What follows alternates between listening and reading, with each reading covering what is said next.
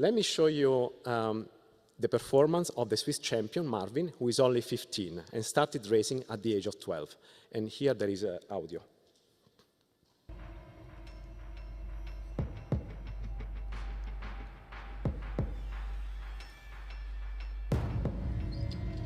Get ready on the tone in less than 5. Beep!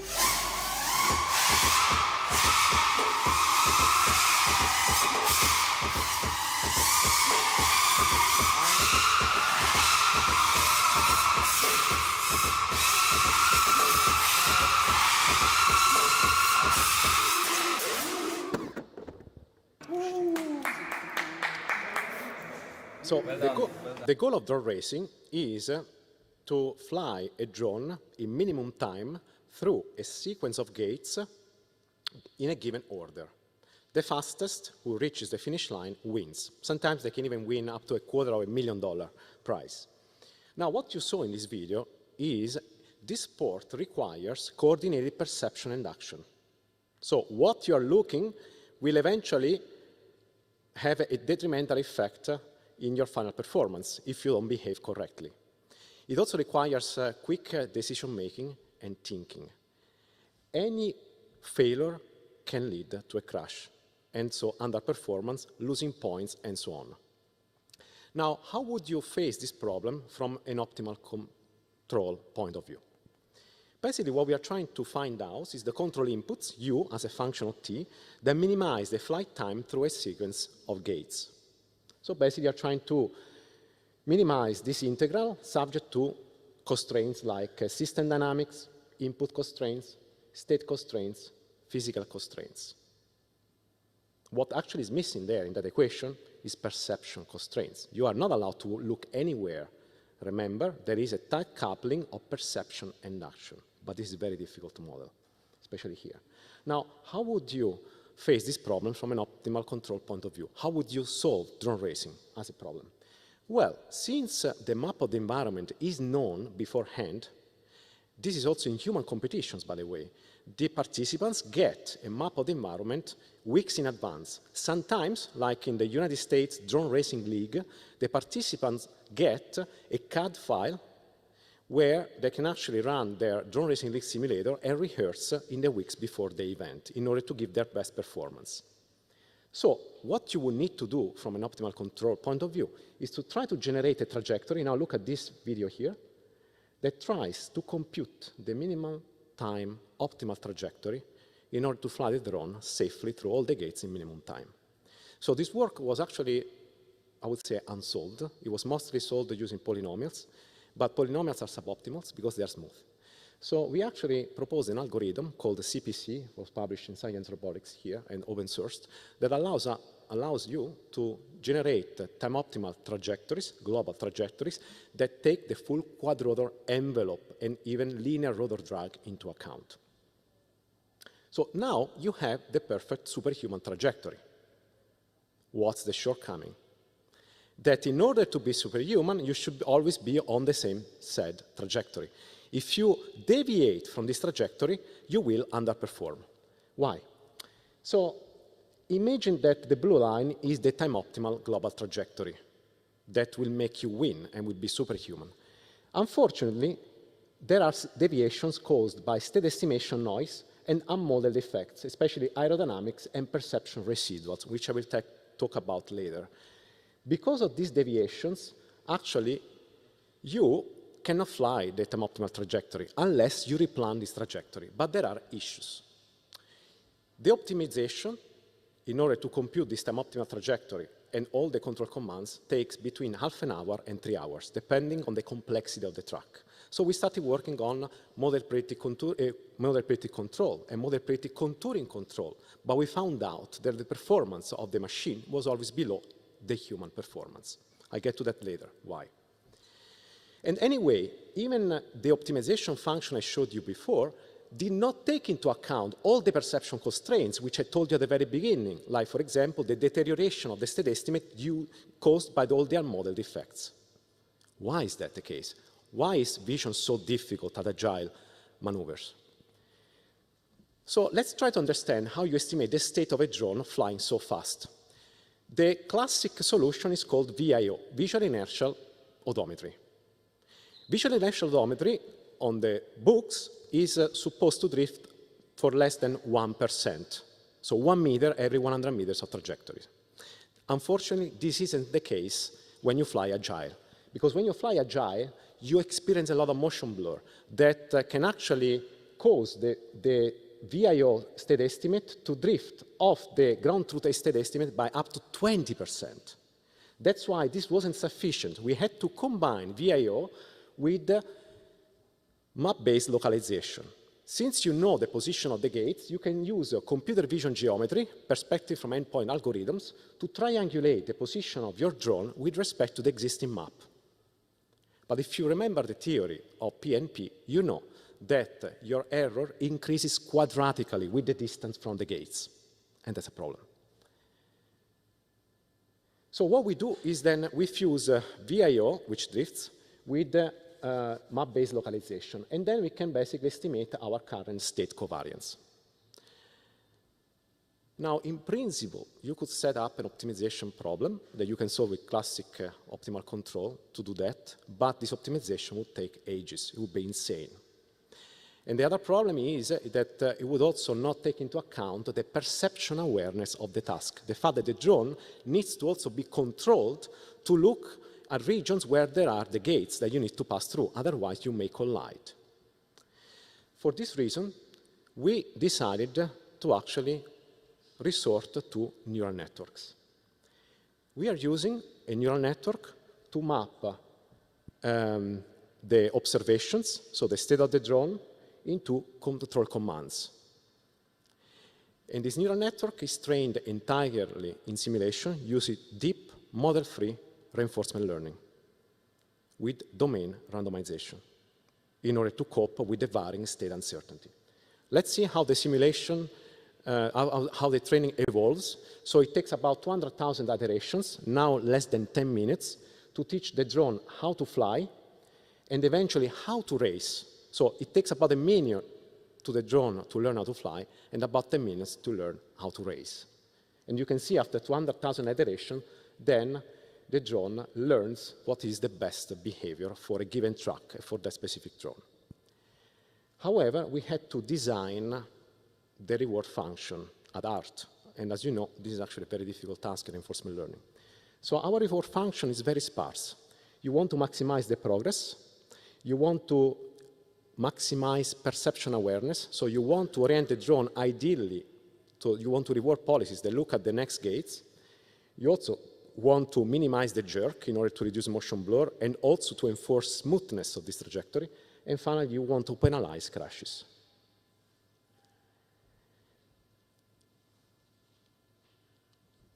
To reach all this level was not easy.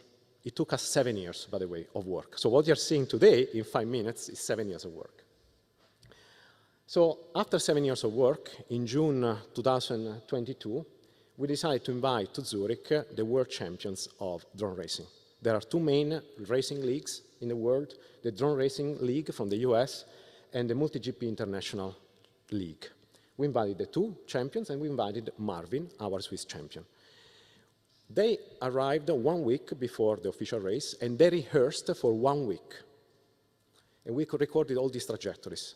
And all the trajectories is more than 1,000 ones, and we are going to release them as soon as the paper is released. By the way, what I want to reinforce is that both the human and the AI drones were identical. So it was a very fair race. Same field of view, same camera, and so on. Same weight, same aerodynamics. Now I show you the video. So the autonomous drone is the blue one. The human one is the red one.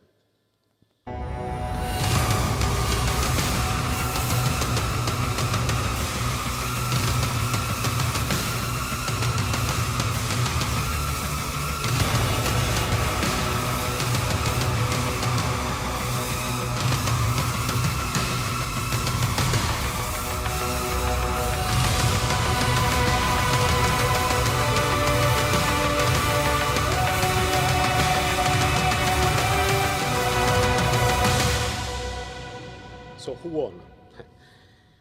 So the AI drone won. Of course, otherwise I wouldn't be telling you this story today. how much was the difference with respect to the human lap time? It was 0.5 seconds. And actually, this is a lot. Why? Because in these human competitions, usually the difference between the first and the second place winners is 0.1 seconds. But how did we get there? Well, the key takeaway is that it was not possible to train entirely in simulation, because simulation does not capture all the non-idealities of the real world, which we call the idiosyncrasies of the real world. Battery consumption, aerodynamic effects like turbulent flow, the degradation of the state estimate caused by systematic errors due to the fact that the drone is a soft robot and not a rigid robot. So, we trained first the policy in simulation, and we deploy it in the real world, but first in the real world with motion capture. Why? Because then in motion capture we can record the ground truth. We can measure the discrepancy between a desired and executed trajectory and use this to actually identify the residual models of perception and aerodynamic effects. Remember, in drone racing, you are overfitting the track. We can do it. Then we go back to the simulation. We use these residual models that are now mapped by a neural network to augment the simulator. We fine-tune again in simulation. And finally, we deploy it vision-based, no motion tracking, directly in the real world. So basically, it is necessary to do sim to real in order to reach, the physical limits of the platform. Takeaway number 2, and some people may not like that, is that reinforcement learning beats optimal control in racing. I underlined in racing. Optimal control still generalizes better than reinforcement learning. But what we showed in a paper that is also coming up in the next few months is that RL beats optimal control for 2 reasons, which I'm going to read. Optimal control decomposes the problem into planning and control, and this decomposition limits the range of behaviors that can be expressed by the controller.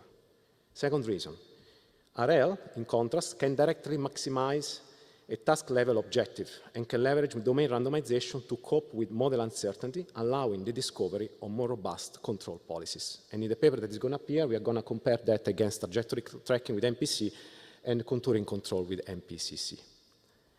Why did the human lost in speed? So which maneuvers were actually detrimental? Well, you can see that there were 2 maneuvers that led the AI drone to win. Turns. The AI drone in blue makes sharper turns. So it actually flies a shorter trajectory. Of course, it's a machine. What I like a lot is the second trajectory. This is called split S maneuver because it requires coordinated perception and action. Why? The drone has to fly through the top gate and then to the bottom gate. But in order to do this maneuver precisely, you always need to look at the gate and then switch the direction of viewing, not too early and not too farther. What is interesting is that the human drone in red starts to face backwards earlier than the AI drone. By doing so, the AI drone won.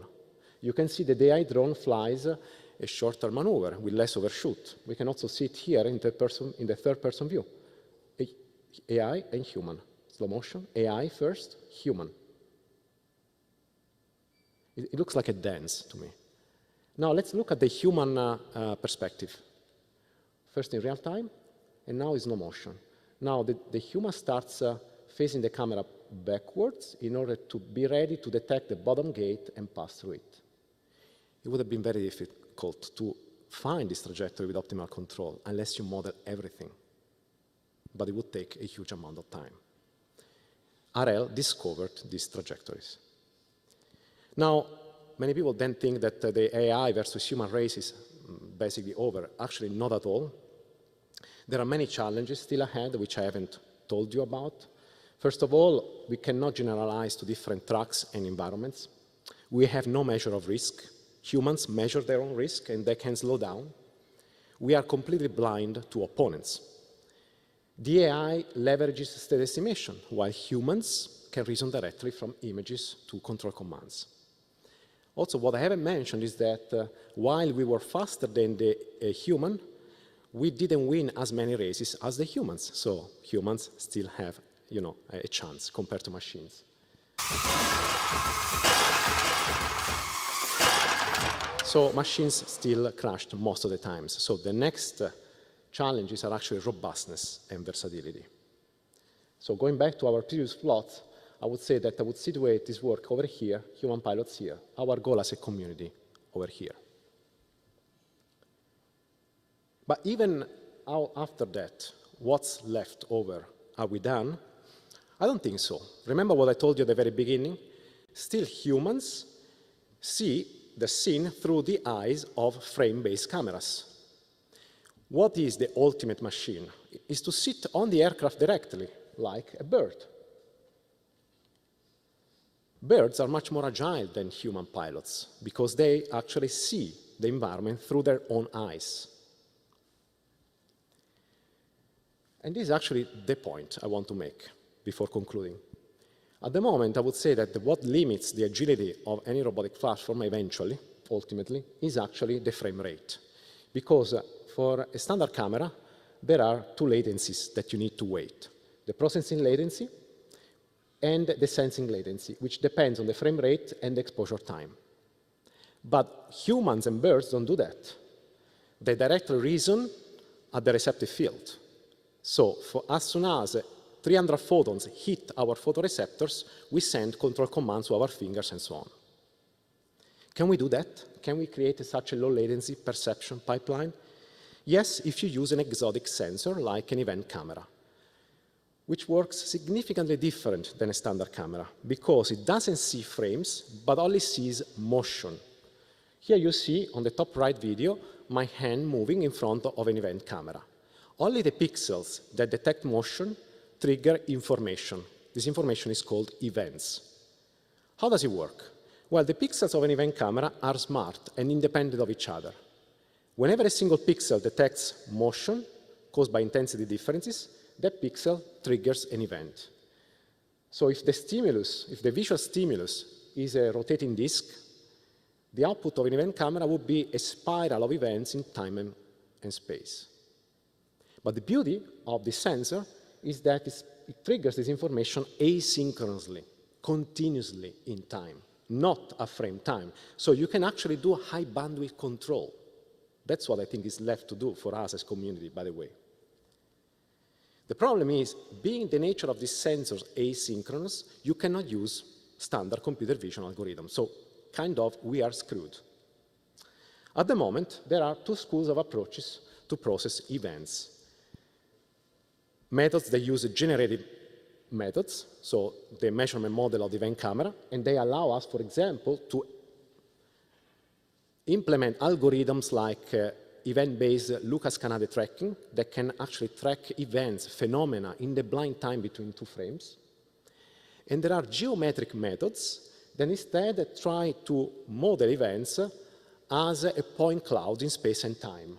And they try to compute the parameters of the features that you want to track by trying to maximize a certain objective function, like the contrast of the resulting image.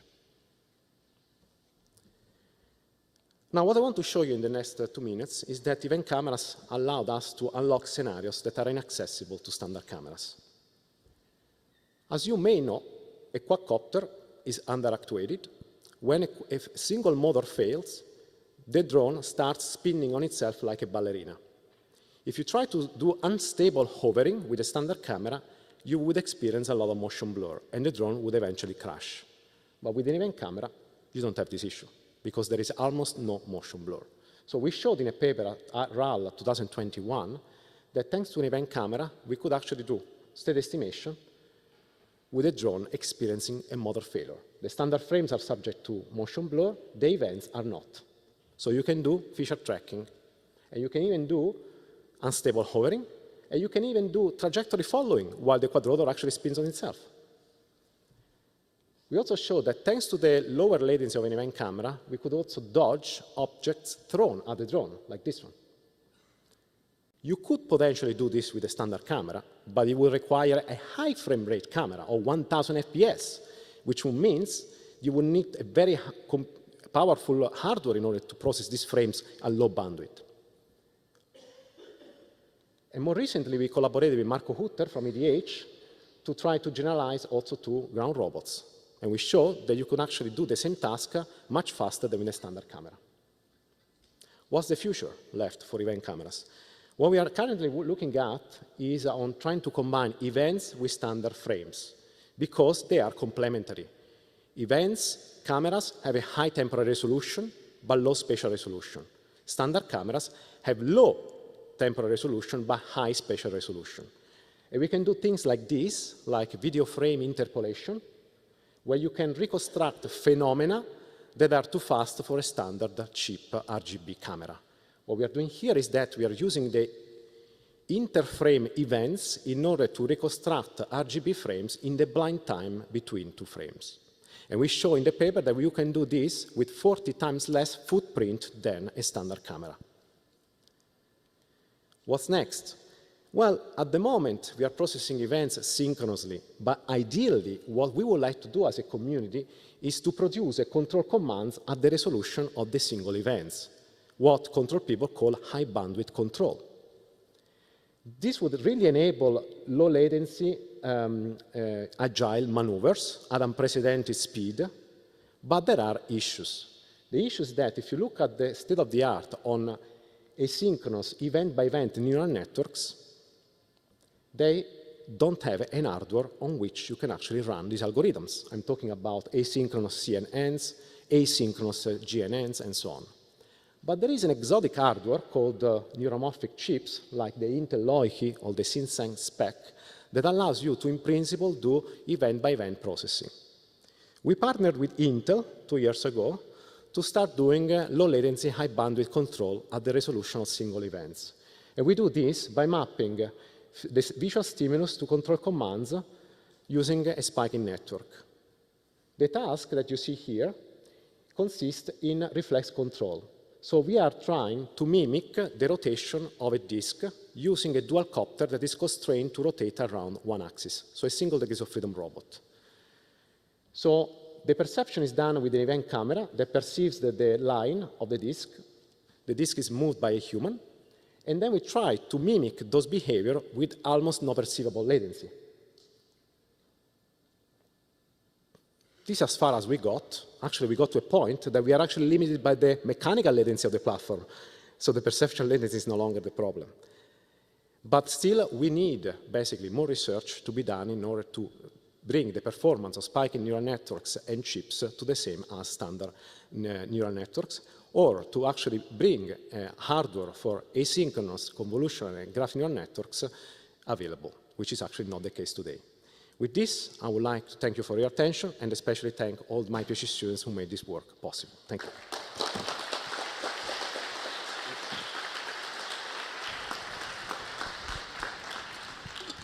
Awesome. Thank you, Davide. That was such a cool talk. So I'm going to ask for the chair and first speaker of the next session to start get set up. In the meantime, while that happens, we have time for a couple of quick questions from the audience. If our volunteers who are running the microphones can come and bring those to them. Question there.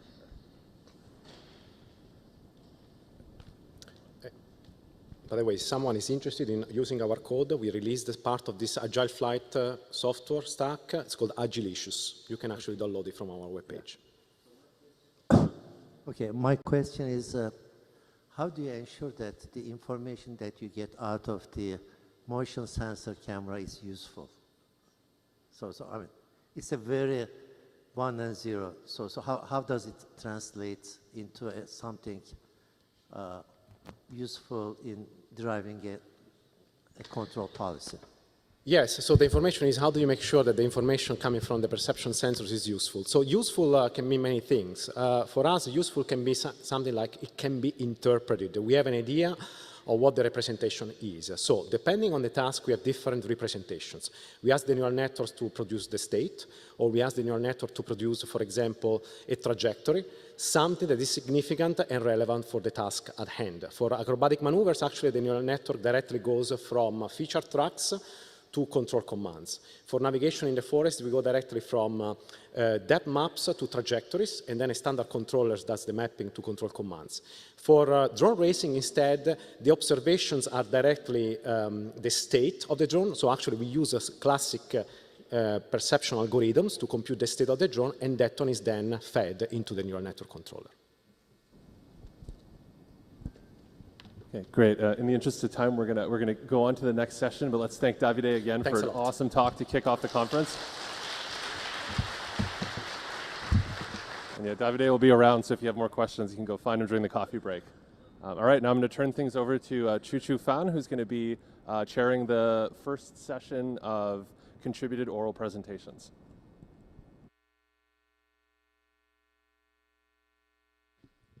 Okay, hi everybody. Welcome to the first oral session of the conference. So in the first session, we're going to hear about 4 fantastic works.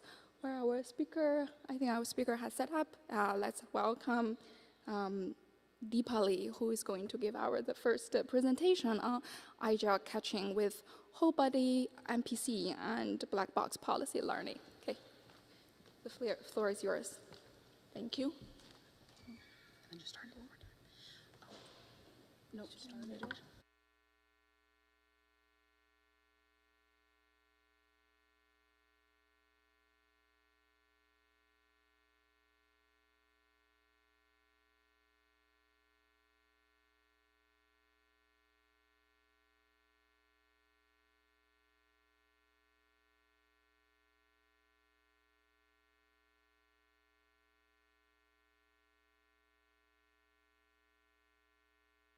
Thanks.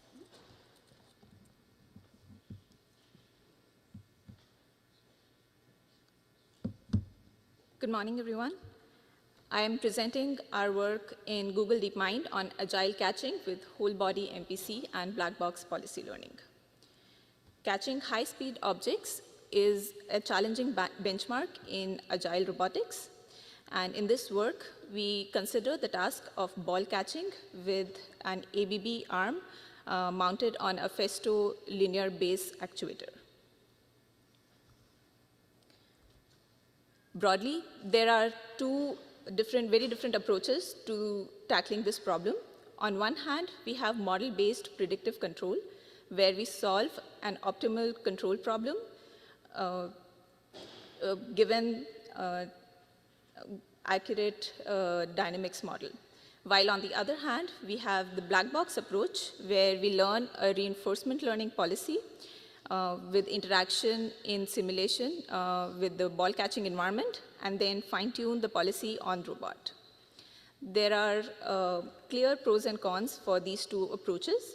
For the model-based approach, we get zero-shot learning without any interaction with the robot, and also very robust performance on a broad ball throw distribution for the catching task.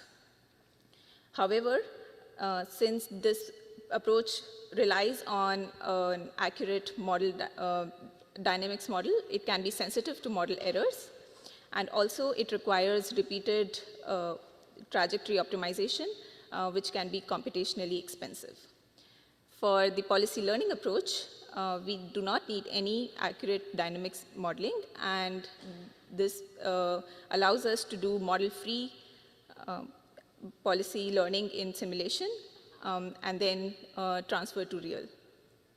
And the policy inference can also be quite efficient for compact neural network policies. However, these policies can struggle with generalizing to new distributions outside of the data seen during training, and are also quite data intensive to train. In this work, we applied both of these methods to this high-speed robotic catching task and studied the relative merits of the 2 methods. And we will present our analysis in this talk. So I'll start by describing the MPC method, where we formulate catching as an optimal control problem. Here we define an optimization problem of free end time control trajectory norm minimization subject to task-specific constraints. We capture the constraints for successful ball catching through these two terms. The first term requires the end effector net to be in close proximity to the ball at the end of the trajectory. And the second constraint requires the net to be aligned with the ball velocity direction at the end. We plan to solve this optimal control problem with shooting-based SQP solver. And since this is a non-trivial optimal control problem, we simplify it to a multi-stage optimal control problem for computational efficiency. We split the whole trajectory into different stages of variable time intervals, and each stage undergoes two phases. The first phase is the constant acceleration, followed by a cruising phase with zero acceleration. Now, this final multi-stage constrained OCP is solved with an SQP solver, which we implemented in Trajack's optimization library. Now, once the OCP is solved and we have successfully intercepted the ball trajectory, we then define an open loop cradling primitive to stably catch the ball. So this primitive tries to keep the net's velocity vector aligned with the catching plane while simultaneously rotating the head to have the plane parallel to the ground and also decelerating slowly. Please note that the ball state estimation at this point is not reliable since the visual state estimation system cannot accurately infer ball position when it is close to the robot. Now, I describe the black box method with RL policy learning. Here is a description of our black box algorithm. The black box algorithm works by optimizing the weights of a policy network, which takes in the robot observations and generates robot commands. The policy weights are updated using an evolutionary strategies ES algorithm, which generates Gaussian perturbations to current weight estimates and evaluates the perturbed weights on the catching task, which is evaluated using a scalar reward.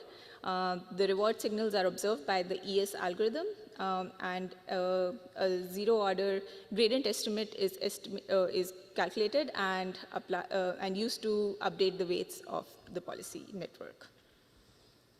Now, this is the representation of our policy architecture.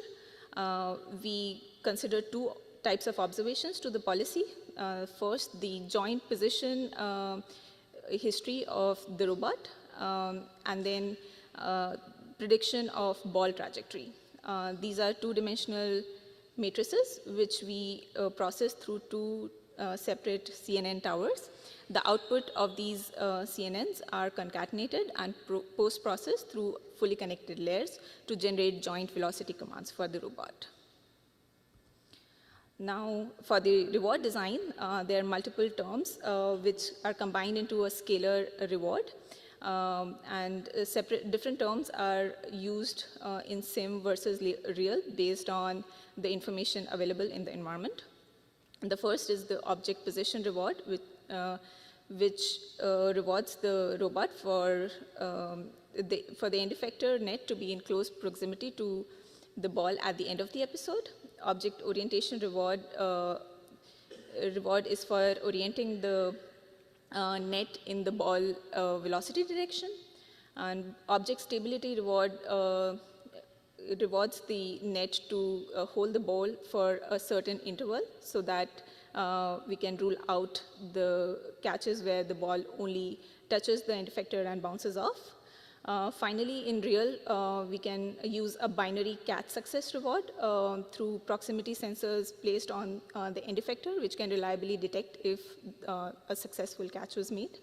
And then finally, we have reward terms for penalties to exceed dynamic constraints of the robot. Now, this is a representation of our end-to-end setup. We have a mechanical thrower through which we can generate ball throws at, within a range of speeds and directions. The ball trajectory is observed through a vision system and estimated through a prediction model. The robot ABB IRB catches the ball and also has access to movable base in linear through a festo linear actuator. The policy inference happens on a connected workstation, which observes the ball state as well as the robot proprioceptive observation and generates robot commands. Okay, so these are our results comparing the MPC method and the black box method. So here the orange line corresponds to the baseline SQP performance on catch success. And the blue line shows the performance of the black box policy in sim and real. So in sim, we see the black box policy learning slowly and eventually reaching SQP performance and surpassing it. And then when we transfer this learned policy to real, we see a performance drop, and we can improve it back to the original highest sim performance by fine-tuning it directly on the robot. Finally, we get with black box policy a maximum cache success of 86% on average, while with SQP we get around 79%. Black box inference time is also lower because of the compact size of the neural network policy compared to SQP solve time. Now, here we compare the two policies while changing the distribution of the ball throws from the training distribution. So the first graph shows the different thrower speeds, and we can see that SQP is fairly robust to changing thrower speeds, while the black box policy struggles with slower speeds while maintaining somewhat reasonable performance on faster speeds. The middle plot shows the performance of the two policies while varying the yaw angle of the mechanical throw. The dotted lines, area between the dotted lines is the train distribution, and we see that the black box policy performance drops sharply outside of the training distribution as compared to the SQP policy. Also, please note that the black box policy has a characteristic of catching the balls only on one side of the arm while moving the base to cover the ball distribution, while for the SQP policy we see multimodal behavior where it can reliably catch on both sides depending on the thrower angle. So with this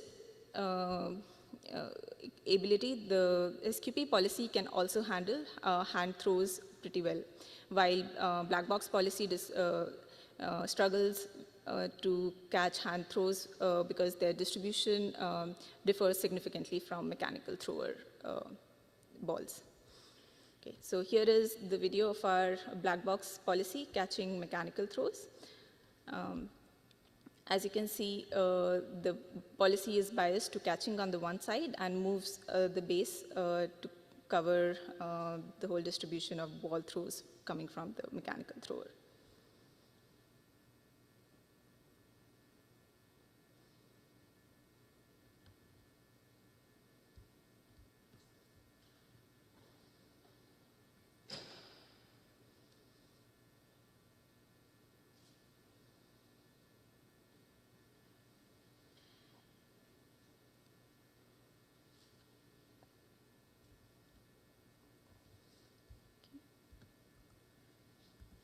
And here's the performance of our SQP policy, which can handle hand throws. And you can observe the policy catching on both sides of the arm successfully.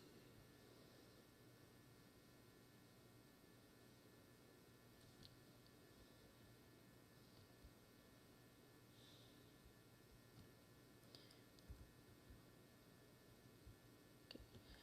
So to conclude, I would like to highlight some of the takeaways from our work. We observed that the black box policy can obtain best catching success on the training data the distribution of the mechanical throws that it has seen during training, while SQP is significantly more robust to distribution shifts to the ball throws and can even catch hand throws.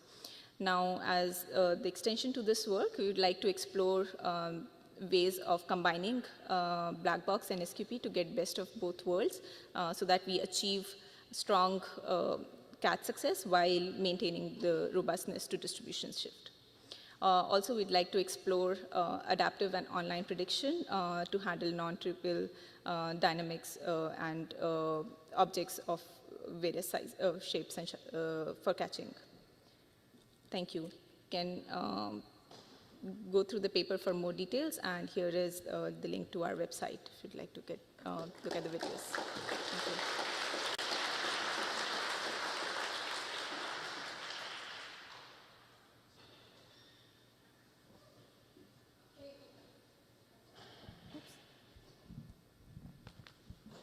All right, we have time for a couple of questions.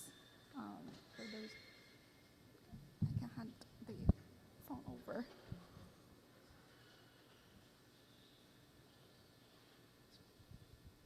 Okay, thanks for the nice talk. So I have a question for the reward design part.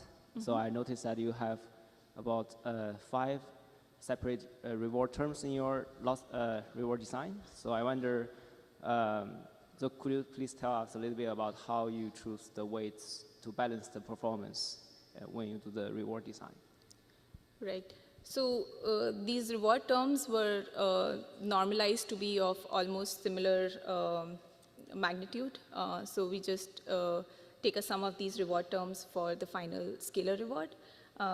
So we split these reward terms into the information available in the environment. So for example, we have a direct catch success signal in real. So we use that binary signal for fine-tuning on real, while that is not directly available in sim. So we use other rewards. Another thing to note is while we train in sim, we keep the reward signal more informative because it helps the policy to learn initially with a dense reward signal, while a pre-trained policy can fine-tune with a more sparse reward signals such as just binary catch success, which we use in real.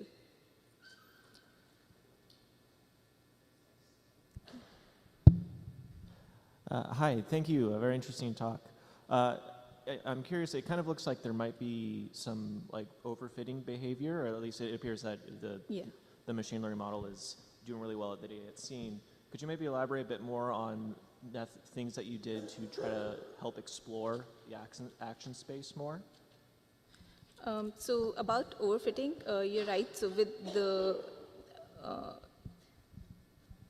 black box policy, while it's training in sim, can have a tendency to overfit. So for example, here is the simulation performance, which increases monotonically. So it keeps increasing the catch success as it goes on training.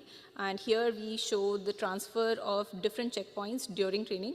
As you see, for a while, we see improvement in performance when we transfer different checkpoints to real. But then after a while, the performance drops, indicating overfitting in simulation. So in order to tackle that, we rely on fine-tuning the policy in real, which allows it to adapt to the changes in dynamics and helps with the overfitting of the policy in sim. And was there a second part to the question? Okay, thank you. Okay, let's thank the speaker again, and it's time to switch to the second talk. Thank you.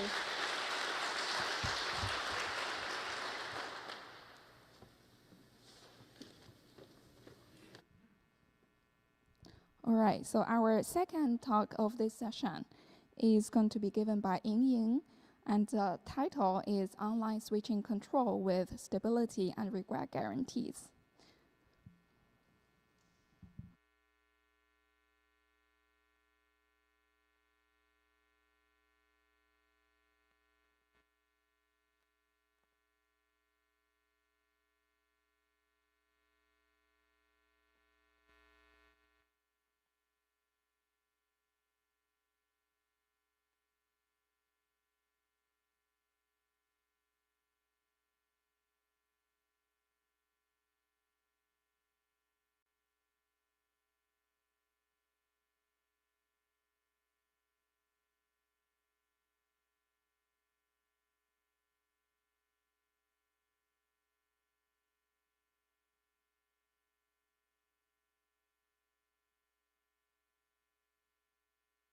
connector.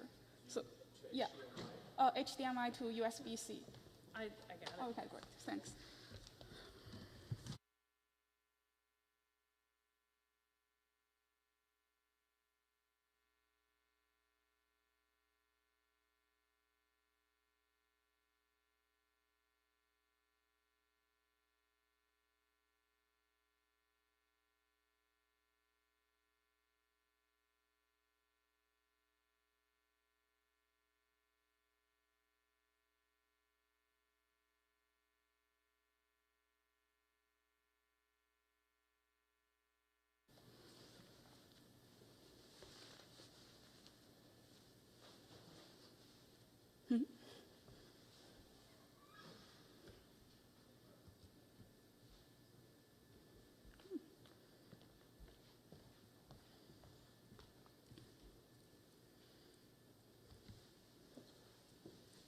It doesn't seem to be.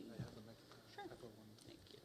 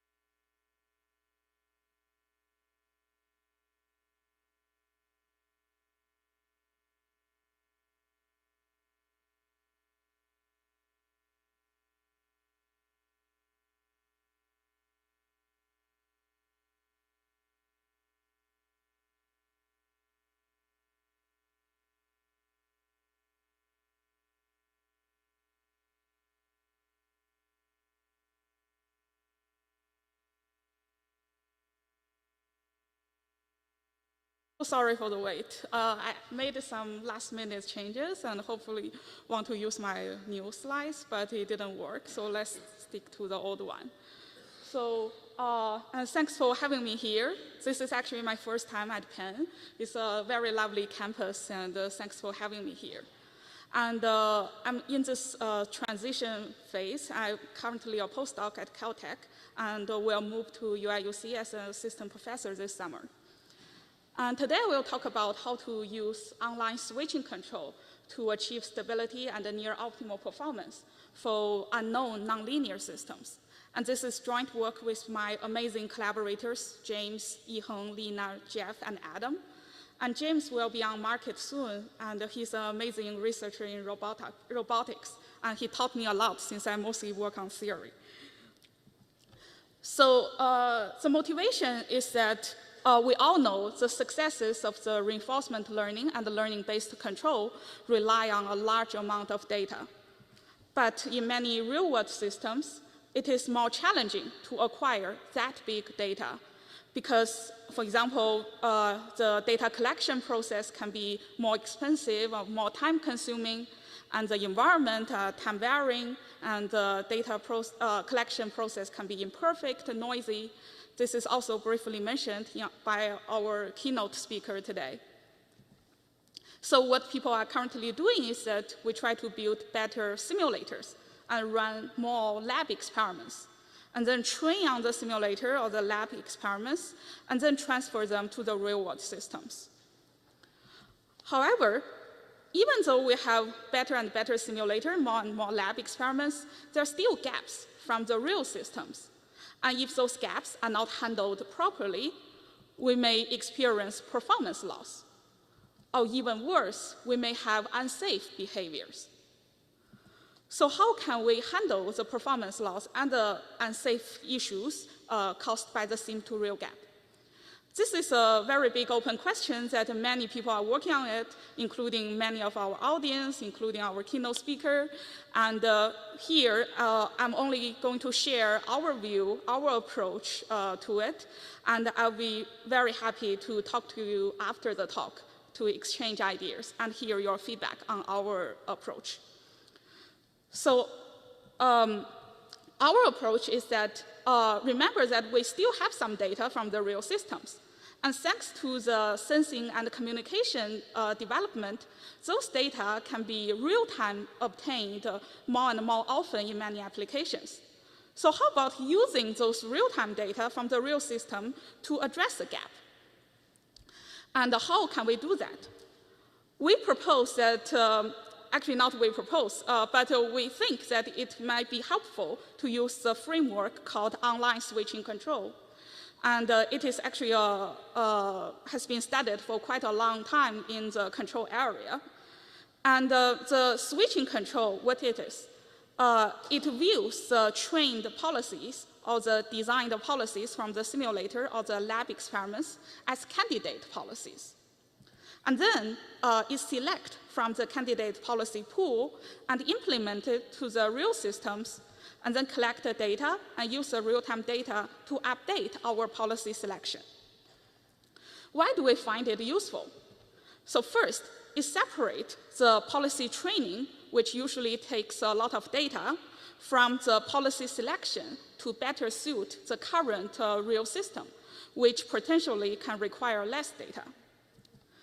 And moreover, we are more excited about it because it offers a natural way to combine different control design, different learning algorithms. And in many complicated scenarios, it's hard to know beforehand which learning algorithm performs the best.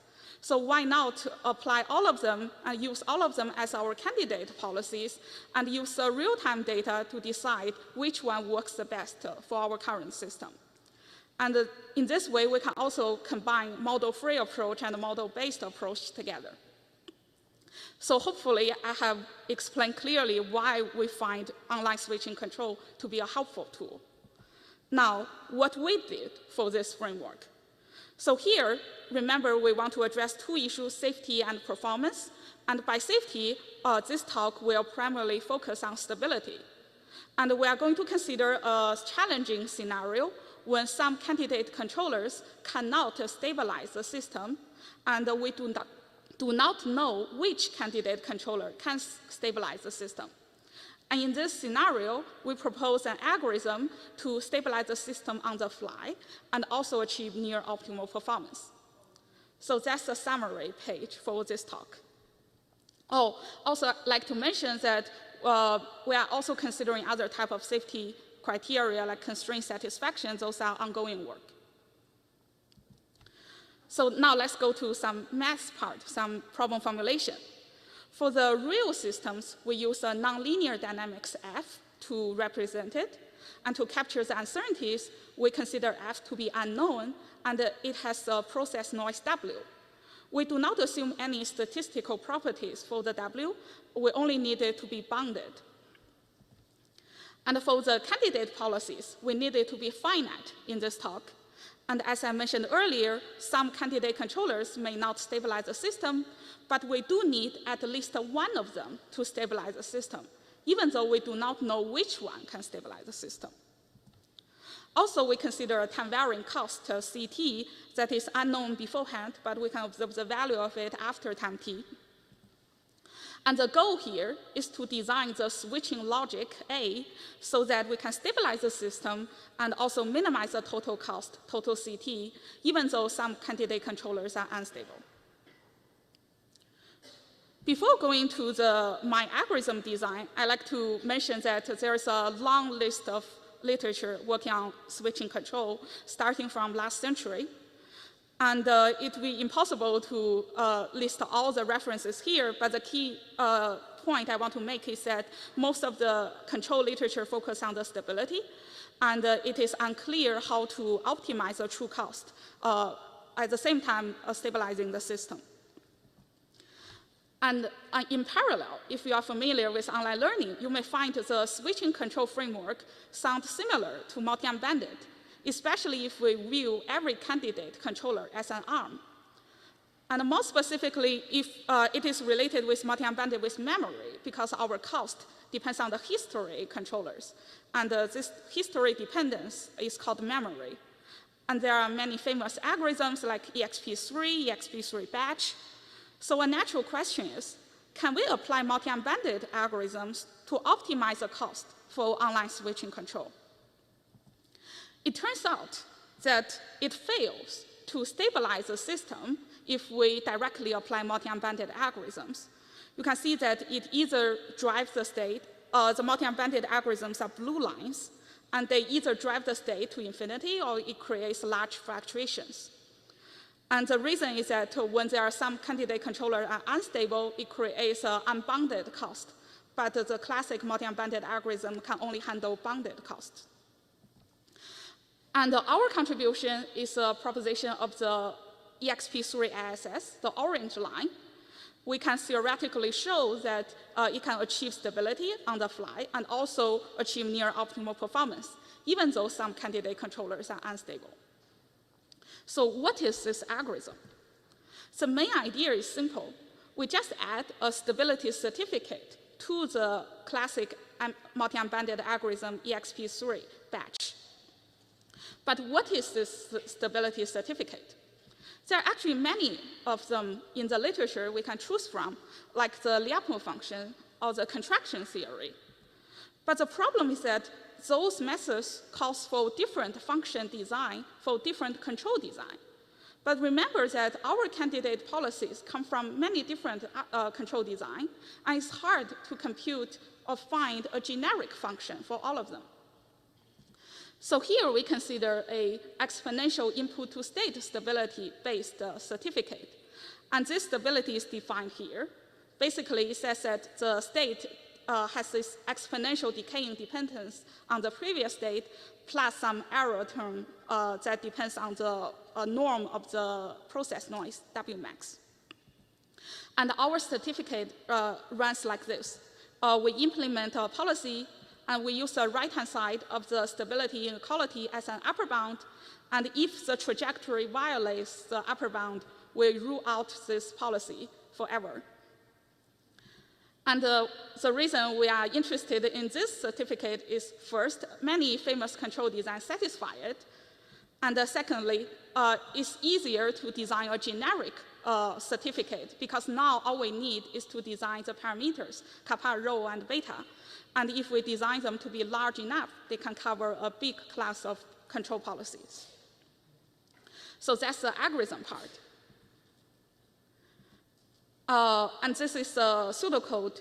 So I'm not going to run through the details, but the blue part is EXP3 batch.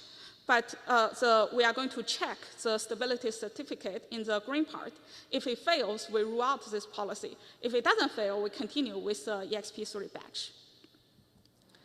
And next, we come to the theory part, the stability guarantee. On the, this is a finite gain stability, which bounds the average state norm.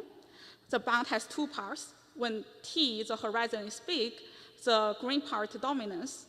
And it's actually the same bound that can be achieved if we implement a kappa rho beta EISS controller from the very beginning. So our algorithm can achieve similar stability when T is big, as if we already know a stabilizing controller. The second part has this exponential term on M, and M is the number of controllers that doesn't satisfy the kappa rho beta stability. And which means that when t is small, the number of non-kappa rho beta stable controllers dominates. And this can be shown to be inevitable if the non-kappa rho beta stabilizing controllers are actually unstable controllers. And I'm going to skip the details of this part, and let's go to the regret bound. And the regret bound compares the online total cost with the cost of the optimal stabilizing controller, stabilizing candidate controller. So we're only comparing with the candidate controller pool. And the regret also has two parts. The first part dominates when t is big, and it has the same regret bound order as the optimal regret for the multi-banded with memory. So we conjecture that it is also optimal in this case, but we haven't formally proved it yet. And the second part, again, has this exponential dependence on M, the number of unstable controllers, but it doesn't depend on capital T. And this is a simulation, and we simulate the cojotter moving on a vertical plane. And the blue line is the EXP3 batch. You can see the regret is pretty bad. And the green line is our algorithm, and the orange line is a standard switching control algorithm in the literature, falsification-based switching. You can see that our algorithm first gives a higher regret, but then has a sublinear trend. But for the standard FBS, it has a linear trend.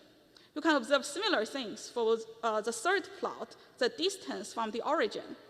So the classic switching control orange line quickly stabilizes the system, but remains relatively far away from the origin, while our algorithm explores more, but then quickly drives the state close to the origin. And there are, of course, many interesting future directions, like how to handle the output feedback, and how to handle asymptotic stability instead of exponential, and how to handle constraints or infinite policy pool, or time-varying scenarios.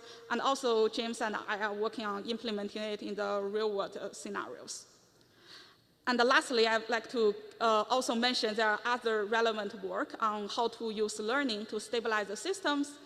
And the interesting thing is that we can use algorithm design in those papers as our candidate controllers, and use online data to select between them. And that's all for today's talk. Thank you so much, and I welcome any type of questions.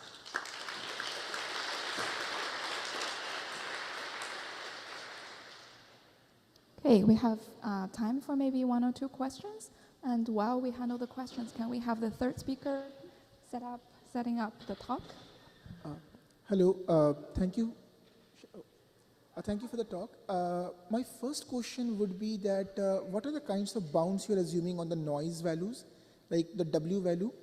And can you explain the beta W max again? The term beta W max again. Sorry, I'm not able to hear it clearly.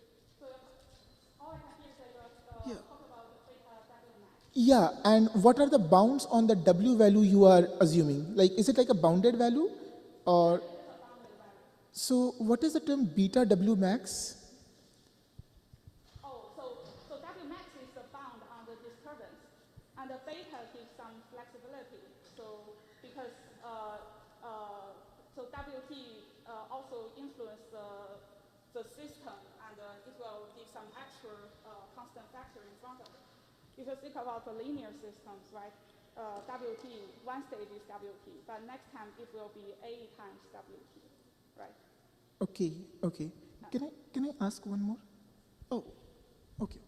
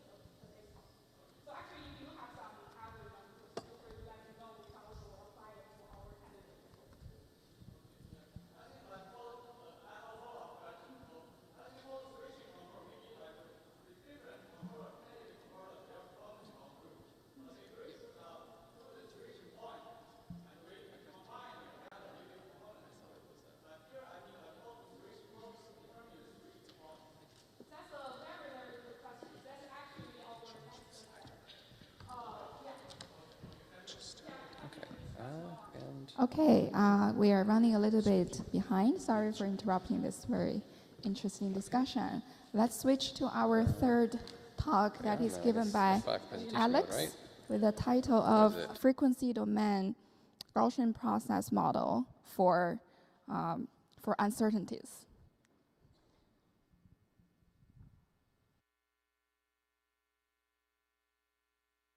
When you do Q&A, if you could speak into the mic because we're streaming. Well, good morning, everybody. I had some introductory remarks I wanted to make about how lovely the venue is, and including the singular experience of getting to give a research talk in a room that has a pipe organ in it. Pretty cool. But in the interest of time and to minimize the time between you and coffee, I think we'll go ahead and get straight to business. So what motivated my interest in the word salad that is the title of my talk here is essentially understanding how we can take the framework of robust control and modify it by adding some statistical structure in order to make it sort of prepared for use in learning type applications. Hang on a minute here. There we go. So this feedback diagram should look pretty familiar to anybody who studied robust control before. The basic setup in robust control is that you have some nominal system that you'll take as known. It's typically an LTI system. And you'll have some that sort of characterizes everything that you know sort of about your system, and that you're also going to acknowledge some epistemic uncertainty about the dynamical world, and that's incorporated in this feedback delta block. And typically in robust control, this will be some kind of ensemble type uncertainties, or you're considering an entire class of systems. And one very simple one would be like all the ones that have less than some prescribed input-output norm in this case. And this is a very useful framework for robust control, and quite a lot can be done with it, but it doesn't quite have enough structure in order to be used for learning type models, right? There's not a very good way of refining such a model with data.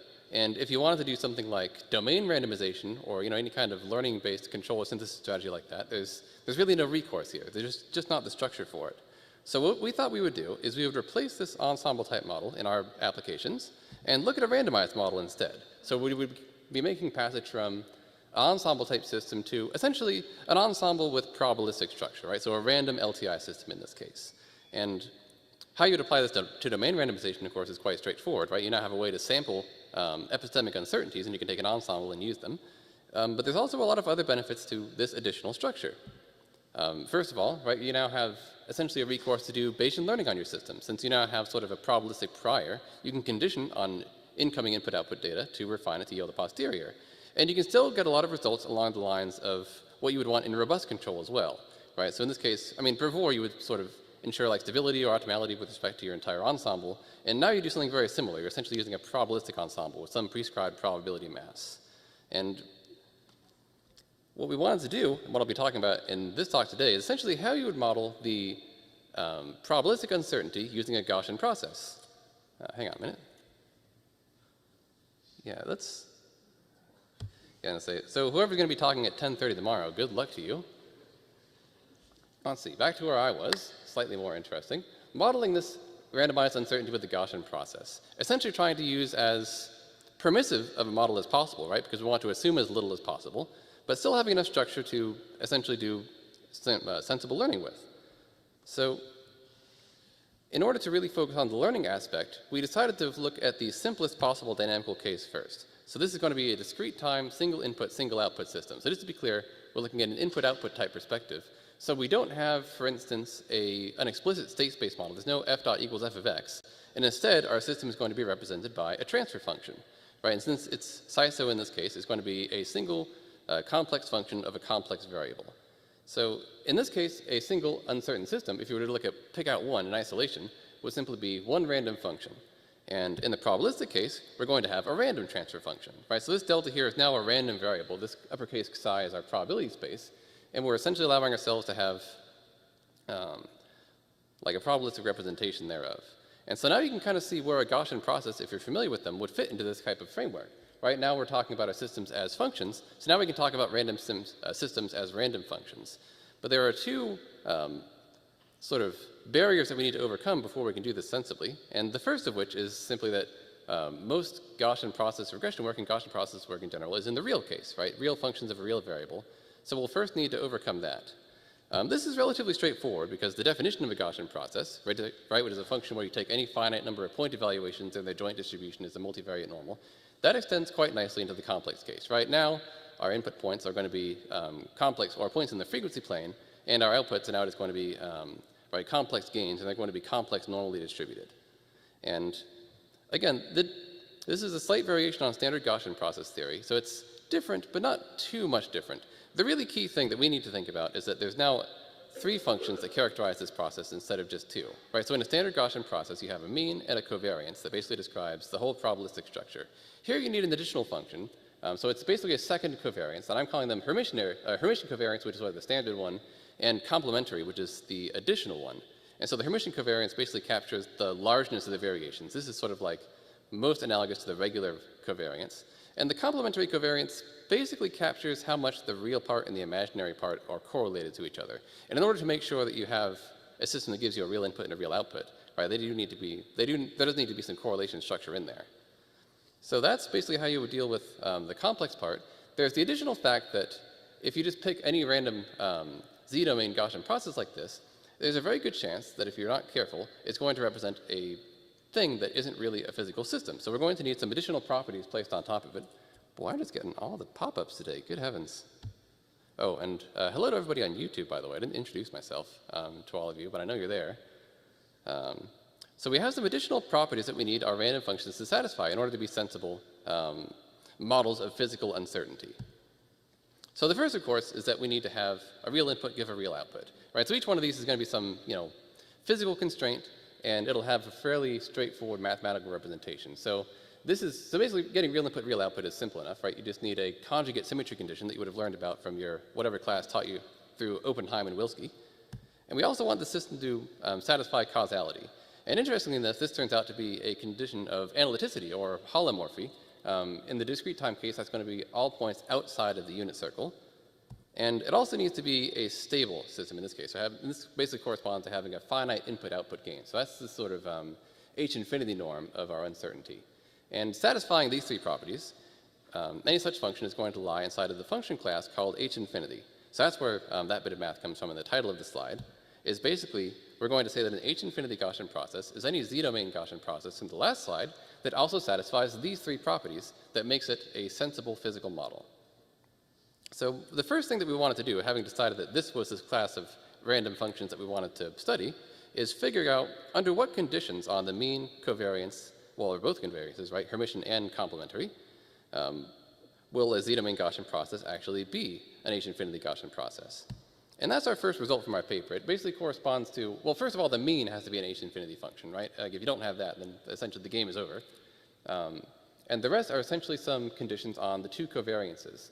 And so they basically correspond numbered 1, 2, 3, the same as the last slide, right? Essentially, there needs to be something analogous to a conjugate symmetry on the 2 covariances that relate the 2 of them, right? So essentially, the complementary covariance in this case is defined by the Hermitian one. And they also need to be analytic, just like the functions themselves outside of the unit circle. And there's a logarithmic continuity when you're looking at the unit circle itself. So when you look at just restricting to the frequency response on the unit circle, which that's a little bit too complicated to show on here, but the details are, of course, in the paper. But satisfying these 3 conditions, these are sufficient conditions to get you an H infinity Gaussian process. And these are about as general as we could hope for. The first 2, I believe, are necessary. The third one is only sufficient, but it turns out that's more or less the state of the art in assuring that Gaussian processes don't go off to infinity. So we're pretty satisfied with that.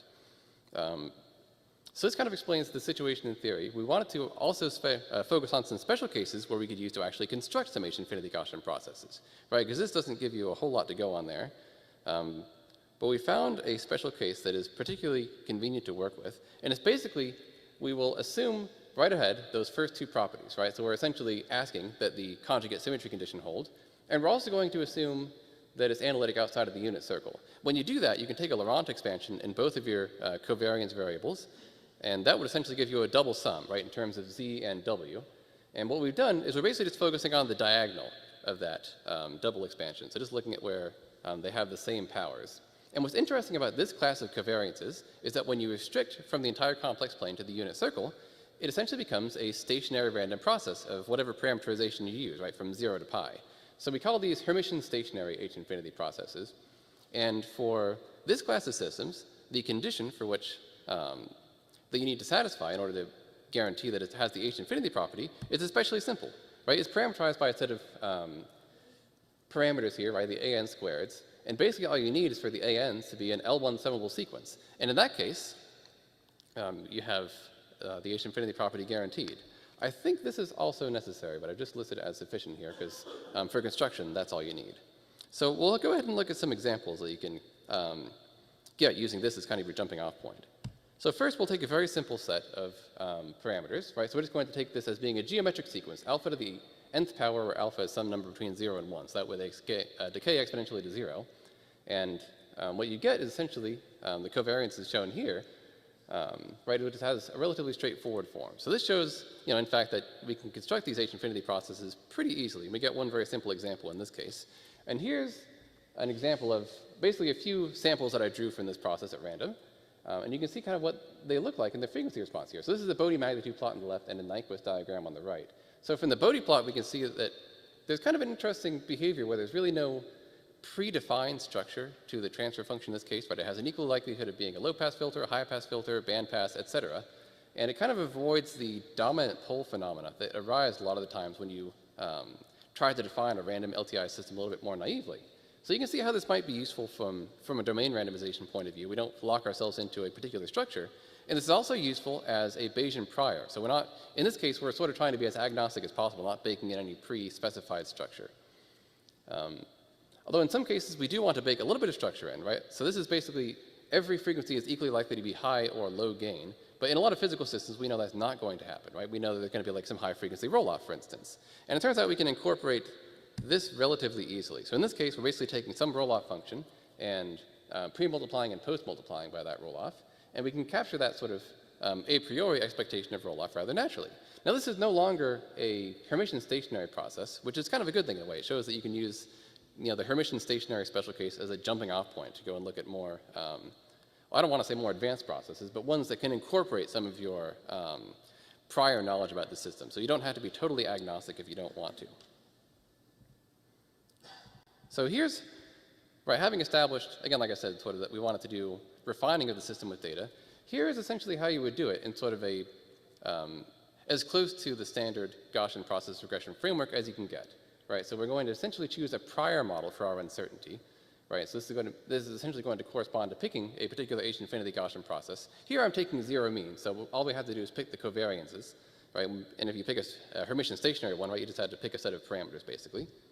And from there, you would try to observe some frequency domain data points. And essentially, some simple ways you could do this is basically to leverage the huge amount of development there's been in frequency domain system identification for this purpose, right? So there's a lot of standard tools for this. Like you could use empirical transfer function estimates, or you could use like a windowed DFT type filter bank. And once you have that frequency domain data, and you pick a finite number, of course, you essentially condition to get a posterior model. And these equations will again look familiar to anybody who's done sort of Gaussian process regression for control and learning in the past. There's actually a lot of detail I'm not going over here, where there's some a bit of generalization in the complex case, where you can actually get more complicated functions than this if you want to leverage essentially the real and the imaginary parts separately. But due to the covariance that's baked into this structure from having the real inputs give real outputs, this turns out not to be necessary. So this simpler version, which coalesces with the standard Gaussian process regression functions, seems to work very well. So I'll go ahead and show a couple of simple examples. So these really are toy examples, right? They're second-order systems, which this model is essentially capable of handling learning of dynamical systems of any order, so a little bit of overkill, but I just kind of wanted to show how it works. All right, so in this case, our data is coming from a windowed DFT filter bank, and so I've got a Gaussian window on it, and they're spaced logarithmically, so that way on the log plot, they look more or less linear. And the system that we're trying to learn here is essentially just an all-pass filter. This is basically just a sanity check to make sure this actually produces sensible learned models for given inputs. And we can see that, so the blue line is the, well, yeah, the orange is the ground truth, the blue is the predictive means, and then the gray bars around it is the predictive variance. So in this very simple case for an all-pass filter, it works out pretty well. And here we were able to get away with just the simplest prior that I mentioned, right, a geometric H-infinity process. So the next one I'm going to look at is the case where you have a resonance in your system. So it'll be a second-order resonance. And for this, it turns out to be practical to add in a bit of prior knowledge. So in this case, we're actually going to model the fact that we have, that we know in advance there's going to be peak somewhere, but we don't know where, and we don't know how big it is, essentially by adding in sort of a movable resonance as a hyperparameter into our geometric H-infinity process. So we're sort of adding onto our model from before.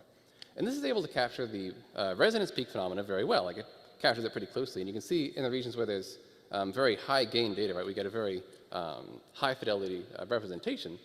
Whereas, once you go to higher frequencies where you experience a lot of roll-off, right, where your signal basically falls into noise, we can see that obviously our learned model actually follows the mean pretty well, but this is almost coincidental, right? It could be very poor. And this is actually reflected very nicely by our predictive uncertainty, which is able to kind of capture this as sort of a forewarning. So what I'm trying to get across here is essentially that when we want to do these kind of Bayesian uncertainty models for essentially using robust control in a learning context, what we want is to have a system that's guaranteed to be physically sensible, right? For the robustness guarantees to make sense, every realization from our random model has to be physically interpretable. And we want it to be able to learn and be refined in real time. And we want it to carry quantified uncertainty, because carrying that uncertainty forward is essentially how we're going to gain our robustness guarantees. And it seems like, based on our work, that the H-infinity Gaussian processes can fit that pretty well, right? It has essentially an answer for each one of these, right? Is that we sort of, by design, made sure that they fit into this H-infinity function class, which is essentially a core function class in robust control. And it admits almost standard Gaussian process regression, right? Just with some leeway for being complex valued. And additionally, you can get gain bounds as well from your quantified uncertainty to get rid of robustness analysis.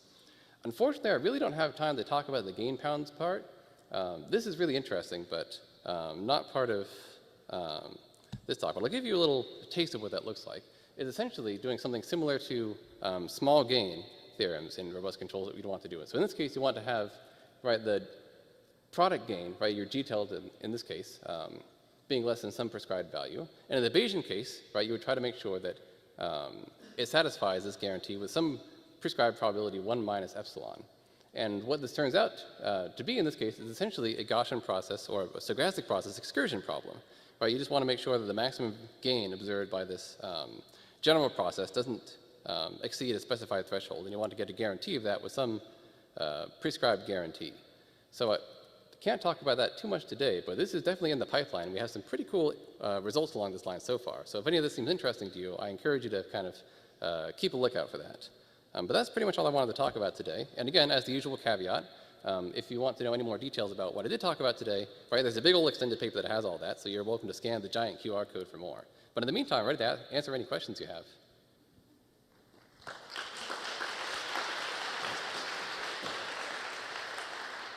Okay, let's have one quick question and having the next speaker set up on the stage.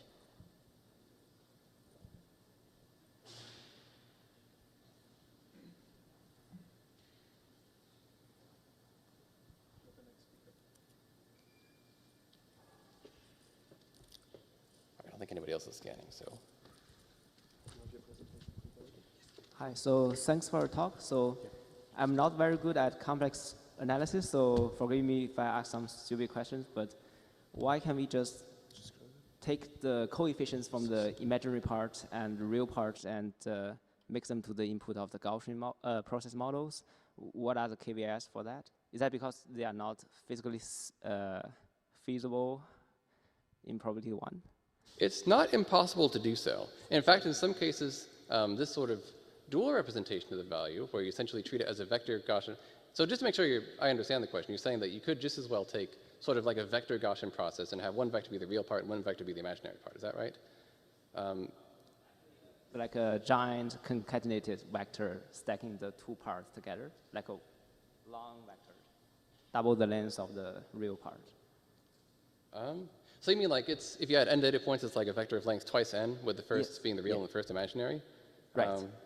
Well, just from a foundational standpoint, well, like if you're trying to, like well, that would work for like a point evaluation. And in fact, if you wanted to simulate it, that would be the easiest way to do it. Like if you wanted to simulate endpoints, right? That's actually how I generated those plots, right? As I took I essentially constructed what the covariance matrix would be in the exact form you described, and then I generate it using like MATLAB's rand_n function or the corresponding thing in Python.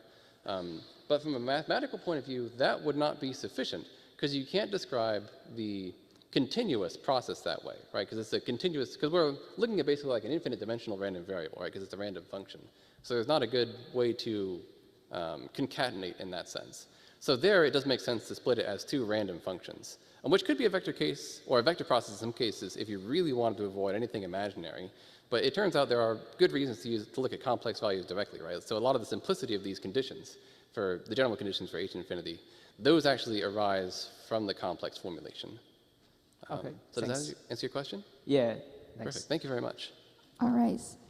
Sorry for interrupting. Let's get the rest of the questions offline. And let's welcome the last speaker of this session. Yi is going to tell us, can direct latent model learning solve linear quadratic Gaussian control? Okay. Hi, everyone. My name is Yi. Today, I'm going to present our work on direct latent model learning for LQG. This is a joint work with Kaiqing, Russ, and Surit. So you may have a vague impression on what it means by latent model learning, but not so sure about direct latent model learning. Don't worry about it. I will get to that shortly. So let's begin with the motivation. In control and RL, we consider state space dynamic models. A state is a summary of a system that can inform its future behaviors. For example, to control this spring mass damper system, a good choice of the state could be the position and velocity of this object. However, in practical control systems, we may not get to observe the state directly. For example, for cutting onions, what is a good state that can represent the system, and how can we effectively find it? This is the question that we want to address in this work. So people have studied this problem in various simulated environments, including like locomotion, Atari games, and the game of Go, which has a finite but huge state space. The general idea among these works is to first collect a bunch of data, and then learn a latent model with state transitions, and then optimize the policy in the latent model. Many empirical works have attempted to solve this problem, and in fact, this is a very active field of research. For example, this value prediction network, self-supervised prediction, world models, and planets, mu0, which follows the AlphaGo and AlphaZero, and notice that's how it uses the word mastering in the title, and deep by simulation, AC state, Dreamer, Dreamer v2, v3, we can see that mastering keeps popping up in these titles. This is only an incomplete list of the works. What I have to emphasize is that these empirical methods have been highly successful in these simulators. For example, this figure from Dreamer v3 shows that it beats various model-free RL methods across different tasks with a single set of hyperparameters. Despite these exciting empirical advances, our theoretical understanding in this area remains lacking. For example, with finite samples, how do these empirical methods would perform? And even for very basic, partially observable control systems, the answer was unknown. So one motivation for this work is to give these empirical methods a sanity check in partial observable control. And on a higher level, another motivation for this work concerns the minimal conditions or red objectives for latent model learning. So the methods I have mentioned, they can roughly be categorized in three categories. Like the first kind of methods, they reconstruct observations from latent states in autoencoder style. And the second takes an inverse model approach where the states are encoded in such a way that actions can be inferred from their transitions. I would argue that both these two kinds of methods, since they make no use of the cost function, their learned state representations are task agnostic. For example, like in this self-driving example, reconstructing the distant house, cloud, or tree, it's not, in the observation, it's not helpful for self-driving task. And in this example, we want to get the sunlight in. inverse model approaches, by inferring the actions, tend to recover the controllable components, but miss the task-relevant information like the sun. So a third kind of approach, in contrast to these previous two kinds of methods, make use of cost prediction. That is, they encode the state in such a way that it can predict the cost or value, which is the sum of multi-step rewards. This approach recovers like task-specific information, and since like cost prediction is necessary for planning, I will refer to these methods as direct latent model learning. So the more specific question that we want to consider is, can direct latent model learning provably solve partially observable control? In our problem formulation, we take an initial step by considering a very fundamental partially observable control problem, that is linear quadratic Gaussian control, or LQG. So just a quick reminder, in LQG, we have a linear system with linear observations and Gaussian noises and quadratic costs. Here we consider a finite horizon control, with the goal being minimizing the cumulative cost across capital T time steps. It is known that when the model is known, the optimal control is given by the Kalman filter, which can be seen as one type of latent model combined with linear quadratic regulator, where the Kalman gains and feedback gains are given by Riccardi difference equations. For unknown LQG, the standard treatment makes use of Markov parameters, which is a map from the history of control inputs to the observation. Once the Markov parameter is learned, the system matrices can be recovered by the famous Ho-Kalman algorithm. This is kind of a standard treatment in system identification. However, this pipeline is highly specific to linear systems, like looks very different from the empirical methods I mentioned.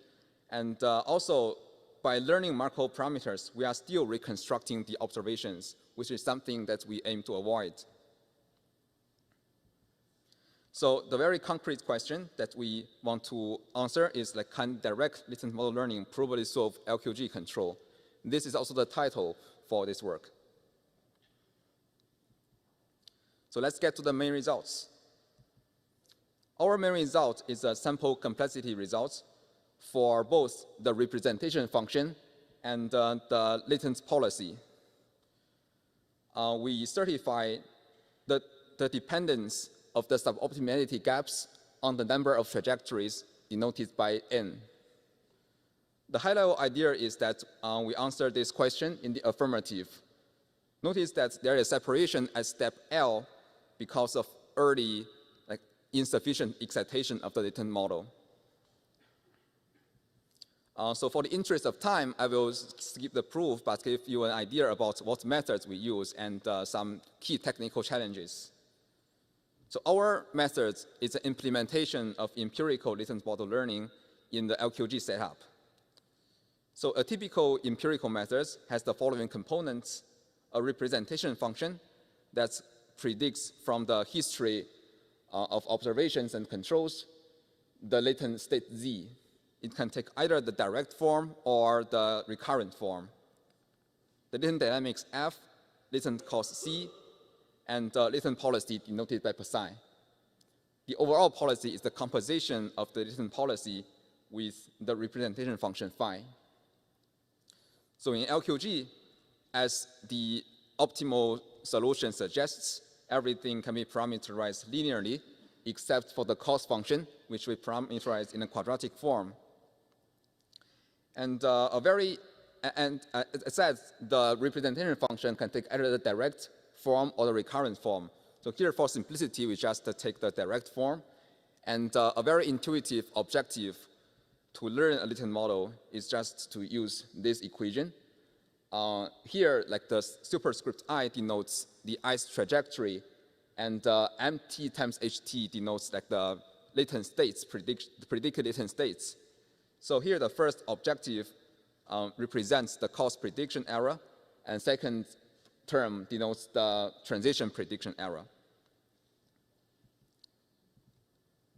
The final algorithm that we adopt is very similar, but with a few modifications, which is summarized in this diagram.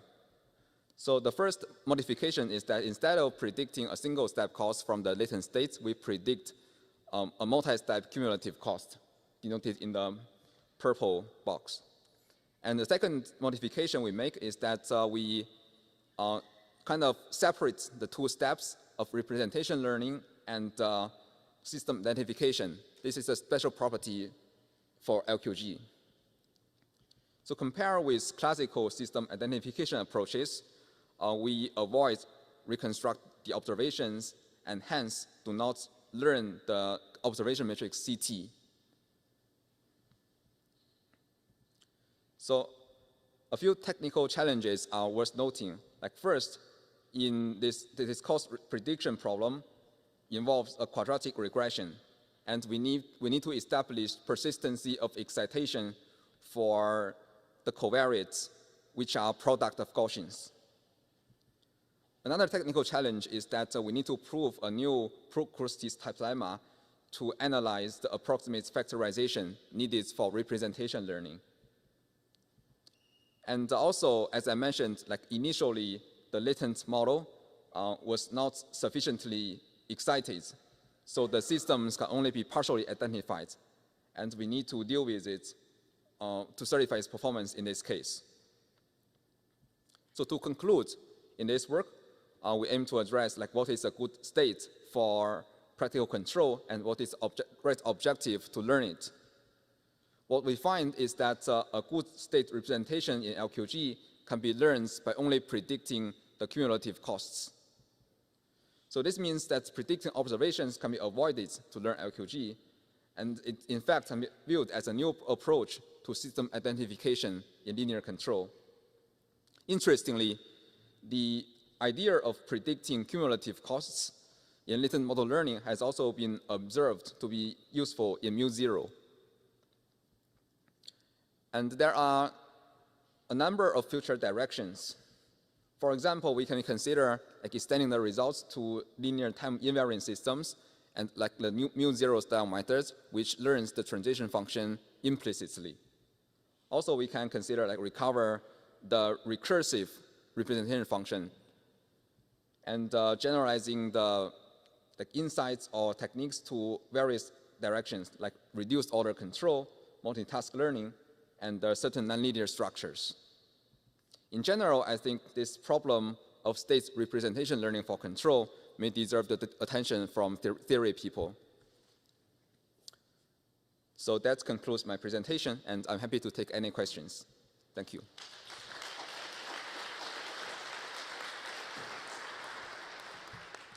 Okay, let's take a few questions, and after that will be the shorter coffee break. And we will come back at 11:15 for the second keynote of today. Questions? Thank you for the nice talk. I have a question on, I know some formulations of LQG where the first term in the observed cost is Y transpose QY instead of X transpose QX. If in that case, does your method apply? Sorry, is the question about the cost function? Yeah. If we observe Y transpose QY, then it is possible to infer X from the cost. I see, I see. So if the cost is parameterized in terms of Y, then we know that since Y is a function of X, we can still write the cost function in terms of X, and we need to still make the observability assumptions in terms of this X parameterization. May vary constant in expectation, so they differ in a C transpose QC term, and you do not know the model. How can you infer the X transpose X from Y transpose QY? I think it's a bit hard to hear on the stage. So I think in the actual algorithm, we have a constant term to account for like the variances in a state estimation. So does that maybe also like maybe you can talk offline in the post session this afternoon? Sure.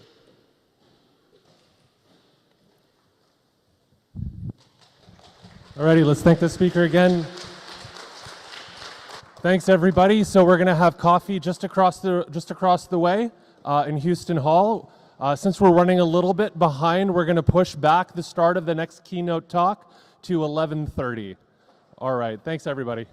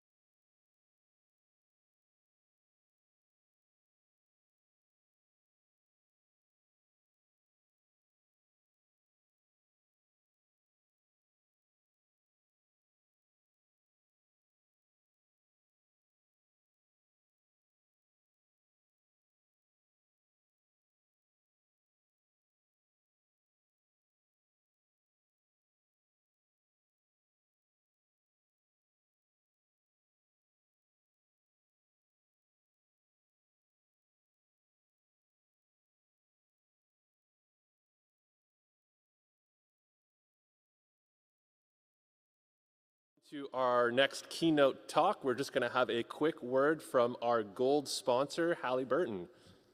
Robert Darby, take it away.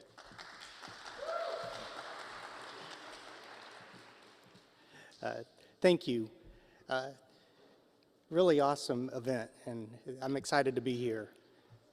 Halliburton is an energy service company. We provide products and services to the upstream oil and gas industry primarily. We invest heavily in research and development, and one of our focuses is using automation to drive consistency and reliability in our products and services. To do that, we have an Advanced Controls Center of Excellence within our product development team. This team solves interesting, real, and high-priority problems across the company. And I just have one of the many examples where we're involved. It's well placement or directional drilling, where we try to accurately place a wellbore under the Earth's surface. This problem has a lot of the same technical challenges you might find in other industries or other problems, such as path tracking, planning, and path optimization. And we even have our own perception problem. We call it geosteering, where we look to find geological features under the Earth's surface to really drive this whole system. This requires custom sensors, where we might be looking for gamma, like natural emitting gamma rays from the formation, density, or resistivity, electromagnetic type sensors, to build these geological maps in real time. And the picture on the top right shows one where we're looking at the variation between formation structures downhole to place the well. So we're looking for help to solve these problems. If you're interested to learn more, please visit us at the booth at the next coffee break or during one of the poster sessions. Thank you.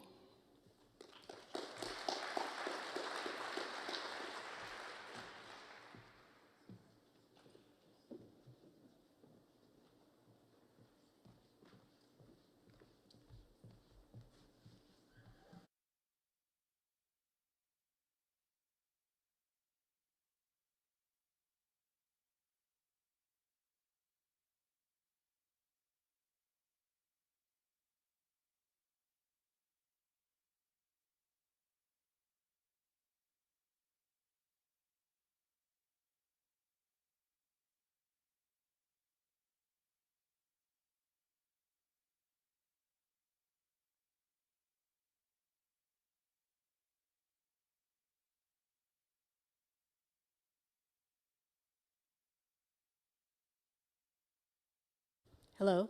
Okay. Yeah, so as we're waiting, as we're setting up here, I'll just introduce our keynote speaker, our second keynote speaker, Professor Rose Yu. Dr. Rose Yu is an assistant professor at the University of California, San Diego, Department of Computer Science and Engineering. She received her PhD in computer science at USC in 2017 and was subsequently a postdoctoral fellow at Caltech. Her research focuses on advancing machine learning techniques for large-scale spatial temporal data analysis with applications to sustainability, health, and physical sciences. A particular emphasis of her work is on physics-guided AI, which aims to integrate first principles with data-driven models. Among her numerous awards are the Army E-Case Award, NSF Career Award, Hellman Fellow, Faculty Research Award. So now I'll turn it over to Rose Yu. Let me turn this. Thank you very much.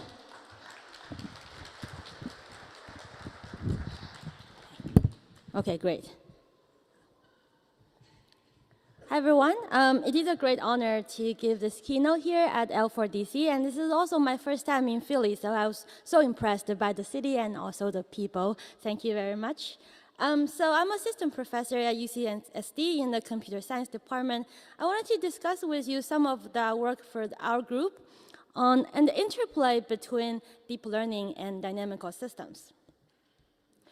So the advances in sensing technology has led to the explosion of real-time data from transportation to earth science to public health, and many other fields in science and engineering. The common pattern is that the data generated from these domains contains very rich space and time information. The goal of our group is to leverage insights from machine learning, trying to derive knowledge from huge amount of spatial temporal data in order to learn spatial temporal dynamics. If we are successful in doing that, then we'll be able to make real-time decisions. Since this conference is called Learning for Dynamic Control, I wanted to talk about this interesting interplay between the field of deep learning and dynamical systems. So in deep learning, it is based on statistical inference. Oftentimes, we derive data-driven methods. So in deep learning, we have a lot of interesting tools, such as graphical models, functional processors like neural network, and variational Bayes, which is type of approximate Bayesian inference techniques. So deep learning methods provide a lot of flexibility and scalability to model large-scale real-time data. On the other side, dynamical system is this mathematical discipline that studies space and time dynamics or time-evolving systems. So dynamical systems are mostly first principle based, and they derive model-based approach to describe the pattern in the data. There's also a lot of valuable tools from dynamical systems, such as tensor networks, which is used for high-dimensional dynamical systems, differential equations, and the concept of symmetry that can summarize the system in the most succinct way. From deep learning to dynamical systems, we can derive flexible models using functional approximators that relaxes the rigid assumption traditionally imposed by first principles. We can have very efficient solvers based on automatic differentiation that handles huge amount of data.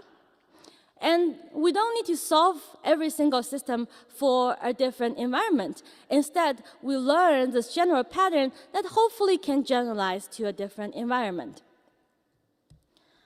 However, deep learning often lacks guarantees. And a lot of times, as David mentioned in the morning, it requires a lot of data.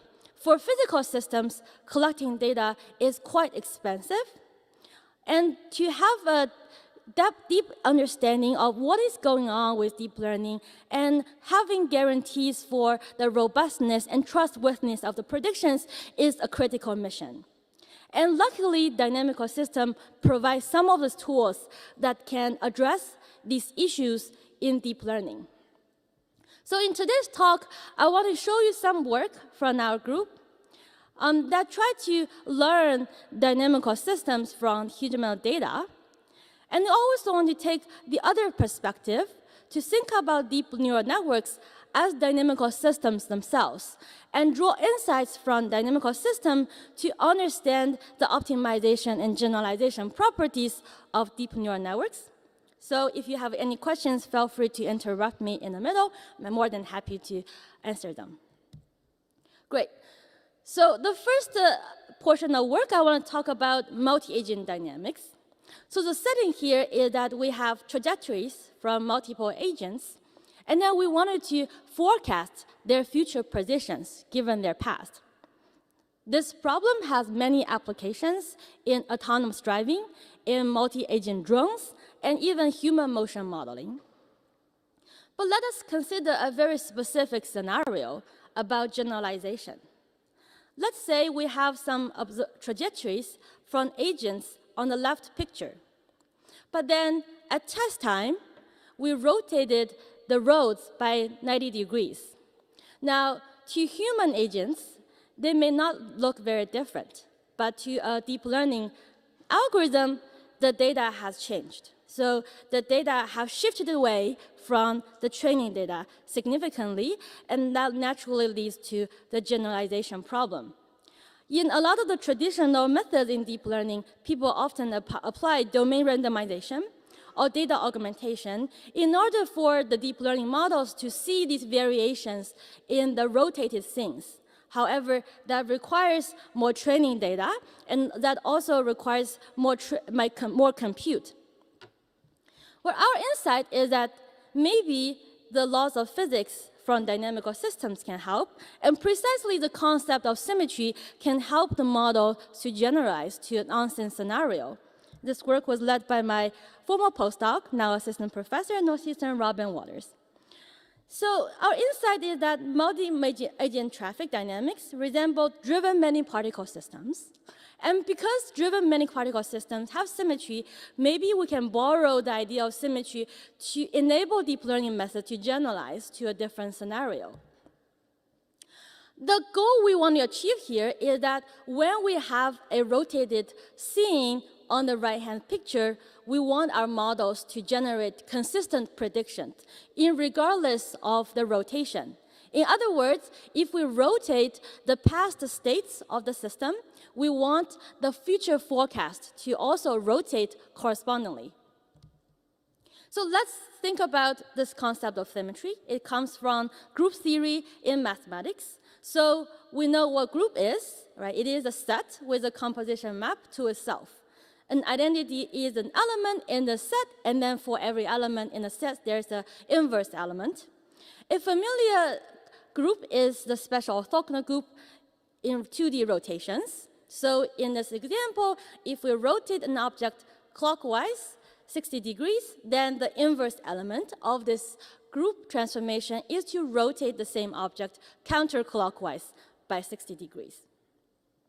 Symmetry manifests itself in two concepts, invariance and equivariance. So invariance means if I have a group transformation, when I apply this transformation to the input of a function, it does not change the output of the function. If a function satisfies this property, we say the function is invariant. A more general notion of symmetry is called equivariance. In other words, when we transform the input x by a group element g, this transformation automatically applies to the output of this function. If a function satisfies this condition, we say the function is equivariant. So equivariance is a more general notion of invariance when we set the right-hand side of the equation g to be an identity element. Symmetry also has this close connection with conservation laws given by Noether's theorem. She said for every symmetry, there is a corresponding conservation law. For example, energy conservation would correspond to translation symmetry. And if we can have neural networks that are symmetry aware, then we can certify the predicted quantity by our neural networks are conserved.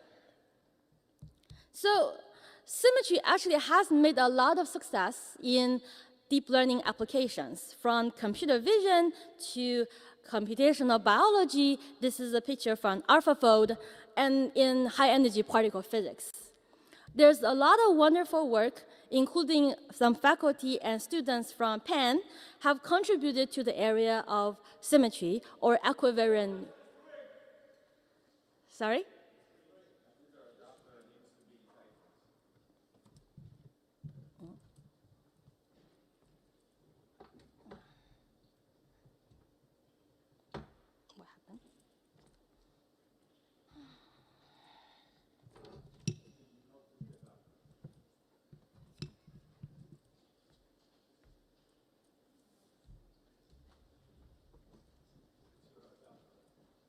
I tried to tighten the adapter. I'm not sure what happened. Maybe I touched something. Oh, I cannot do this. Okay, sorry. Does it work now?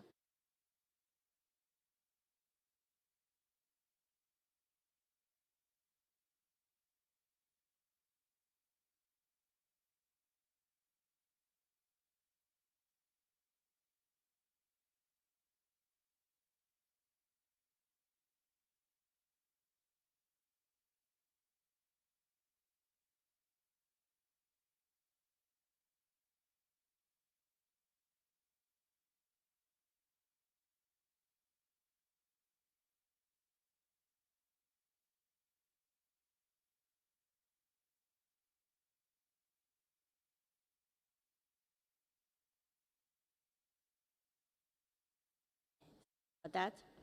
Symmetry breaking. Okay, so our contribution is on the dynamical systems, and we wanted to use an example of autonomous driving. So here we have trajectories from cars, and we wanted to forecast their future positions given their past. So there is this technique from computer vision that has been widely adopted called continuous convolution. So the idea is that we will convolve the trajectories from multiple agents locally and use that learned feature maps as representations for prediction. So in this case, we have the agent xj as a current position of a current position, and k is a convolutional kernel that operates on a continuous space. So x is xy coordinates. And then f of j represents some features of agent j. It can be the velocity or acceleration, etc. Now, continuous convolution is not rotational symmetric. So the contribution of our work is to make it rotational symmetric such that when we rotate the things, the models can generate consistent predictions. So in order to do that, the convolutional kernel needs to satisfy the following condition, which means if I have an angle, so this is a kernel on the polar coordinates of the system. So if I have a kernel that operates on the angle and the radius of a particular point, then when I rotate the angle by a certain number of degrees, the representation learned by the kernel stays invariant. So this operation, rho of n, is the group representation. When we rotate the angle by theta, we want this inequality to hold. So in order to do that, we designed this equivariant continuous convolutional kernel. So we use the weight sharing scheme similar to convolutional neural network, but for polar coordinates in the continuous space. So we have this radii where each along the radius direction, the weights are different, but the weights are the same, but along the angle from the center to the peripheral, the weights are different. And for each of the pieces in this pita pie, it corresponds to a square matrix of the kernel weights. And then the weights are shared along the orbits, right? But then the weights are stable as constrained in the middle to solve the singularity problems. And this kernel has interesting geometric interpretation because the kernel is a function on the, it's on the S1, S square, which is a torus kernel, because this kernel operates on two inner product of a circle. So each circle represents the angular translation, and then when we compute the kernel on the cross product of two circles, it becomes a kernel on the torus. So with this model, we can put it into any deep learning architecture to make predictions for the future positions. In this case, given the past trajectory, we use an encoder to encode the past positions. And then for the encoder, we use this equivariant continuous convolutional kernel. For the decoder, which takes the representation to predict the future, we also use the equivariant continuous convolutional kernel. And then in both of these cases, we make sure this functional approximator from the past to the future is equivariant with respect to rotation. And in this case, we lead to this model that can actually outperform some of the state-of-the-art models in trajectory prediction for real-world data set. So we're looking at two benchmark data sets in trajectory prediction. Argoverse is, before it was called Argoverse, now it's a different company. Now Argoverse data set is a benchmark data set in autonomous driving for motion forecasting. Trajectory network is a pedestrian human trajectory benchmark data set. So what we can see is that by simply adding the symmetry, which is the difference between continuous convolution and echo, our method, we can reduce the number of parameters by 95%. So that manifests my previous point. When we have inductive biases like symmetry built into the deep learning model, then the model would take fewer number of parameters to learn.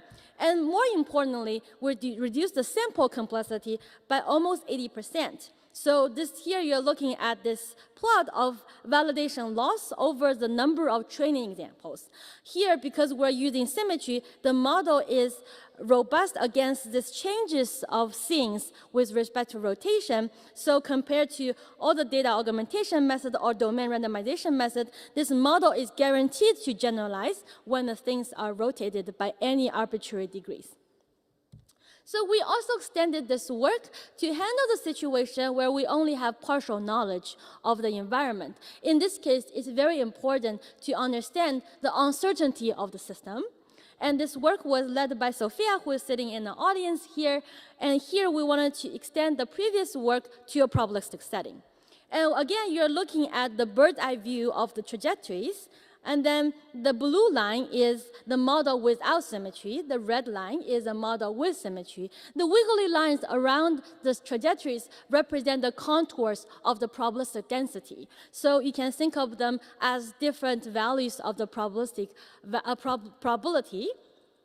So again, we want similar properties, which means when we have the picture on the left-hand side, where we generate this type of probability distributions for uncertainty, when we rotate the scenes by 90 degrees, for example, we want the probability to stay the same. So more formally, we have these trajectory data, x1 to t, from time 1 to time t. We also have some environment covariates like the high resolution map. So we wanted to have this property for the probability density function, which means when we have these conditional probability densities from the past and forecast the future for k steps, we want the probability to stay the same when we rotate the states by any degrees. So G of applied to the states means transform the states by rotation. So we introduced probabilistic symmetry. The idea here is very simple. We wanted to model the predictive distribution conditioned on the past to be a multivariate Gaussian.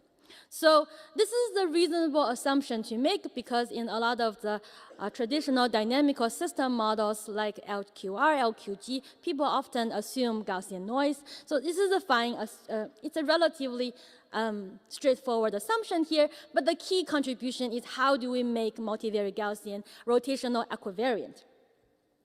So we know a multivariate Gaussian is governed by these two parameters, the mean vector and then the covariant matrix sigma. So for the mean vector, we can simply use our previous technique of equivariant continuous convolution to generate these equivariant mean predictions. And this basically manifests itself as a torus kernel.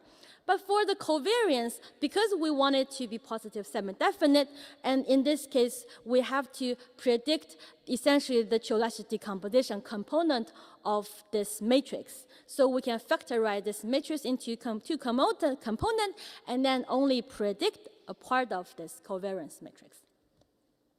So we also introduced this concept, not from ours, but from statistical literature, to quantify uncertainty.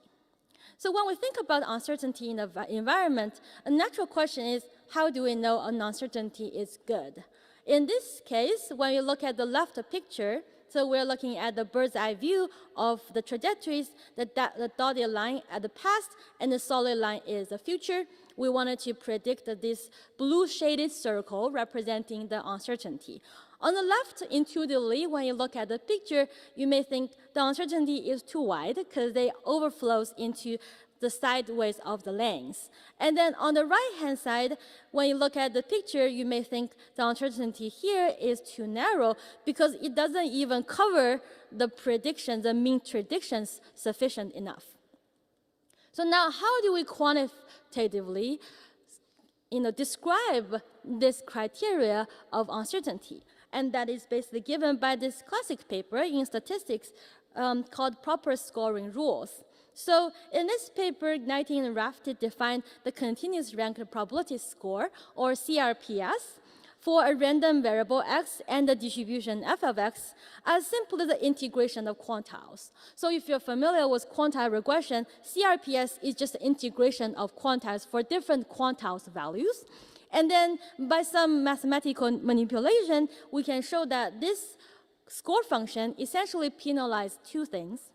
One is that it wants the uncertainty to cover the mean prediction, which is essentially the first term. And the second term is that it wants the uncertainty to be not too wide. And that's the second term. And then we can have a multivariate generalization of this concept called energy score. In other words, when we have a multivariate prediction, like in a trajectory prediction case, we can penalize the coverage of our prediction, which is calculated by the expected value of the mean and the predicted value, as well as the size of the interval, which is given by the second term. So x tilde is a randomly sampled point on the 2D coordinate, and then we can compute the expected width of this length, of this interval.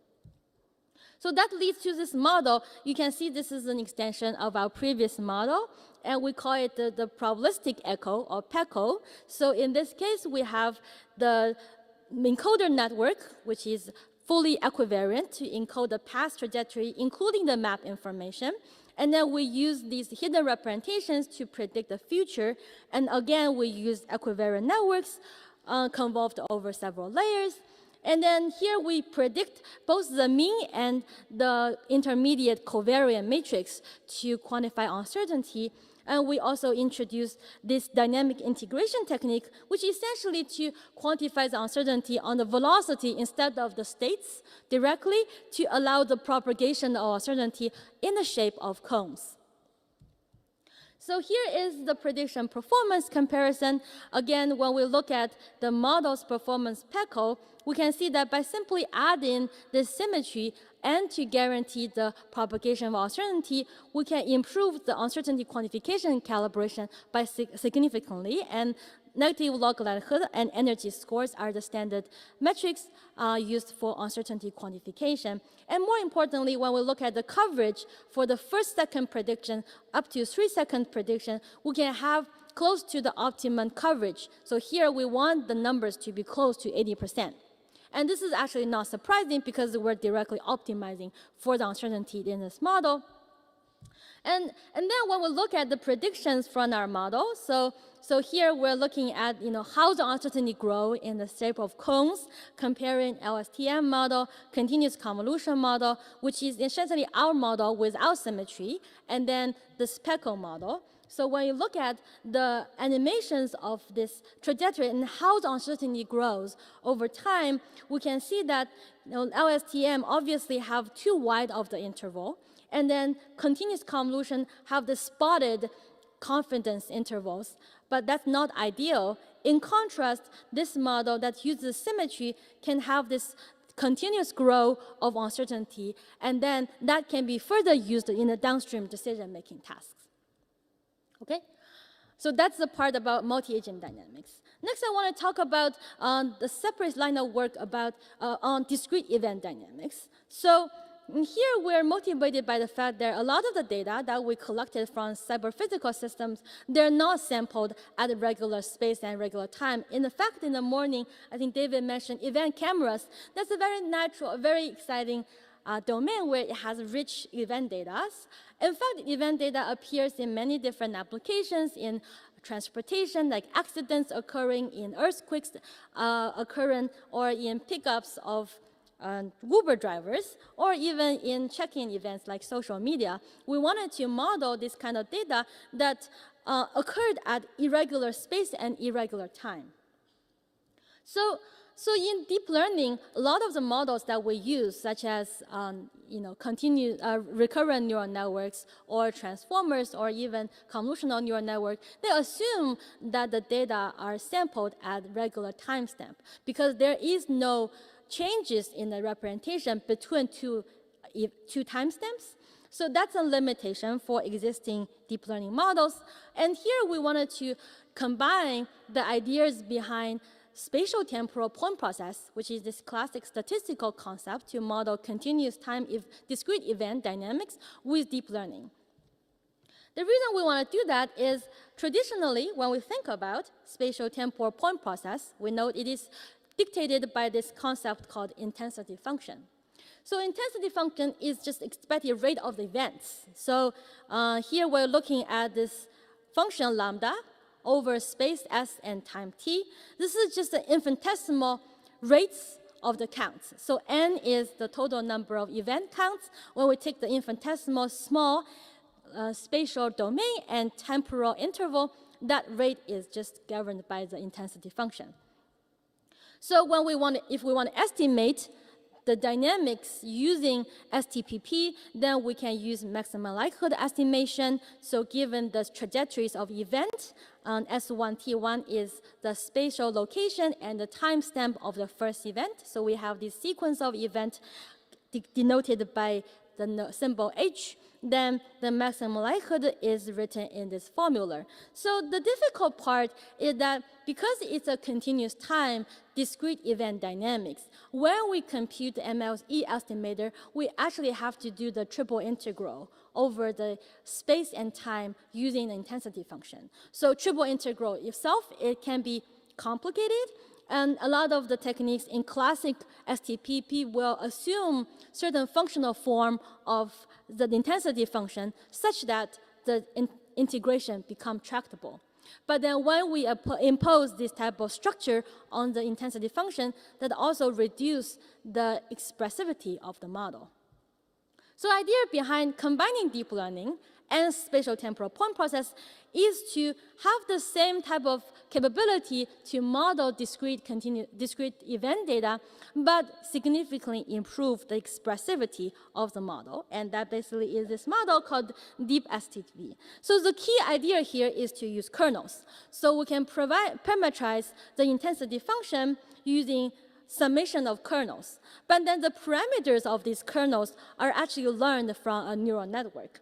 And then because of our kernel formulation, the triple integral become tractable. And these parameters of the kernel, like omega, gamma, and beta, they are outputs of a neural network.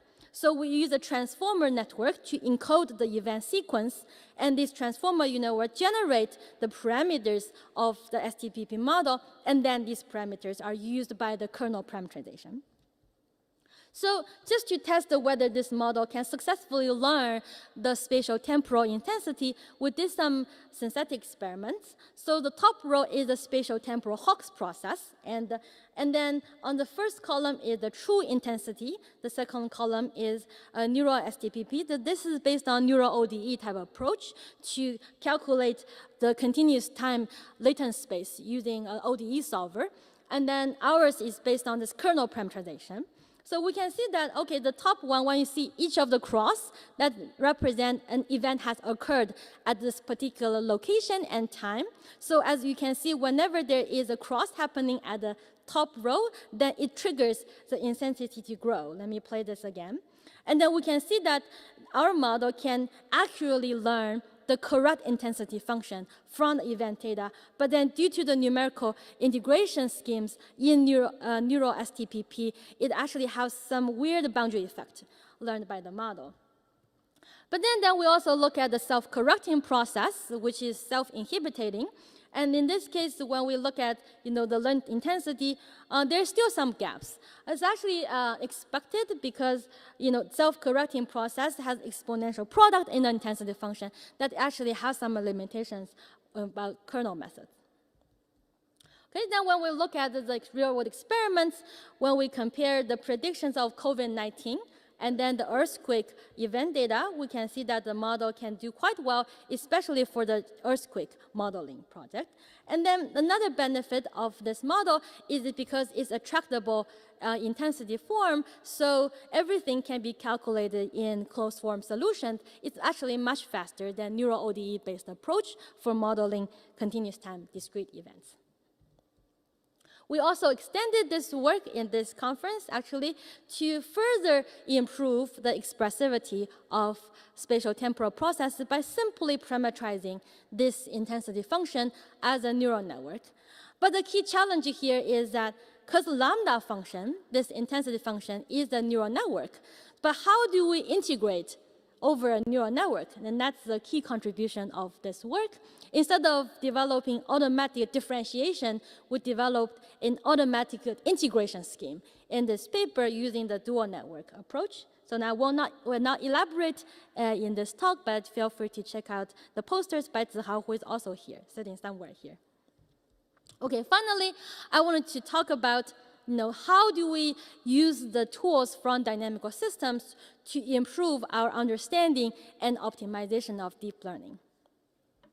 So in this case, we wanted to think about deep neural networks themselves as a dynamical system. And this work was led by my student, Bo. So this is actually very straightforward. When we train a neural network, parameters are evolving over time, and we want to understand when can we find a better optima and how do we make the process faster.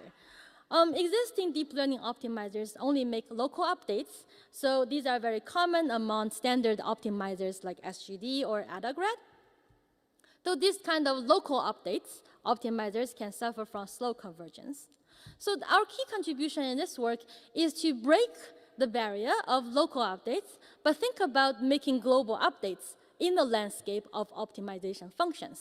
So gradient descent will make this zigzag path on the landscape of optimization problems, and then we can also use second-order methods like Newton's methods that exploit the landscape geometry and make better, faster updates. But for second-order methods, sometimes they are computationally expensive, and they're not really used by deep learning people for training real systems. So our contribution is to interpolate between global update functions and local update functions to have this interpolator between first-order method and second-order method. And we call this method gradient plus teleportation. So you can just look at how this optimize operates in the landscape of optimization functions. First, we start from this dot on the left, and then we make a big jump along the level set of the landscape. And then afterwards, we will make the same type of local updates as gradient descent. So in other words, you can think about this teleportation algorithm as finding a better initialization for the optimizers. And it can also be viewed as a specific type of preconditioner for optimization problems. So in order to make this teleportation, we need to use the concept of Lie group. This is a type of continuous group. By itself, it forms a nice manifold. So for the Lie group, we can have a concept of Lie algebra, which is this pink slice along the gray manifold of the Lie group. So when we take the infinitesimal Lie group generator, that leads to algebra. And we can use the Lie algebra concept to make this teleportation along the landscape of optimization. So that leads to our algorithm called symmetry teleportation. So this follows the standard optimization formulation where we have an optimization objective, L of W, and W is our optimizees. And then we have some new concept introduced by the symmetry group and the teleportation schedule. So this is the algorithm. The key difference from the traditional local update algorithm is that we have the subrouting. So let's start from the current updates of WT, that is the green dot. Right? And afterwards, we do the subrouting of teleportation. So we move the parameters, WT, along the level set of the landscape, and then that basically is solved by the subrouting. Afterwards, we follow the gradient descent. So you can think of this teleportation as an add-on to any existing optimizers. So the question is, how do we teleport? Right? How do we find the teleportation destination in this algorithm? And the objective here is just simply find the position where we have the largest decay in a loss. In other words, we want to find a group element such that it gives us the maximum gradient norm.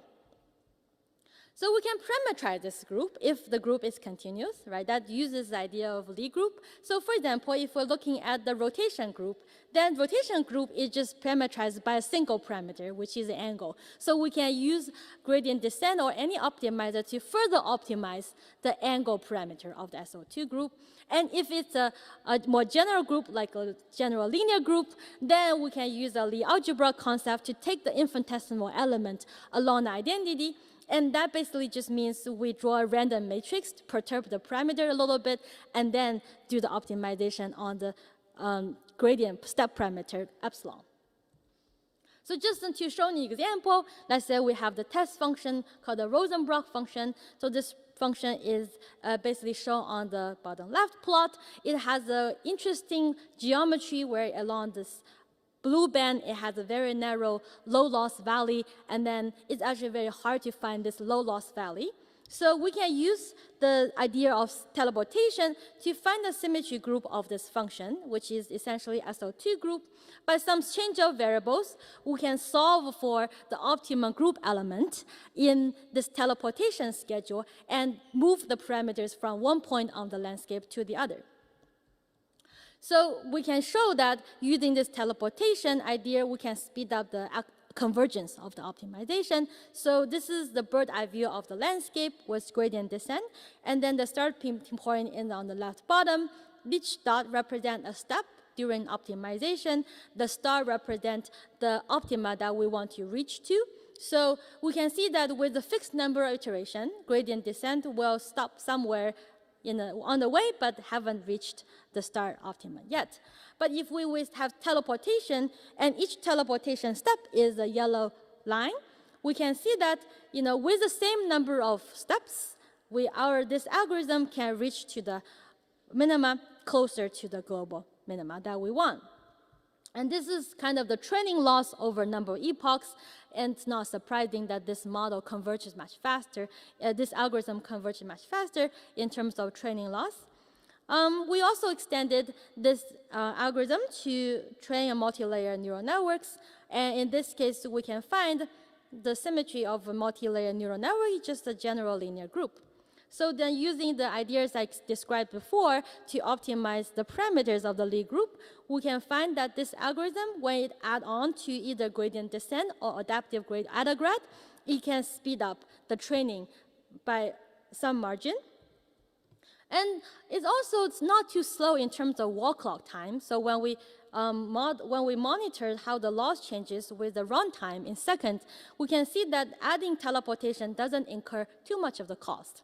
Because for general linear group, we can just simply draw a random matrix. And this is how the gradient, the loss gradient changes with respect to different loss values. And we can see that whenever we make a teleportation step, we're essentially changing the loss gradient, so that shoots off to like a better position, and then do gradient descent. We extended this work to further understand the gradient flow dynamics. And in this case, we want to understand how these symmetries in the parameters form the low loss valley, which is essentially shown in this gray line along the landscape of optimization. And each of these points along the gray line, they share the same loss value. Right? So when we look at all the symmetries in the neural network, they form different type of low loss valleys. And then we can also use Noether's theorem to relate these symmetries with conserved quantities, asking the question, what is actually conserved during the training of neural network? And when we can find these conserved quantities denoted by the quantity Q, so each of the quantity actually defines a coordinate along the low loss valley. And finally, we can show that using these insights from gradient flow dynamics, we can have better understanding of how initialization impacts the generalization and the optimization convergence of deep learning algorithms. Okay, so these are the three works that I wanted to share with you today. And so far, I have talked about how deep learning can be used to learn complex dynamical systems, whether it's multi-agent dynamics or discrete event dynamics, that can significantly improve the expressivity and scalability of existing models for dynamical systems. And I also shared some work about how we can use the dynamical system theory to understand the optimization and training of deep neural networks. I think just by the name of this conference, Learning for Dynamics and Control, I think the missing piece here is that I haven't worked on control yet. And I would like to work on it as the next step. And to think about how these three concepts interplay all together, right? We know if we have a known dynamical system, there are many, many classic work on how to use dynamical system theory to derive model predicted control.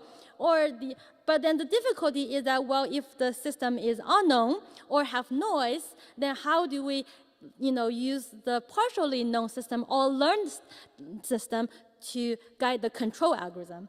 On the other hand, if we have non-control algorithm, we know how to control it with PID and all these classic control algorithms if we have perfect knowledge of the dynamical systems. But if we have a learned policy, right, then using a reinforcement learning approach or any kind of hybrid systems, it is still not clear how to best control these deep learning-based policies or even control the training and optimization of deep learning itself. So that basically have a lot of other challenges like long-range dependencies, non-Euclidean geometry, nonlinear dynamics, and multi-scale physics that all interplay across dynamical systems, deep learning, and control systems. And I think this community is well-positioned to address all these challenges I mentioned today, and I welcome any questions. You can feel free to check out the code and papers that I talk about on my website, or follow me on Twitter. And these are the funding agencies that support this work. Thank you.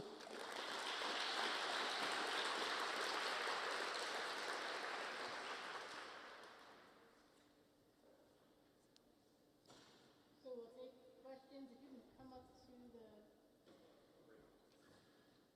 or if you raise your hand, then we'll have someone bring you a mic. So the teleportation part, how different is it from like getting a good initialization? Say again? So how different is the teleportation idea that you have with like having a good initialization? Oh, like the question is like how is it different from good initialization? It is just a very specific technique for getting good initialization, but it doesn't have to limit to initialization. In fact, you can teleport also in the intermediate optimization steps as well, right? But the key technique there is how to find the destination of the initialization. Yeah, great question.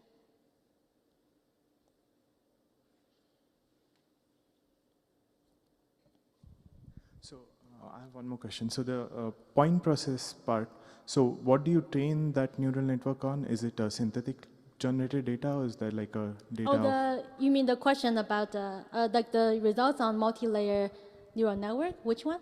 No, the neural point process network. So the neural point process, what data we trained on? Yeah, is it synthetically generated? We showed the results on both synthetic and real-world data, right? So the synthetic data, the goal is to validate that the model can learn the true intensity function. The real data include the COVID-19 event data and then the earthquakes in Japan. These are benchmark data sets for point processes. Yeah.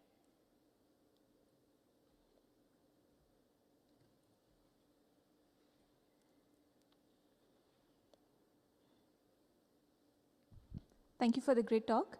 Do you have ideas of expanding this teleportation idea to more than multi-layer, fully connected networks to other network architectures? Yeah, great question. So the comment here is like, can we extend the teleportation idea to more complicated deep neural networks? Yes, we can. Actually, Boy is working on that right now, and she has already some preliminary results of extending this to transformer networks, and that requires a generalization of the symmetry. So it's not only like parameter symmetry, but it's a data-dependent parameter symmetry. So it means like for every batch, we have to compute this teleportation differently.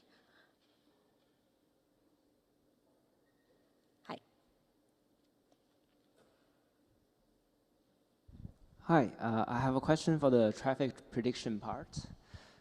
So I agree with you that sometimes the Gaussian process is a good candidate for modeling the disturbance of the noise part, but sometimes, the uncertainty part.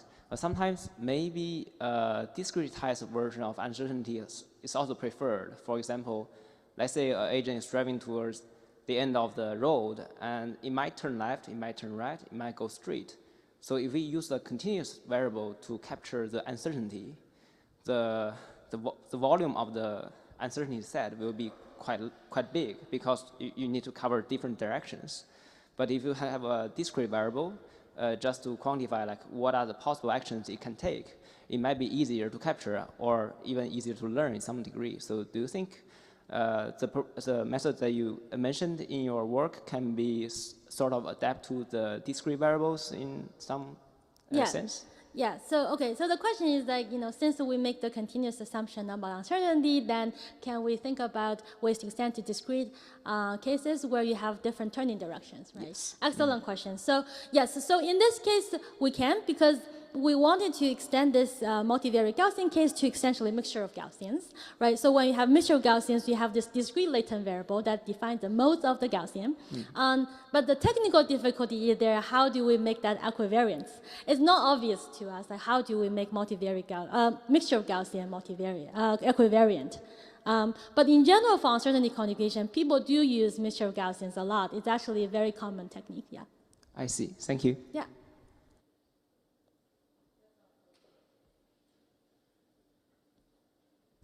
Maybe we can thank our speaker again. Rose Yu, thank you for a great talk. Thank you, guys, great. Awesome.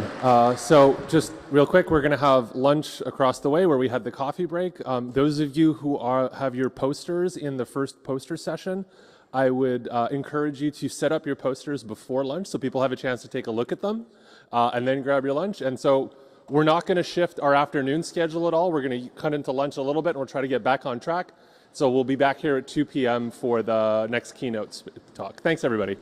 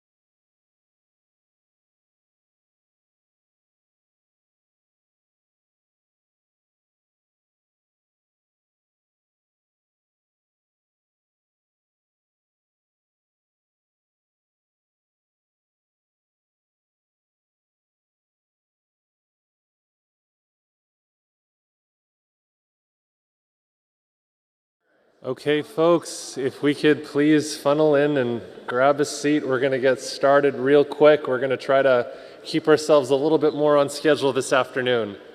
So as you trickle in, welcome back to this afternoon session. We have, again, an exciting keynote talk as well as a set of contributed talks. But before we get to that, I would like to just play a short video from one of our silver sponsors, MathWorks. So I'm going to do that now before I turn things over to Professor Stephanie Gill, who will be chairing the next keynote session.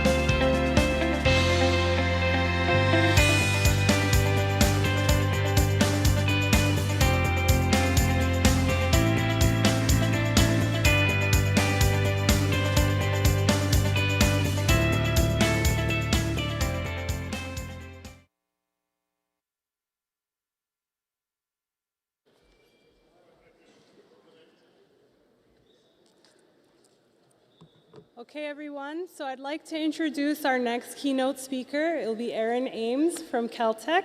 So Aaron's the Bren Professor of Mechanical and Civil Engineering, Control and Dynamical Systems at Caltech. He got his PhD from Berkeley in 2006 in EECS. His research interests span nonlinear control, safety-critical, hybrid, and cyber-physical systems, with a special focus on robotic applications, both the theoretical treatment and also experimental validation. The application of these ideas range from enabling autonomy with ensuring safety, also improving locomotion for the mobility impaired.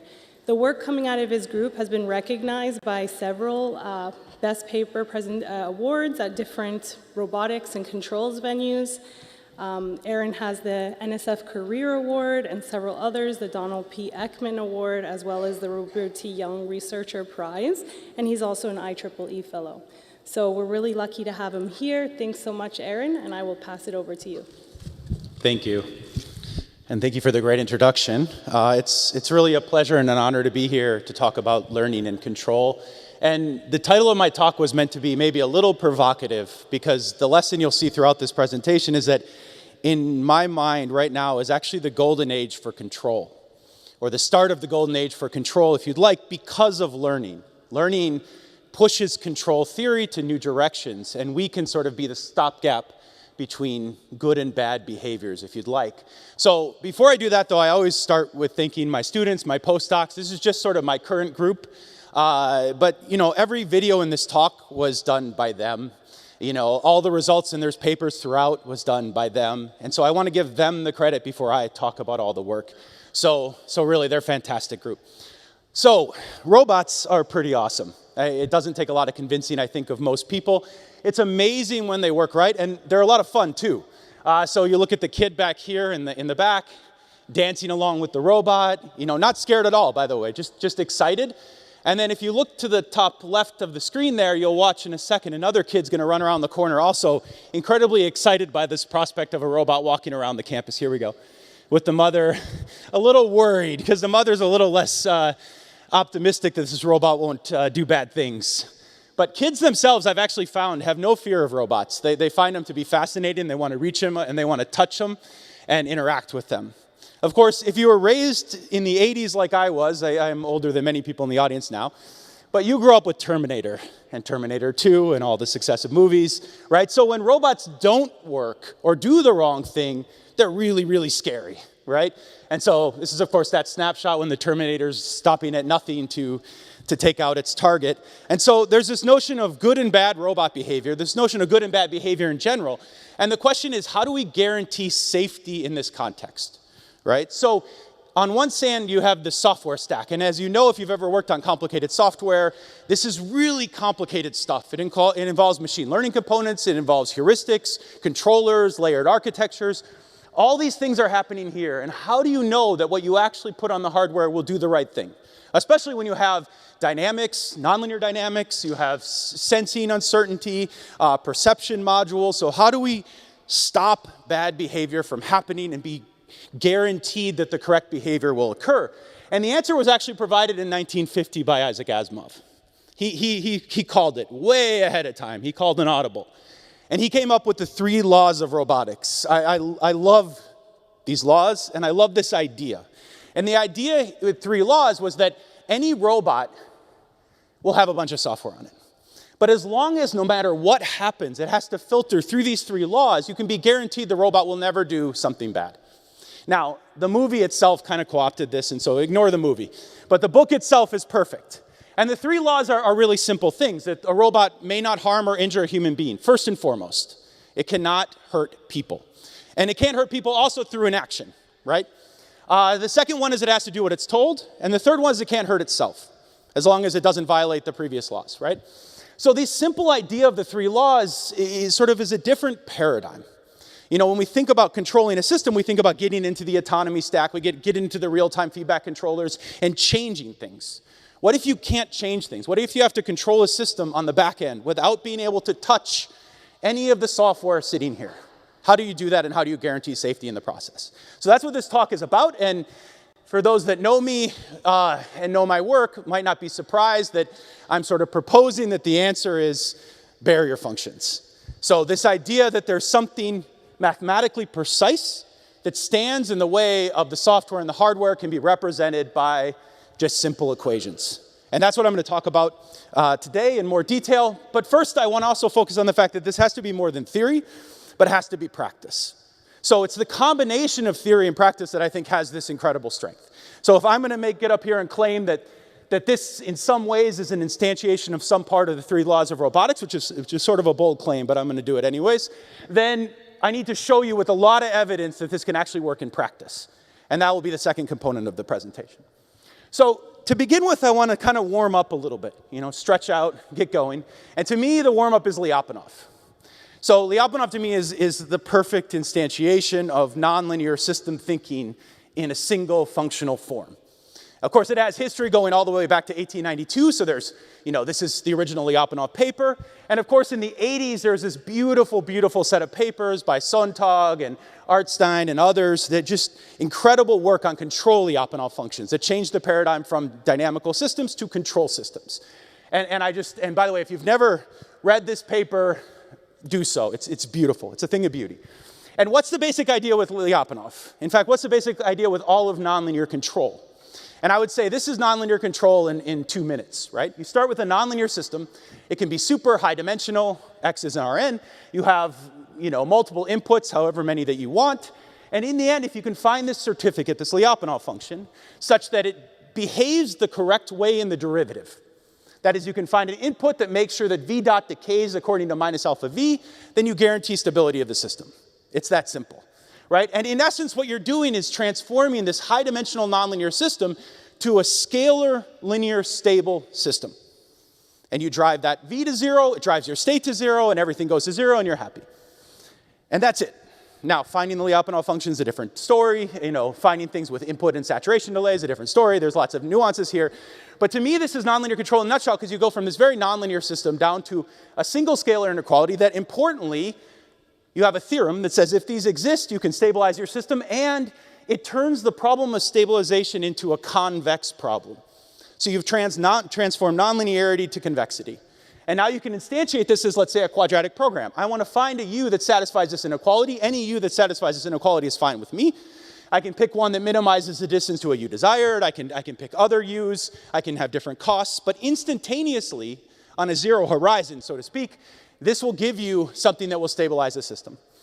And this basic idea actually works well in practice. So this is actually this exact problem running on this Segway in real time at a motor control level. So these things can be really implemented in practice, and there's a bunch of things you can do. You don't have to actually solve the QP. There's explicit solutions if you have a single Lyapunov function.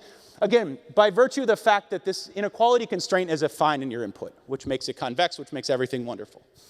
So that's Lyapunov functions, and in some ways I view Lyapunov as kind of the second law. Do what you're told, right? Reach a control objective. Okay, and Lyapunov has had a lot of sort of applications that I think are pretty nice, if I may say so, coming from my group over the years. So I want to first start by showing these applications, because it shows kind of where these concepts can go before returning back to kind of the three laws of robotics. So the first one is dynamic walking. So this is a highly nonlinear system. It's under-actuated. There's actually springs at the ankles. So you're under-actuated all the way at sort of the base of this long kinematic chain. And here we didn't implement control Lyapunov functions actually on the hardware itself, but use it to generate trajectories that were tracked on the hardware with PD control. So it was sort of an approximate implementation. But we got very nice dynamic walking using a 4-domain hybrid system model. So everything was carefully constructed here to get this behavior that I think is quite nice in terms of its similarity with human walking. Now the question would be, of course, why do you want to do bipedal walking? Why should it be like a human? And the answer is then we can take and translate these ideas to assistive devices. So this is another example of control Lyapunov functions in action. In this case, we're actually running a CLF-QP on the prosthetic device itself with a 4-domain model of the walking that emulates the walking that you're seeing on Duris. Again, running a QP in practice. So it's nice to see these things actually can be calculated on board and in real time. We've also done it for assisted devices, more complicated assisted devices, I should say, exoskeletons. So in this scenario, we again use sort of our gait generation methods in conjunction with Wondercraft, the company that built this device, to generate walking gaits. So that's actually my student behind the device testing it out in Paris, where this company is located. And the first thing we can do is by using all of this math at the basis, we can generate dynamic walking gaits for the exoskeleton. So the periodic orbits are evidence that they're dynamic and they're periodic. The important thing is once you can do that for the device itself, you can do it when people are in the device. And the important thing here is this user is a complete paraplegic, meaning he has no function of his legs whatsoever. And this was actually the first example of dynamic crutch-free walking for paraplegics ever in the history. And the point there is simply that A, we can do this with nonlinear control, but more importantly, we can actually sort of get to a point where we can help people in that context. So that's kind of the lay of the land in terms of setup. Since then at Caltech, I've done a bunch of implementations, or my students, I should say, have done a bunch of implementations of QP and optimization-based control. If you're really technically savvy, you can look at this optimization problem. This is what we're actually solving on Cassie in real time at about 2 kilohertz. So we're doing, there's a Lyapunov component here, there's an inverse dynamics component. We're making sure that the friction pyramid satisfied, torque limits, everything else. And this is it in practice, this QP running on the robot in all these different scenarios. So again, I'm just sort of showing you that optimization-based control for nonlinear systems is not scary and actually can work in practice, and we can do some pretty cool things with it. So we can do, push disturbance, we can do jumping, we can do quick walking, and we can do rough terrain. This one's actually pretty cool because this is walking completely blind, meaning the robot has no notion of the terrain it's walking on. It's just going through. This is just straight up robustness testing, right? And it's pretty robust to those disturbances. All right, and we can even take the robots outside. So this is just walking around Caltech in different contexts. I notice, again, the kids love robots. I find that always really cool. So we can take them outside and do fun things. Sorry, so that's kind of the setup now. So what happens when we encounter things we don't understand? Well, things don't always go great. Those videos you saw were the times it was working. Sometimes things don't work, and this is a perfect example of things not working and the robot tumbling. So what actually happened here is the stability of the system itself didn't sort of fail. What happened is because of these root system, which it didn't know existed, the feet collide. And that collision, that violation of safety, if you'd like, destabilizes the system, right? So that sets the stage for something different. What we need is something more general than Lyapunov. And that's sort of what I'm hinting all along, is the second law of robotics, which is Lyapunov theory in sort of my mind, is the second law, but we need to think about the first law. This is the most important one, right? We want robots to not kill people or not injure people. And so this requires, again, a more general notion beyond stability. And this is safety in my mind. And people, again, that know me won't be surprised to hear this. And this notion of safety, to me, again, mathematically, I define safety as forward set invariance. And this, again, has a long history. So I don't want to pretend this has all happened in a void. I mean, these results go back to 1932. 1942, Nagumo's theorem is really the big basis for a lot of these things. It was rediscovered independently in the 60s and 70s by the dynamical systems community. So forward set invariance as a principle has been around a very long time. And this, I think, is the basis for safety, because if you can stay inside a safe set, you're safe. If you leave that safe set, you're unsafe. So let's make sure we can stay inside safe sets. So how does that work? So many people here, I think, have seen barrier functions at this point, but let me just kind of give the quick historical perspective on what they are and where they came from. So first, we have, again, a fully nonlinear system. We have a safe set, and just for simplicity, I'll take that safe set to be the super level set of a function h. And again, we define safety as forward invariance of this set C. Now, in this case, I'm actually showing the set with the segue, so we want to make sure that the segue never leaves the set defined by that function.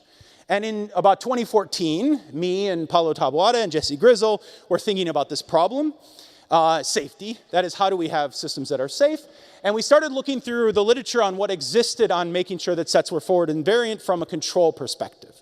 And up here are some of kind of the big results along the way that led to these ideas. And where things stood via Nagumo's theorem in 1942, and actually all of these subsequent results, is that you have necessary and sufficient conditions for forward set invariance by looking at the value of the derivative of h with respect to solutions along the boundary of your set C. So as long as on the boundary of your set h dot is greater than or equal to 0, that's actually necessary and sufficient for forward set invariance. Great, problem solved. The problem becomes, well, what do you do here then, at this point?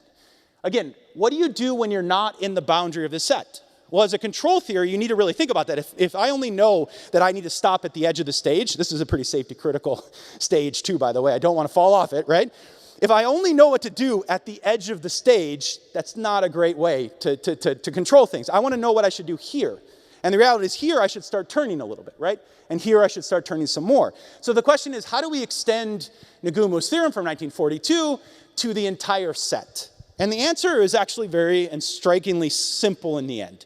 It turns out you just do two things. You just say, well, first I can check every point in the set, and the second thing is I just need to replace 0 by minus a class K infinity function, think an extended class K infinity function, let's say.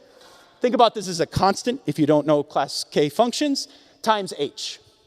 And what does this say? I mean, this actually has a lot of information in it, though. So first of all, I want to point out a couple things. With Lyapunov, V always has to be positive definite, hence it's positive. H can be both positive and negative. And so what this says is if you're well inside your set, H is very positive, let's say. This term becomes very negative, which means that H dot can decrease very quickly. So if you're far in your set, you can go very quickly towards the boundary of your set. H dot can decrease. On the other hand, as you get near the boundary of your set, you degrade into this being 0, hence you have to stop. Now the question is, do you stop fast enough with this condition or not? And the answer is yes, you do. And in fact, this is necessary and sufficient. So this leads to this notion of a control barrier function, which is just this derivative condition checked at any point in your set, subject to this condition on this side. And again, like I said, it turns out this is actually necessary and sufficient for forward set invariance for compact sets, I should say. Non-compact case, a little more complicated. So this kind of changes the paradigm a little bit in a very subtle and small way. Right? We just changed one part about, actually two things about Lyapunov. And we let H go negative rather than just being positive, and then we have this kind of different inequality here. But once we do that, we get a theorem that says that if you grab any controller from this set, you're guaranteed to be forward invariant. And in addition, I want to just note that this actually does generalize Lyapunov. What I mean is Lyapunov is actually a special case of barrier functions when your set is a point. You recover Lyapunov functions. So it expands sort of the set of functions that we can use at our disposal to make systems safe. And this leads to the final notion, and this was really the paradigm changer in my mind, and it's because I never thought about systems this way before. And in particular, let's say you're given a system and you're given a controller, and you want to make it safe. So you have a desired controller, which we'll call U-desired. Now, as a control theorist, in my mind, I would go in and change that controller to make it better, right? But again, the reality is you might not have access to this controller. You might not know what it is. It might be, for example, the result of a learning process. And you can't characterize it, you don't understand it. Somebody just gives it to you and says, I have this amazing controller that totally works all the time. And then you say, well, when I kick your controller, it falls over. And they say, well, I didn't plan for that case, but that's okay, right? So you say, okay, how can I make this system safe then? And the idea is synthesize a controller outside of the autonomy stack, outside of that U-desired. That is, you instantiate a filter that takes your controller and minimally modifies it via this optimization problem, subject to a safety constraint. And that is the simple idea of barrier functions in a nutshell, and in particular of safety filters. And in some ways, I view this, again, to take a little bit of artistic liberty, if I may, sort of one instantiation of the 3 laws of robotics. Because now we have law 1, that the robot may never hurt a human being, let's say. As long as you have the right barrier functions, no matter what they try to command the robot to do, it's not going to do it. It won't. So that's the notion of a safety filter. And we've demonstrated this in a lot of applications. I just showed you the segue. Here's one more. It's a little more complicated. So just to be a little concrete, our barrier function is 2 pieces. It's stay upright and stay within the set. So we have 2 barriers in this case. You can combine barriers. There's a bunch of details on how you can do that in nice ways if you want. And the nominal controller is my student driving this Segway with like an LQR type controller. And the student is willfully trying to mess things up, as you can see. And then the student, again, tries to willfully mess things up in this case, but is unable to. No matter what they do, they can't violate that safety constraint. So safety filters, again, have proven powerful in many applications.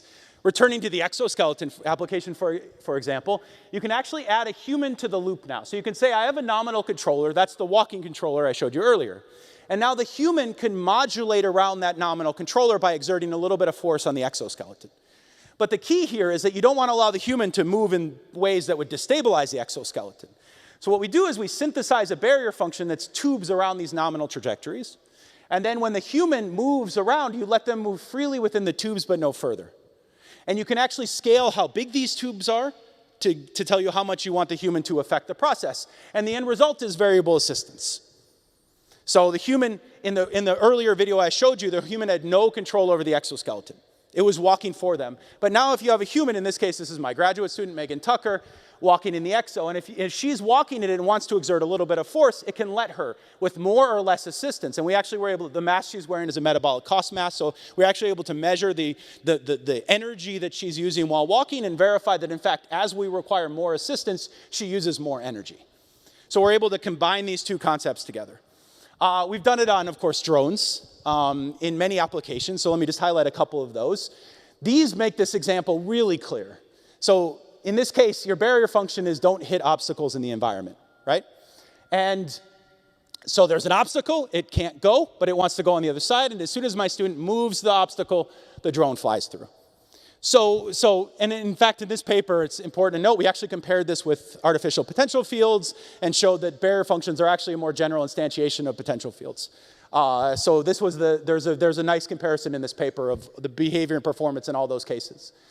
We can do this in more complicated obstacles as well, of course. So in this case, we have multiple obstacles in the environment, and the human pilot now trying to fly this drone willfully and in a negative way into all of the obstacles in the environment, and it doesn't hit any of them.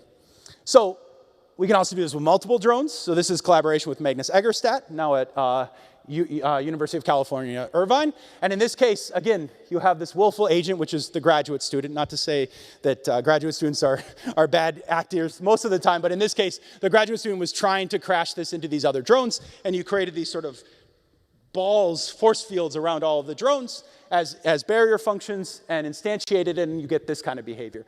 This is actually a really nice paper in both ICRA and TRO, where here we actually use differential flatness in the context of synthesizing these barrier functions. And so we're able to actually really exploit the nonlinear dynamics of the system, which you can see as the drones are flying, rather than using a simple reduced order model of a single or double integrator. So very nice multi-agent system behavior. Finally, I want to show that we've taken these things out of the lab. So in a recent result, we put barrier functions on a racing drone in the context of geofencing. So the idea here is these red lines are fictitious lines in space that you don't allow the drone to cross. And in this case, we have this racing drone, and all of the computation is happening on board, and all of the sensing. So we're using a GPS signal on the drone to define these regions in space and calculating the barrier functions in real time on this drone to prevent this drone from leaving the space, despite the fact that the pilot's, again, trying to fly the drone out of these spaces. And the really remarkable thing is we're able to fly this drone very, very fast, which tells you how quickly you can implement these things. In particular, this video here, the drone's flying 100 kilometers per hour at these geofences. So that's quick. That's really fast real-time control. And you can see when you have to kind of circle the drone and slow it down, you're getting pretty dramatic behaviors. I like watching, and you can really see, we're using the nonlinear dynamics here, and you can really see it as it breaks. It kind of clutches up and gracefully breaks before it. So that's without the filter. And now if we have the filter, even if you lose the radio and all communication, you land nicely in front of the Rose Bowl. So a nice little Pasadena hallmark there. All right, so these are kind of the straight applications of barriers, if you'd like. So what I want to do in the remainder of this talk is talk about a little bit more general how we can take these ideas even further.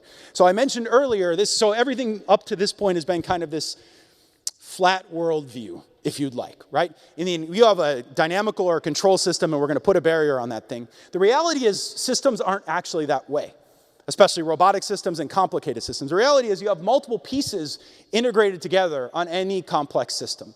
The question is, how do barrier functions fit in this more complex autonomy stack? And what I'm showing here is a video with Marco Hutter at ETH. We collaborated on this work where we were doing robust MPC, that is MPC at the top level, together with actually kind of a barrier function constraint, along with doing barrier functions at the low level. So we're actually doing barrier functions in two instantiations at two levels in this layered architecture.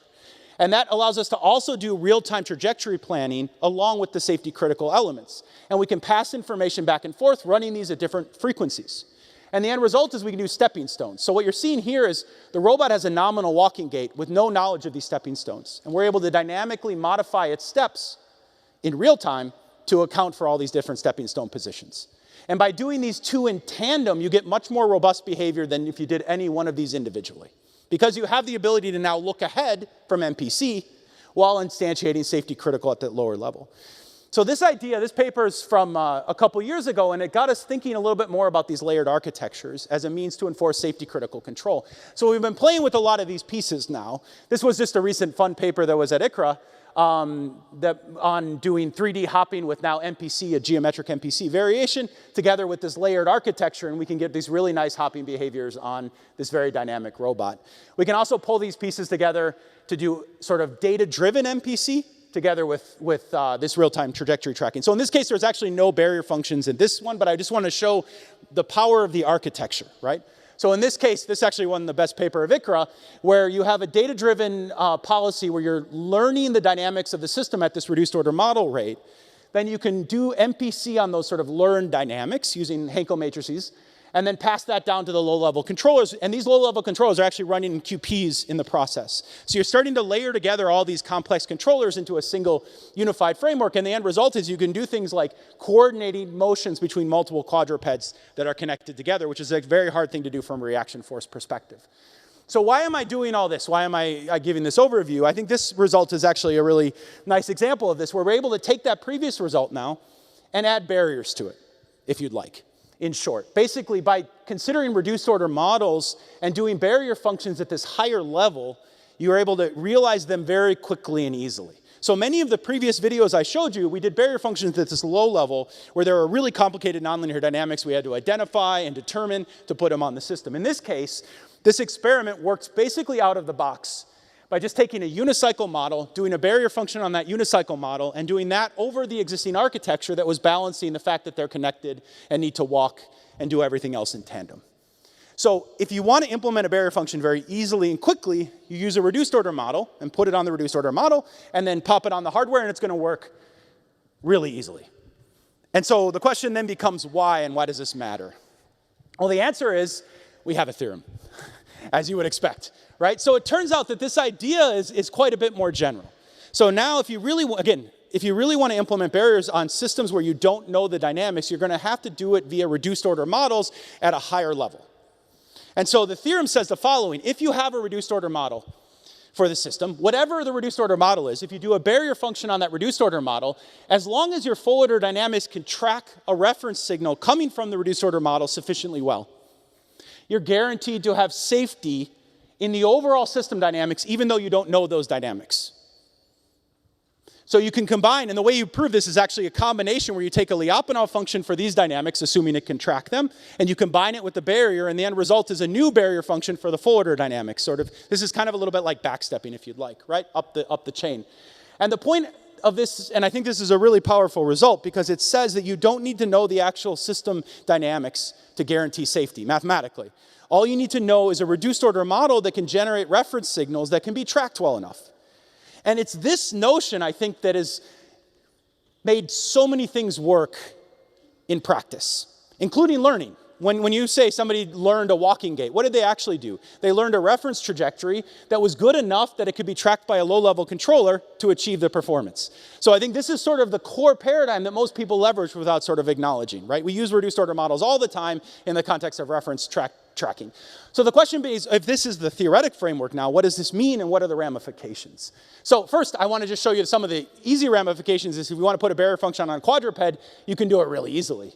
So for example, you can take a single integrator model of the system. If you have a good controller, this becomes your desired velocity, this becomes your barrier function, and that's the QP you instantiate on the system. It's really that simple. I can write it out for you right here. And you put that on the quadruped and it doesn't hit obstacles in space. Now, what's the cost you pay for this? Well, using a single integrator model of the quadruped means you're not going to have pretty conservative behavior, right? Because we have a very simple model. But the quadruped can track it, and you can guarantee safety. And that exact same barrier function on the quadruped can go on a drone and also avoid obstacles. No difference, because a drone happens to be differentially flat, so it can track trajectories coming from single integrators and double integrators really well, right? Because of the mechanical structure of the system. Same controller in both cases, same implementation, guaranteed collision avoidance. We can also change the models now. We'll say, I think that's conservative, I don't like that. You should do something better, and say, okay, fine, we'll do a unicycle model of the quadruped, that works too. You can go crazy, you can add more and more dimensions, you can do better and better reduced order models, but in all cases, we're able to implement really complicated behaviors of safety. And this is an example of that same paradigm taken further. So in this case, we have a robot manipulator. And what happened was there were a library of trajectories. This is joint with Miso Robotics. So this is actually being deployed in kitchens to cook food. And they had a library of trajectories, and the problem is they were working in these tight environments and they would collide with the environments. The elbow would hit something, the side joint would hit something, and they didn't want to modify their library, they just wanted to prevent these collisions. So what we did was we took a kinematic model of the manipulator. Oh, because by the way, we couldn't actually go in and change the low-level controllers on the manipulator. We couldn't change it. All we could change is the reference velocity we're sending to it. So what we did is we took that library, called that udesired, we took a kinematic model, and we called that the model that we're using, and then we used the signed distance to make sure that we didn't hit anything in the environment. We put a barrier function on, and the same day we proved the theorem, which you'll see in a second, we had it working on hardware, literally one day. That's how, when things kind of come together, they work. So let's take it up a notch experimentally. So now we're out of the lab, we're in a real world environment, and we're putting it on a truck. So this semi-truck is running an adaptive cruise control scheme, and what we did is we found with the nominal controller and nominal algorithms an edge case where the truck would collide with the van in front of it if they were in the same lane. We put the barrier on, and this was the difference. So before the truck actually would have collided, now there was a little bit of a gap. The problem is, though, is even though we did this, we didn't actually have safety, meaning our barrier actually goes negative. Why is that? I just told you, theoretically, that we're guaranteed to be safe even using reduced order models, right? What's the problem? Well, the problem is our reduced order model wasn't good enough. We were actually doing a simple point mass model for adaptive cruise control, and it wasn't good enough. And what went wrong? When we apply a torque to the system, because this is a big truck, there's a time delay and everything else associated with applying that torque, and that error in the model propagates through as a violation of safety. So if you're going to deploy things on real systems, you need to account for these things. So what went wrong? Again, the longer answer is we have a model, as you always do, a reduced order model, a model, whether it's something simple, like in walking, people often use these really simple reduced order model. This is the HLIP model in particular, or maybe you have a high fidelity model, but in all cases they're models. And what's the famous saying? All models are wrong, right? But some are useful. Okay. So all models are wrong. That's the quantitative thing. And so what happens is when you use your model to generate a command down to the motors, the physical system is operating on a different model than you are. Now, if you have a good model, that doesn't really matter. If anybody implemented before, that doesn't really matter. But it always matters. It just depends on how much. So how do we account for that difference? Again, the answer from the learning community sometimes has been, well, let's just learn the model. Let's just learn the whole model. And in fact, we did that once, and this is a nice paper with Isang Yu at Caltech, where we actually learned the full dynamics of the segue. And if you put an unknown weight on the segue with an unlearned model, it falls over. If you learn the model, it doesn't fall over. Great. You can learn the model. You can. But who here wants to actually learn high-dimensional models of physical systems? I don't think it's a good idea. Rather than learning the model, let's learn the thing that matters. Let's capture the thing that matters. And what matters is how the error in the model propagates down to the thing you care about, in this case, safety. Right? So we can look at the model uncertainty in the system and look at how that uncertainty affects the barrier function derivative. So now this becomes a scalar quantity that captures exactly the unknown dynamics on the system as it would appear at the actuator level. And it's the size of that delta that tells you how far from safety you're going to be. So what do we do then when we have these deltas? Well, we can expand our notion of safety a bit. So for our assumed model, we have our classical sort of safe set. And then for our actual dynamics of the system with this residual, we have an expanded safe set depending on the size of that error. And of course, the main result now is if you can bound that error, you can ensure safety, even if that error is there, even if you don't know the error. Right? So this is a classic input to state stability result. So I say all the time, anything in practice is input to state stable, never actually stable. Right? So input to state stable is a way to understand stability and safety. In this case, it's input to state safety. Same idea as input to state stability, but now you have sets. And what does that mean? It means that you can find a function. In this case, if this is your disturbance, this is the input to state safety. Your function looks like this, and you can guarantee that this expanded set is forward invariant, safe, and you can guarantee in this case that as you take this epsilon large, your expanded set converges to your original set. Of course, that also means you're going to require more actuation, so that's the balance. But the point is, given these disturbances, even if you don't know them, you can accommodate them. And it doesn't just have to be input to state safety. Just to be clear, that result I showed you earlier on the robot arm, we did something similar. In this case, we did something more like projection to state safety, where this was actually what we implemented on the arm. And the theorem was that we actually took the linearization of the sign distance as this uncertainty function, and this was our epsilon function. But in the end, we could guarantee safety. And we actually confirmed that we had safety in practice. So the lesson here, again, is the real world will be different than what you expect. You have to acknowledge that up front. If you can bound those errors, then you can accommodate that difference, right? And so we did this on the truck again, returning to the truck example. And now we added this term, this single term right here, to this QP running on the truck, and we get perfect safety. Now, finding that term and these parameters and everything took some work, but same model, same everything. We just added this single scalar term, put that on, not even a line of code, and all of a sudden we get this nice safety curve where we never violate safety and we get the perfect stopping distance. So again, that's the lesson here. Now, it's to acknowledge where there's uncertainty and bound it or compensate for it in some way, shape, or form. Now, the final question you're probably asking is, well, how did I find this epsilon, right? How did we find this function? How do we find these parameters? That seems like a daunting task. You have a full-scale truck. And to be honest, this took us about, sort of 4 or 5 months of playing around with what we should do based on the data. So how do we find epsilon? Now we get to this conference. Now we get to learning. After we've done all the groundwork, this is where learning plays a role. And so what's funny is I was putting together this talk, and I realized that the back half of this talk, these last couple of slides, are all papers that appeared at L4DC with the exception of one. So this is a chronology of my acceptance of learning over the years, if you'd like, right, via L4DC. So the first one was from 2020. And that was a simple idea that if you have uncertainty in the system showing up as a barrier function, this delta here is the same delta I had before. What can you do? You can run an experiment, you can calculate that delta, and then you can learn an approximation of that delta, right? Your loss function just learns the approximation of the delta, and you take that learned delta and put it in your QP for the barrier function, and you get safety.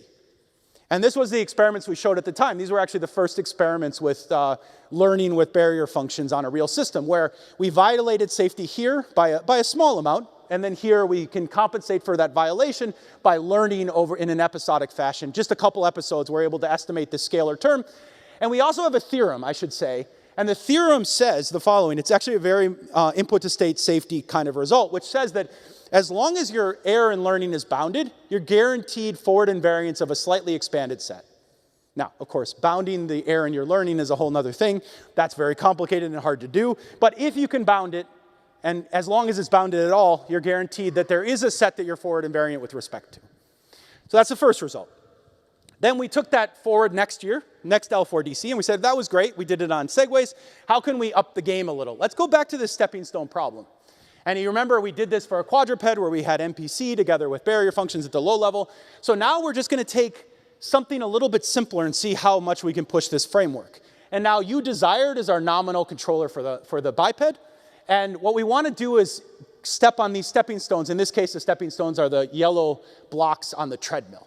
And when we first run the controller at episode 0, you see we get really large violations, meaning we're not on the stepping stones, and you can see that by violations of the barrier function, right? So we take that data, we put it through the process I just showed, and on the first episode, we're already getting better by learning this sort of delta term here. And then after this first episode with these small violations, we're going to pop it on one last time, and on episode 2, we're guaranteed safety. So, I mean, guaranteed, subject to bounded learning and a bunch of other things. But the point is we actually do step on the stepping stones. You'll notice something, though. In this case, the walking has gotten a little sporadic, if you'd like. So we're modulating the systems in ways that aren't optimal, and actually that's where model predictive control would then come in. What we need to do is actually refine the walking gait as well based on this, and we would smooth out that walking gait. So the question then becomes, well, if you need to refine walking gaits, how do you do that if you're guaranteeing safety? Well, you can actually combine those two together. So this was actually the next L4DC in 2022, where we said, well, what if we can actually learn walking gaits that satisfy these safety constraints a priori? And then if we combine that with the previous process, we'll get safety on top of safety.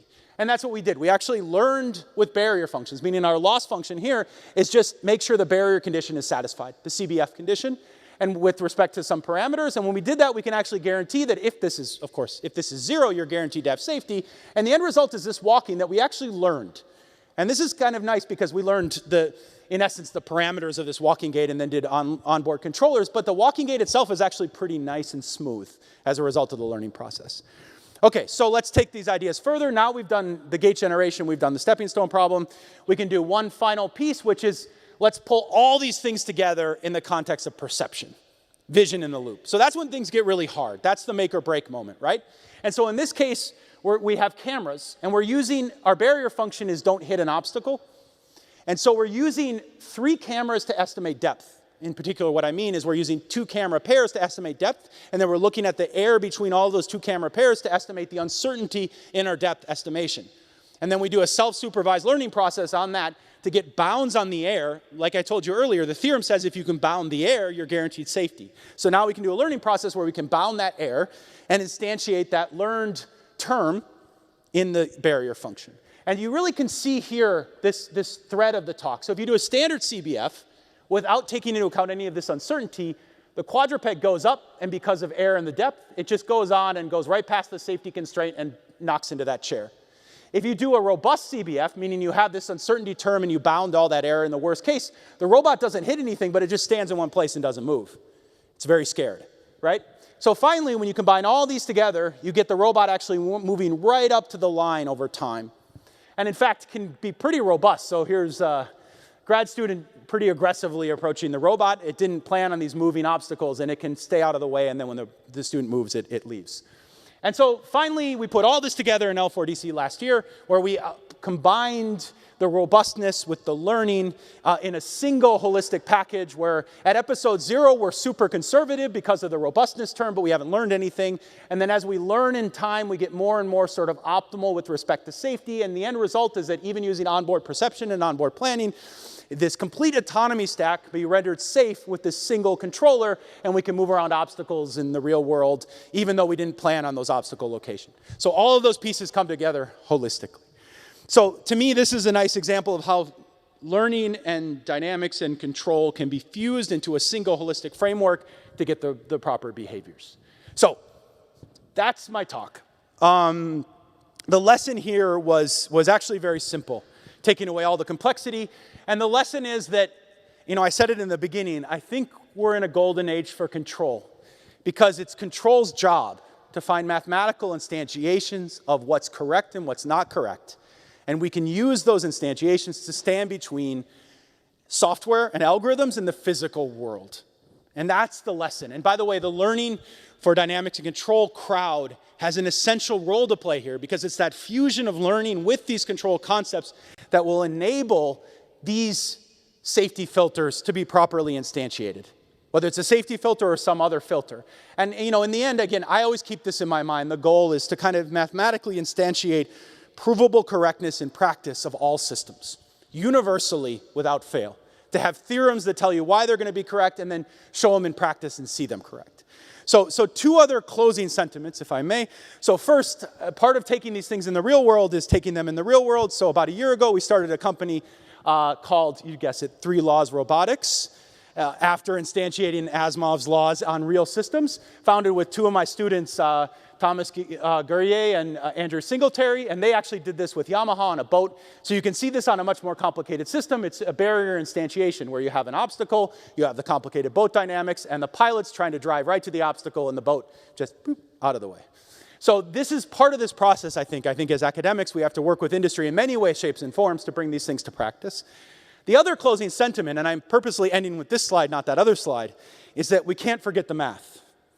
We can't forget the beauty and the power that equations can have. This is just some recent scribblings I sent to one of my students in the background there. But at the end, all of this comes down to simple mathematical expressions if we can capture things properly. So don't ever forget the soul of what we do is in the mathematics we practice and then putting it on physical systems in the process. So with that, thank you very much. It's been an honor and a privilege.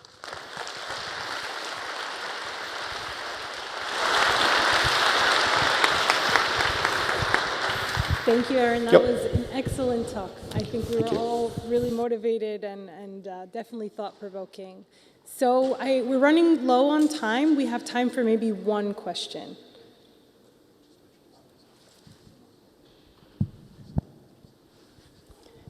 There's a question in the front here. We can take that one. Hello.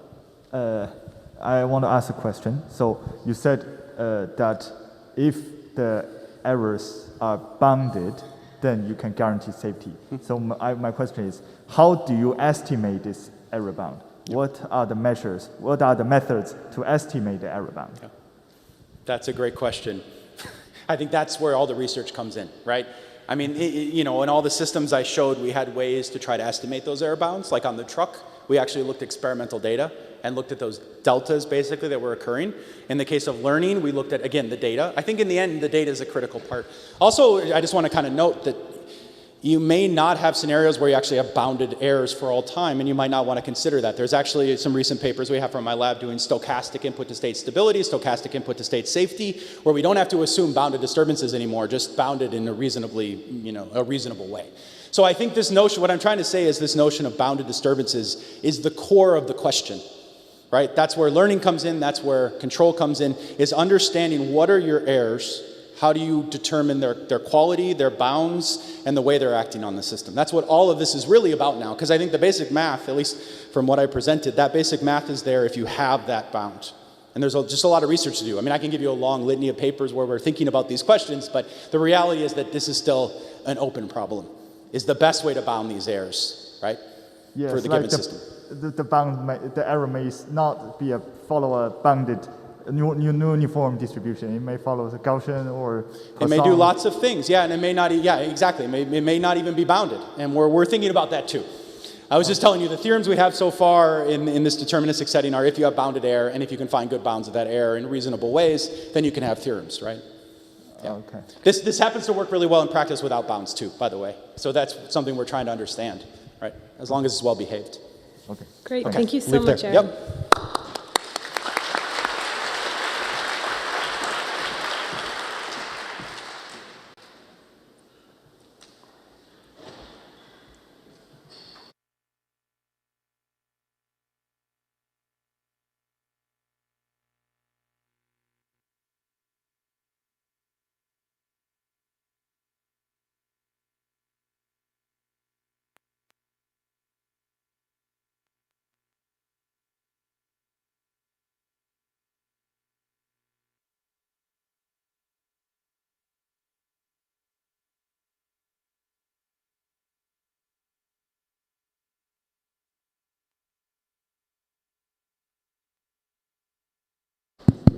All right, so let's continue with the second oral session today. First of all, an announcement. After this, there will be a special announcement, so stay tuned through the talks. And there will also be the awards ceremony after this, these 4 talks that we're having here. May I ask the first speaker to come up here? Or first speaker is there?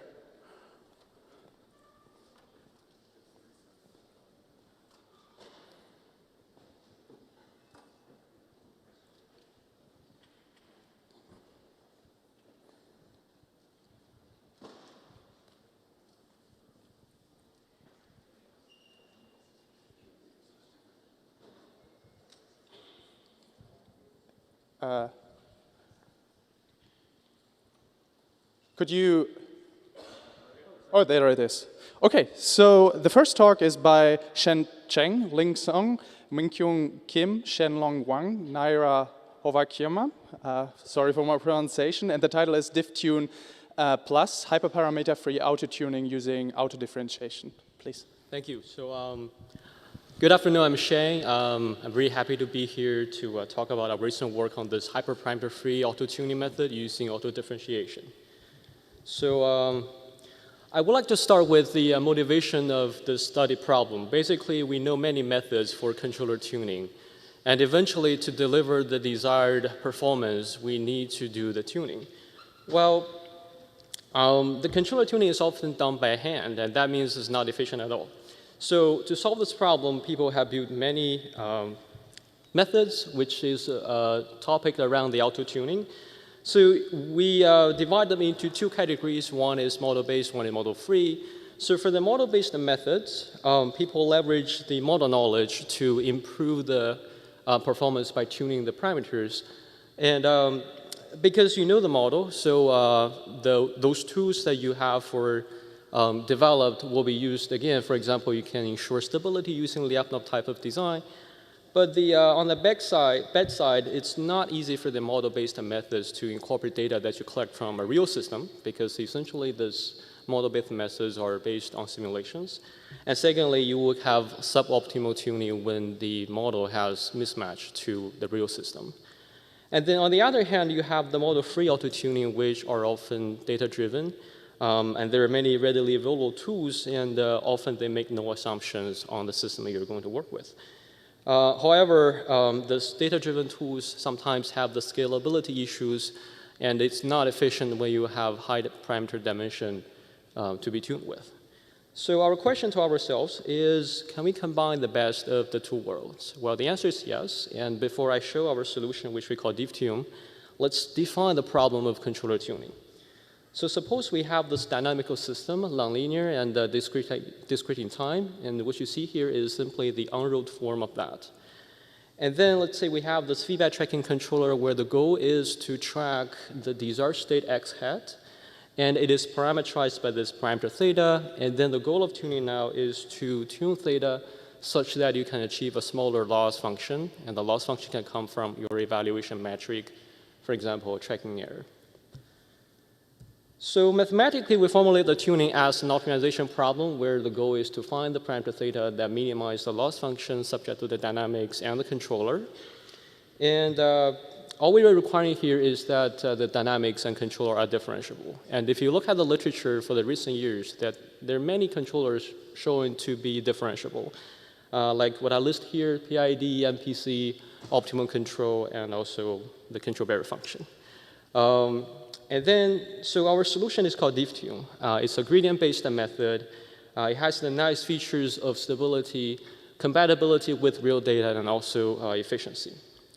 So let's see how DiffTune works. So we start with a system, and this is where you can collect the data of your state, your control action, and then you can evaluate your loss function.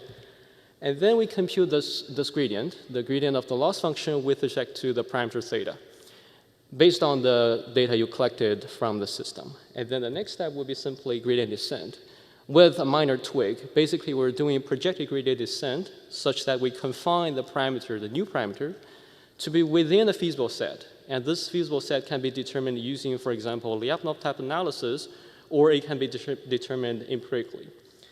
And then once you get the new parameter, send it back to your system, do this one more time, and then you can keep running this iteratively, and then you can get improved performance. So to give you an example of what it looks like, this is what happens when you're applying this type of idea to tuning a tracking control for a quad filter, where you see through the iterations, this blue trajectory, that's the closed loop trajectory with the parameters, are getting closer and closer to the red desired trajectory. And correspondingly on the right, you can see this tracking error is monotonically reducing, and that indicates performance improvement. So the key of our procedure is actually to obtain this gradient of loss function with respect to theta. And the way we do it is by unrolling the dynamical system, where you see we unroll the system and also the controller as a whole. And since we preserve the structure of the system and the controller, this unrolling operation won't harm the interpretability. Basically, what you design controller with using, for example, conventional methods, it still have those meanings. It's only computationally you have to unroll it. And once you unroll it, based on this computational graph, we can apply auto-differentiate techniques to obtain this gradient. And for that, there are many efficient methods like backward propagation with off-the-shelf tools like PyTorch or TensorFlow. Okay, so here's a quick summary of the backward propagation. So on the good side, we get to use the efficient tools that are readily available. And most importantly, the gradients are analytical, which means that they are not coming from some finite difference approximation, and this will give you more efficient tuning. However, on the bad side, if you notice, I don't have much space left. So there's only one point on the cons, and it's really vital. And I have to say that backward propagation is incompatible with the data that you collect from a real system. So what do I mean by that? So let's throw a quick recap on how backward propagation works. So backward propagation actually requires a forward pass on this computational graph. And what that indicates is whenever you look at the new state xk, for example, it's coming from the evaluation of your dynamics based on the previous state and control information, and then you evaluate the dynamics, you get a state. So it works perfectly fine with data you generated from simulation or based on this computational graph. However, for reality, we all know that the actual state are actually coming from either sensor measurements, or if that's not available, you can apply a state estimation. So what that implies is the computational graph is broken. And when it is broken, there's no auto-differentiation. So how do we still obtain that gradient? Well, we're working with dynamical systems, so we can first observe that this target gradient can be decomposed into this form where it breaks down to the sensitivity of the state and control action to your parameter theta. And like I said, we have this iterative dynamical system. So all we have to do is actually to differentiate your dynamics to the parameter theta on both left and right-hand side. And then you end up with these two lines of equation. So you can keep track of the sensitivity states with this equation. And all you have to do is whenever you have new data coming in, new state, new control action, plug them in these non-highlighted terms. These are the coefficients to propagate the sensitivities forward in time. So we name it the sensitivity propagation. And one note I would like to say here is that it's capable of running in parallel to your system's evolution. So what I mean by that is whenever you have new data coming in, plug them in, you can get the new sensitivity states. And the thing can keep running forward in time. So this concludes or summarizes our approach to compute the gradient using the sensitivity states. And you can simply do gradient descent using this gradient or the sensitivity propagation to tune your controllers. But still, in that step, you have to pick up your learning rate because we're doing gradient descent. And that's not quite ideal because we're tuning something and now we have to tune a hyperparameter, which is the learning rate. So the question is, can we do hyperparameter free tuning? Well, the answer is yes. It all requires some observation of the system. So we're going to use the sensitivity states that we obtained from the previous slide and to see how it works. So suppose we have state trajectory based on parameter theta, and now I want to know what if I have a small perturbation to the parameter, and then can I infer about the future states? Well, from the perspective of first order approximation, you can do it. And all it requires is actually that sensitivity states you obtained last time on the previous slide. And then with the predicted state, what we can do next is actually to predict the loss function as if you have the trajectory when you apply the parameter change. So with that predicted loss, what you can do now is to find the update of the parameter such that you can maximize this one-step reduction of your loss function. And this is hyperparameter free because you're only looking for an epsilon in this case. You don't have to tune for the alpha. So following that, we have two methods for the hyperparameter free tuning. On the left, we are optimizing over this scalar alpha, where we keep the descent direction as the gradient of the loss to theta. And on the right, you can have more freedom where you say, OK, I'm going to pick up the vector so that I can have this maximum one-step loss reduction.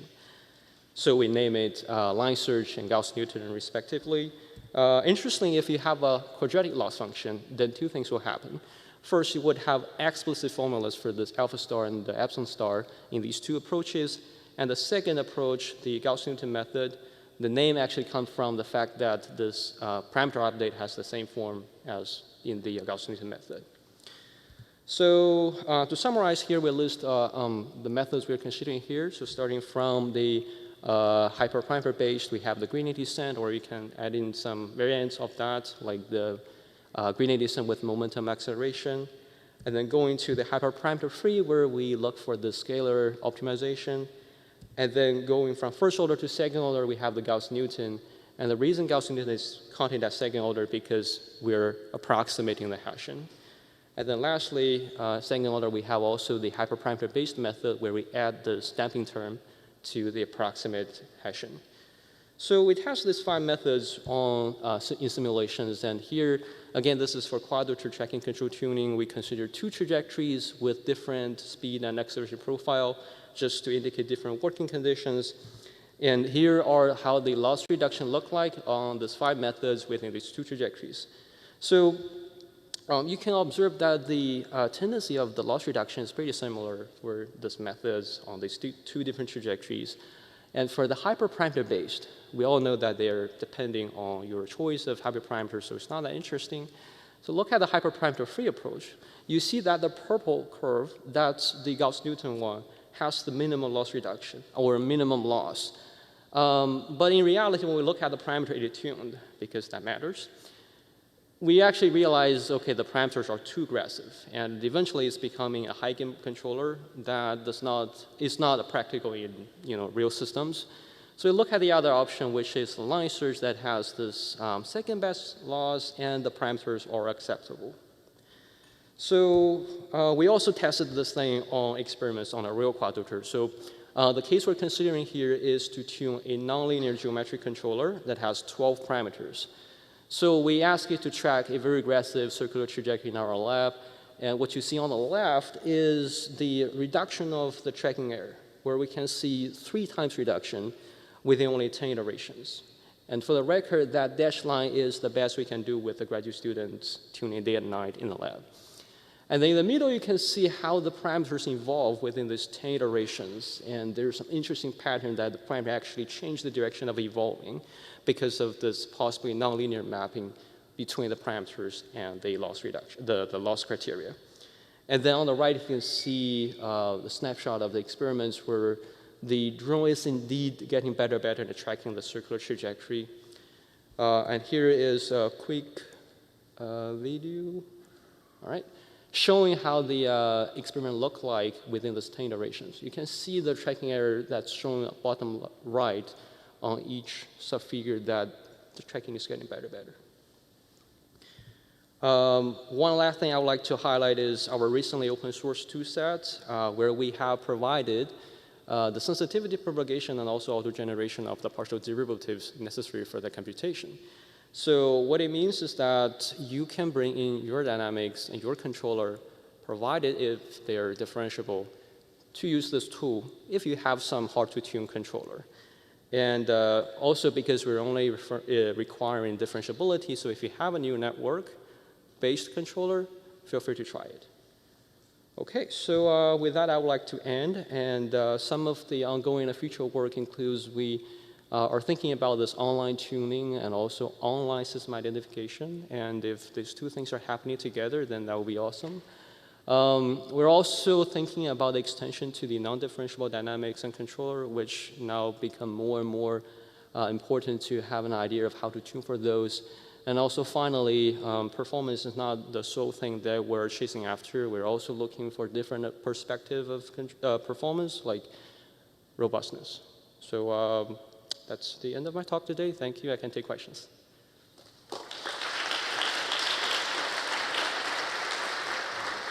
Okay, so we have time for 1 or 2 questions, while the next speaker could already come up here so that we can set up the presentation. There's a question.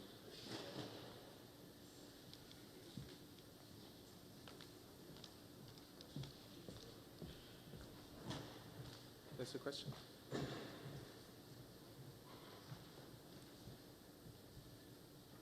There's one question over there. Which one? There's a question. They're all open.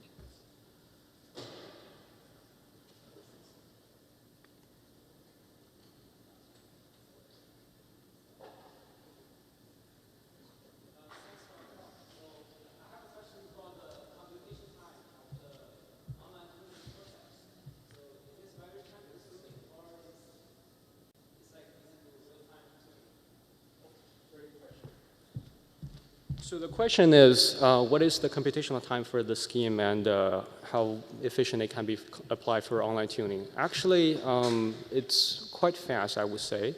The experiment we're doing is kind of limited on the hardware that, it's a pig's hawk, and we cannot hack into it and program the sensitivity propagation. It requires too much. But technically, it's possible because all we're doing is computing these matrices and then propagate the sensitivity dynamics forward. So it's real-time possible, and online tuning is possible. Thank you for the question. All right, thank you so much. Let's continue with the second talk. The second talk is about learning trust over directed graphs in multi-agent systems, presented by Orhan Akun, and its work with Arif Dahi, Stephanie Gill, and Angela Nedic. Thank you. Thank you. So hi everyone. Today I'll present our work learning trust over directed graphs in multi-agent systems. So many algorithms have been developed to solve problems in distributed multi-agent systems with directed communication graphs. And we're especially interested in directed communication graphs to capture a broader set of problems. However, these distributed systems can be vulnerable against malicious attacks, and I'll walk you through one example in distributed optimization to show how malicious agents can affect such systems. So let's consider the case where agents are trying to solve a distributed optimization problem in a collaborative manner. What happens in the case where there is a malicious in-neighbor of an agent? Well, this malicious in-neighbor can inject misinformation to the system to drive the system to an arbitrary point in the space if we don't take any precautions against it. And what happens if we have a malicious out-neighbor in the system? Well, if the algorithm that we use requires the knowledge of out-neighbors, this can create an imbalance in the system, and we can't achieve a global minimum either. So this was just one example, but in directed communication graphs, there are many algorithms in distributed optimization and consensus that require the knowledge of out neighbors. Therefore, in this project, we want to learn the trustworthiness of all the agents in the system. So the literature in this area is very broad. So for the sake of this presentation, I'll cover briefly 2 categories. In the first one, agents eliminate the outlier information that they receive. However, these algorithms usually don't handle the case of malicious out neighbors explicitly. And in the second category, agents use trust observations when they're available to learn the trustworthiness of their neighbors directly. And then we can build algorithms on resilient algorithms on top of this. However, existing results for these categories only for undirected graphs, and we want to build on top of these algorithms. So I want to elaborate more on this concept of trust. So previous work has shown that using physical channels of information, it's possible to derive stochastic trust observations between agents, and there's a growing body of literature in this area. And one example of such observations comes from using wireless fingerprints against spoofing attacks. So following the previous work, we'll characterize these trust observations as follows. We denote the trust observation that agent I receives about agent J with a random variable alpha ij t, which takes values in the range 0 and 1. And I'll show you some empirical observations of our other work with hardware experiments with robots on how these trust observations look like in real life. So in these plots are histogram plots for trust values, and on the left side you can see the trust values for legitimate robots, and on the right side you can see the trust values for malicious robots. And the key observation here is that these distributions are in expectation different from each other for legitimate and malicious robots. So we characterize these trust observations, and we capture this difference in our assumptions. So Michal Yemini and co-authors has showed that agents can learn the trustworthiness of their neighbors in the case of all of their neighbors in the case of undirected communication graphs.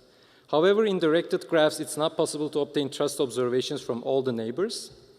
Therefore, agents need to rely on the opinions of their in-neighbors. However, these in-neighbors themselves can be malicious and inject misinformation to the system, and there can be arbitrary number of malicious in-neighbors. So let me define the problem formally. We denote agent I's opinion about an arbitrary agent Q in the system at time t with O sub I qt, which is a scalar value between 0 and 1. And what we want to do is to find an iterative learning algorithm where these opinions would converge to 1 if Q is a legitimate agent and converge to 0 if Q is a malicious agent, almost surely. So we have some assumptions on the connectivity. We assume that the subgraph of the legitimate agents, subgraph induced by the legitimate agents is strongly connected, which is a necessary assumption for many distributed optimization and consensus algorithms to work. And we also assume that all the malicious agents in the system are observed by at least one legitimate agent at every time step t, which is required because we need some information going into the system about these agents. And we also use the same characterization of these trust observations that I discussed before. And we say that malicious agents can send arbitrary opinions in this range 0 and 1. So before going into details of our approach, I want to give some intuition first. So there are two types of information arising from the directionality of the graph. The first one is the trust observations, and the second one is the opinions. And these trust observations are only available about an agent I's in-neighbors. On the other hand, these opinions are available for all the agents in the system. However, these trust observations have some random noise. On the other hand, these opinions can have adversarial noise, which can be arbitrary, and malicious agents can manipulate these opinions. Therefore, we consider these trust observations as high-quality information and opinions as low-quality information. So there are different paths in the graph that information can flow to agent I about another agent Q. And some of these paths might include malicious agents. And there are some other paths that we know by our assumptions that there are no malicious agents, but these paths are not known a priori. And we call these paths trusted paths. So what we want to do is to derive an algorithm where these trusted paths are reinforced, and these paths with malicious agents are cut off, so that we can get high-quality information flow through these trusted paths. So let me define the learning protocol formally now. So again, let's denote agent I's opinion about an arbitrary agent Q at time t with OI qt. And I'll show you how agents form their opinions. So if agent Q is an in-neighbor of agent I, then agent I aggregates all the trust values it receives until some time t and uses this information to determine its opinion about trustworthiness of Q. And based on this, we also define a trusted in-neighborhood, which is all the in-neighbors that agent I chooses to trust at time t. And if agent Q is not an in-neighbor of agent I, then in that case, agent I uses the average of the opinions of its trusted in-neighbors to determine its own opinion. So In the analysis part, we'll change our perspectives a little bit. So far, we've considered how agent I forms opinion about an agent Q.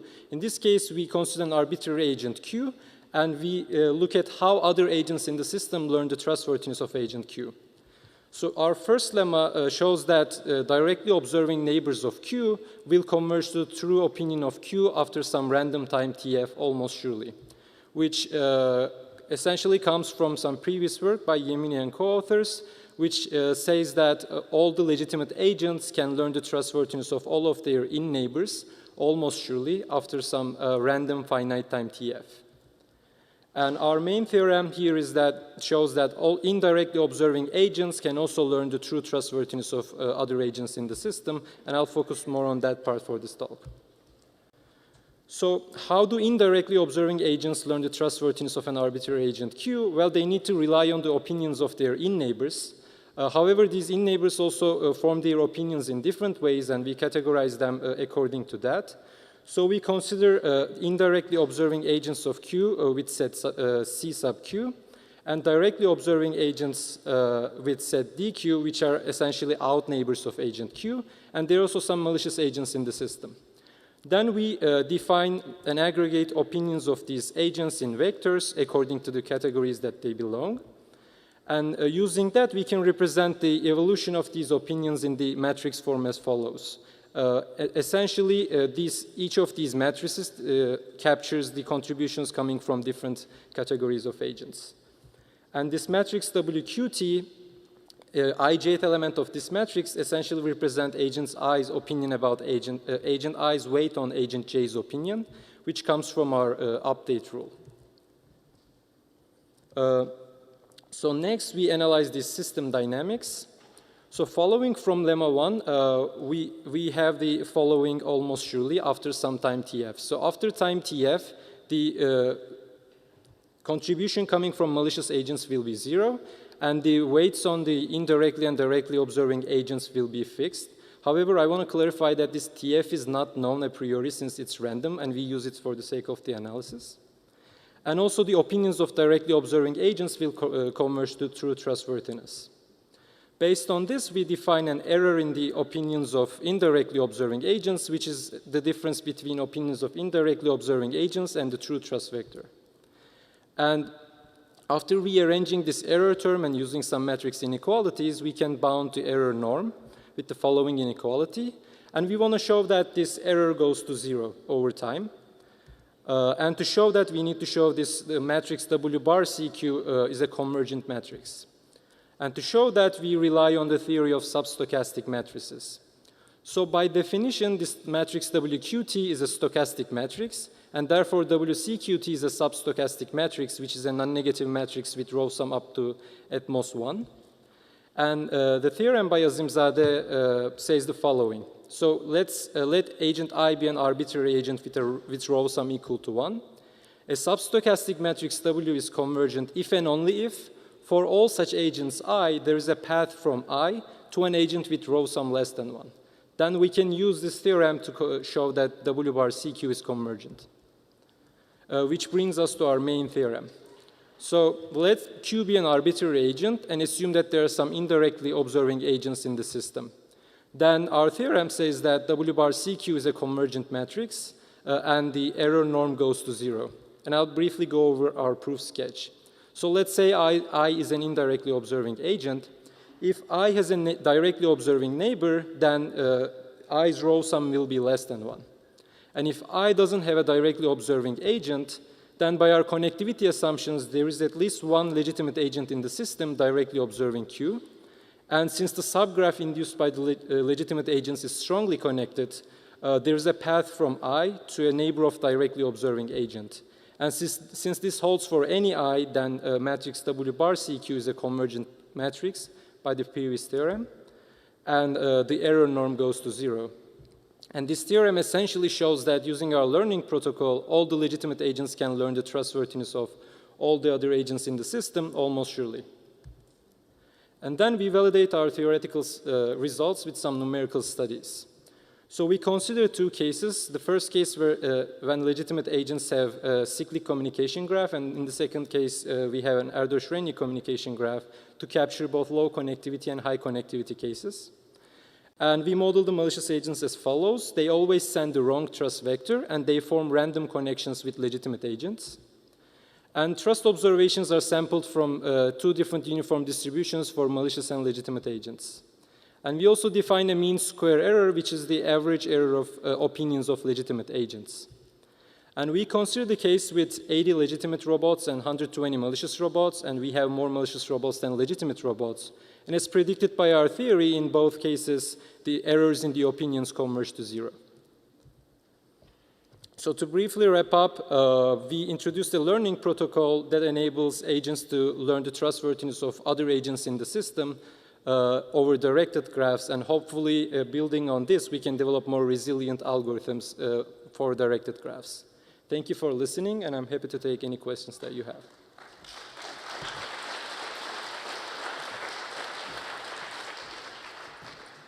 All right, we're going to have some time for 1 or 2 questions while the next speaker can already come up so that we can set up the presentation.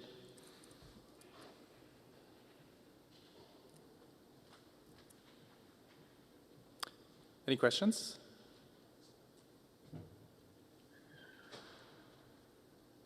The audience?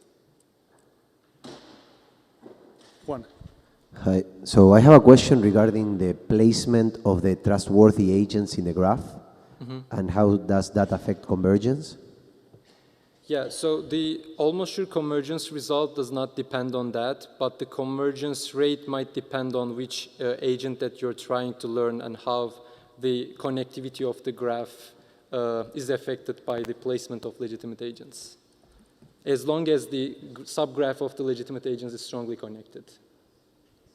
Thank you. Thank you. Yeah.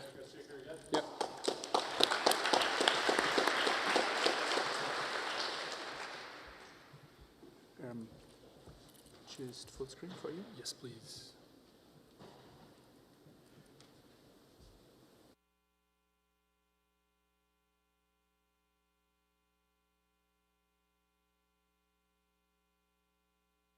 All right, cool. Let's jump into our third talk, which is about model-based validation as probabilistic inference, presented by Harrison DeLakey, and it's joint work with Anthony Corso and Mikkel Kockendorfer.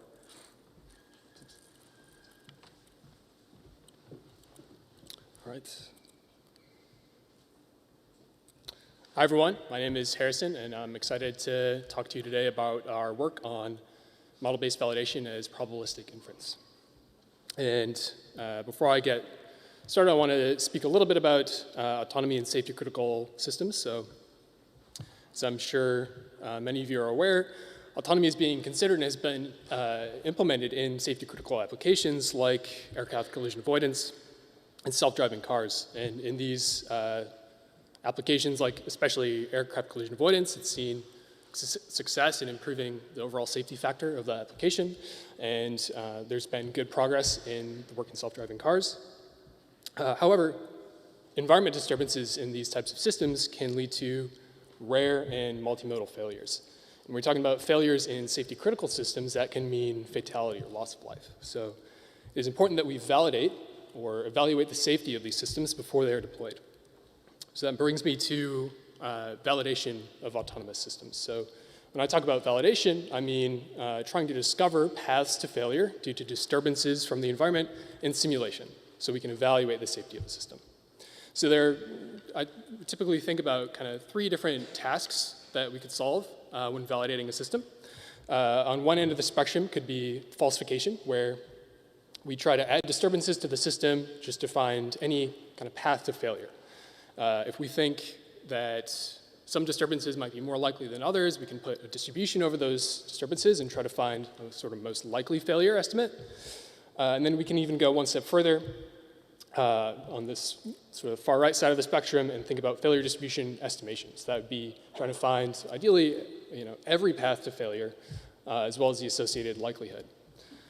So typically, these falsification approaches tend to scale really well with the complexity of the system that you're trying to validate. but they might not be that useful to those who are trying to evaluate the overall safety of the system. On the other side of the spectrum, this failure distribution estimation tends to be very difficult to do for very high-dimensional, complex systems, but tells us the most about the overall safety of a given autonomous system. So the kind of main idea, goal of this work is to estimate that distribution over failure trajectories, because it's a key step for validation of autonomous systems. So I want to introduce some validation terminology before I dive into our approach. So we're going to define these ideas of an environment and a system under test. So an environment might be like this inverted pendulum model. We want to stabilize that inverted pendulum around the vertical. And our system under test might be a controller or a policy that is doing the stabilizing. So here in the validation problem, we want to introduce disturbances that cause our system or controller to fail. So for example, we can introduce this notation of a disturbance trajectory. So that'd be a time sequence of disturbances that we inject into the environment. Like this could be wind, this could be observation noise, this could be action noise. And we can simulate this environment controller loop to get a resulting state trajectory. And we're going to kind of abstract those dynamics through this function f. And one of the key assumptions that we're going to make is that these disturbances determine all the stochasticity in the system. So now let's talk about how we can frame this validation problem as an inference problem. So first, if we assume a distribution over the environment disturbances, we'll call this a disturbance model. This is some measure of how likely we think different disturbances are to be in the environment. So if we think the wind will be a certain strength, maybe we can draw a Gaussian distribution over it, for example. Next, we can define a set of safe state trajectories, psi. So given that we can simulate our system through our dynamics function, we can evaluate whether or not that state trajectory is safe or is unsafe. So if we take these first two steps, we can kind of induce a distribution over unsafe state trajectories. So in this kind of one-dimensional cartoon, your distribution over all state trajectories might be this blue distribution. Might be weird, non-Gaussian. But the set of unsafe, or the distribution over unsafe state trajectories in red might kind of live in the tails of that distribution. It might be multimodal. So our goal is to try to infer that distribution, the distribution over failure trajectories, using rollouts from the system with disturbances. So one of our key assumptions, again, are that those disturbances define all of the stochasticity in the system. But other than that, because we're just using rollouts, this lets us sort of extend our validation formulation to things like non-Markovian systems. And to get into our approach a little bit, at a high level, the way we're gonna take kind of a model-based approach here. So what I mean by that is we're going to represent this failure distribution by wrapping the simulator, that dynamics function f, in a probabilistic program. So now the picture for our approach looks something like this, where we have a disturbance trajectory x being drawn from a disturbance model, which is being, those disturbances are injected into the environment, which we can then use to simulate and get a resulting state trajectory. So our goal is, again, to try and drive the state trajectory towards a failure. As is kind of alluded here already, because we know that this inference problem is going to live in some high-dimensional space, hundreds, thousands of dimensions, we're going to also compute gradients of our state trajectory using automatic differentiation to enable the gradient-based inference algorithms that really excel in these high-dimensional inference problems. So there's maybe, I think, one more step that we need to address before we can actually start sampling from these systems, performing inference, and that is a smoothing approximation. So we need to be able to drive our system to a failure state. So if we write down the log density of our target distribution, the distribution over state trajectories that are unsafe, we have maybe this Dirac delta term on that state trajectory is in fact a failure, and plus this state trajectory likelihood. So how likely is the state, or how likely was the disturbance that generated that state trajectory? That Dirac delta term is not going to play nicely with gradients. It's going to give us no information about how to improve or drive the system closer to failure. So what we do is we introduce a smoothing approximation using a distance to failure metric.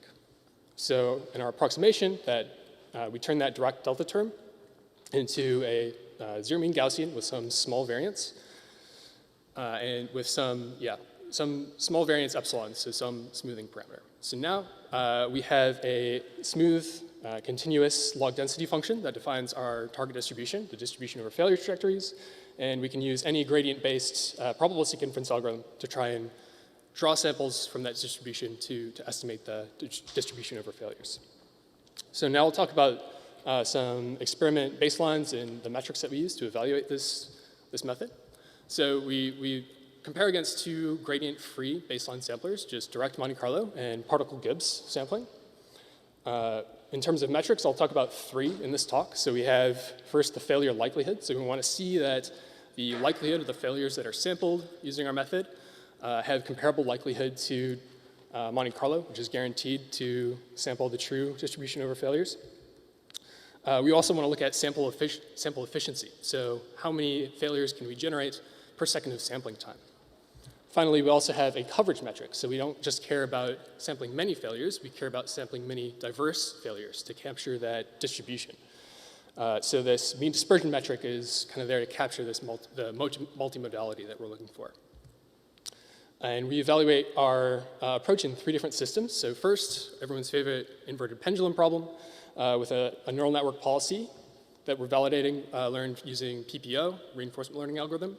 We add noisy actions to try to topple that pendulum. We also have an autonomous vehicle scenario where we have an autonomous vehicle with a rule-based policy approaching a pedestrian at a crosswalk. And here the disturbances are noisy observations of that pedestrian as well as the actual trajectory that the pedestrian takes. And here a failure corresponds to a collision between the AV and the pedestrian. Finally, we also have a lunar lander example where we're validating this Kalman filter state estimation module plus a neural network policy. And we're adding, here we're adding noisy observations to the input of that Kalman filter state estimation to try and cause the lunar lander to land really hard, kind of hit the ground. So now let's take a look at some of the sampled failure trajectories for each of these problems using HMC with our gradient-based formulation as well as the two black box methods. So for the inverted pendulum here, in the far left-hand column, we can see sampled failure trajectories for the pendulum. This is theta, so angle of the pendulum versus time. And you can see that HMC is able to discover a very wide range of failures in both positive and negative theta directions, as well as a variety of different time horizons. For the autonomous vehicle example, we have a similar story. So there are some cases, some failure cases we see where the pedestrian actually kind of turns left and runs into the autonomous vehicle. And there are also some failure cases here where that are kind of centered along that line x equals 0 where the observation noise dominates. So the observation noise is really high and we have a collision. And there's a similar story for the lunar lander. Hamiltonian Monte Carlo, our gradient-based approach, is able to find many, many diverse failures. In terms of quantitative results, in the first column we have the failure rate. So all three of these methods were given the same number of samples to draw from the distribution. The gradient-based approach tends to yield very high failure rates, so most of the failures drawn tend to be failures, or a greater proportion than in black box baselines at least. Then we have next the log likelihood. We can see that the likelihood of failures is reasonable. It seems to be at least close to the sort of true likelihood of the failures that we see from the Monte Carlo, with the higher variance costs that you pay with Markov chain Monte Carlo methods. In terms of efficiency, we see failures per second in that second to last column there. So typically 5 to 10 times more efficient and orders of magnitude better coverage in terms of the coverage in the disturbance space using our gradient-based approach. So in conclusion, we frame safety validation as probabilistic inference. We introduce a smoothing approximation to enable the use of these gradient-based sampling algorithms, and our approach outperforms baselines in 3 of the sample problems shown here. So in future work, we're really interested into scaling to higher dimensions, so thousands or tens of thousands of dimensions. We're looking at algorithmic enhancements to really take advantage of the sequential nature of the problem, and also extending to non-differentiable systems. So cases where you would need to use stochastic estimates of the gradient to try and do a similar inference problem. And I'll wrap up by thanking my co-authors, Anthony and Michael, and thank you all for listening to my talk, and happy to take any questions.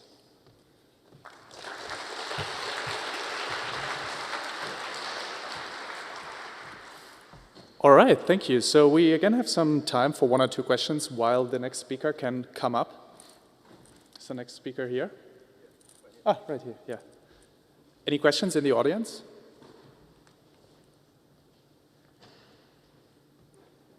There's a question. Over there in red.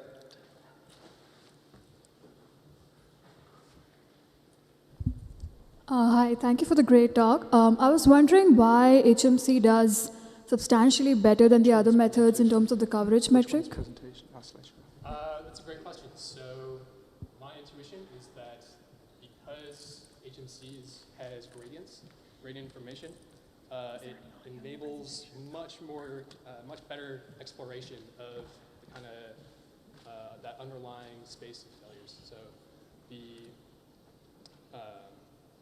the true sort of distribution of failures could have some really high curvature in places. It could have really long valleys. So the black box methods stuck around slow failure modes or just make really slow progress. Thank you. There's another question. We have time for 1 short question right over there.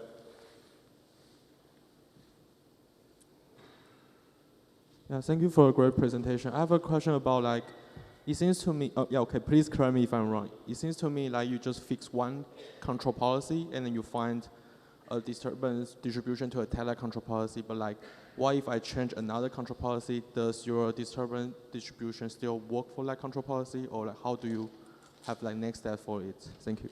Right, so right now this is assuming a fixed control policy. So we've put in some design effort to build a policy that we think is safe, or is reasonably safe, and now we want to really evaluate, okay, how safe is it?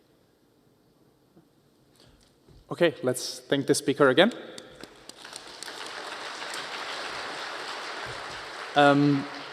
Last talk of the session is on model predictive control via online policy imitation learning presented by Kwangjun An, and it's joint work together with Zakaria Mohammedi, Horyamanya Zhang Wei Hong, and Ali Yapabai.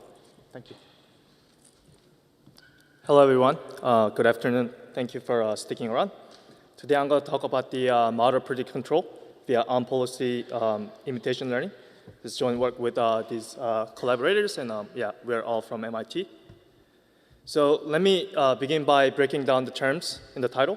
I don't think I have to introduce the model predictive control, but let me just quickly overview anyways.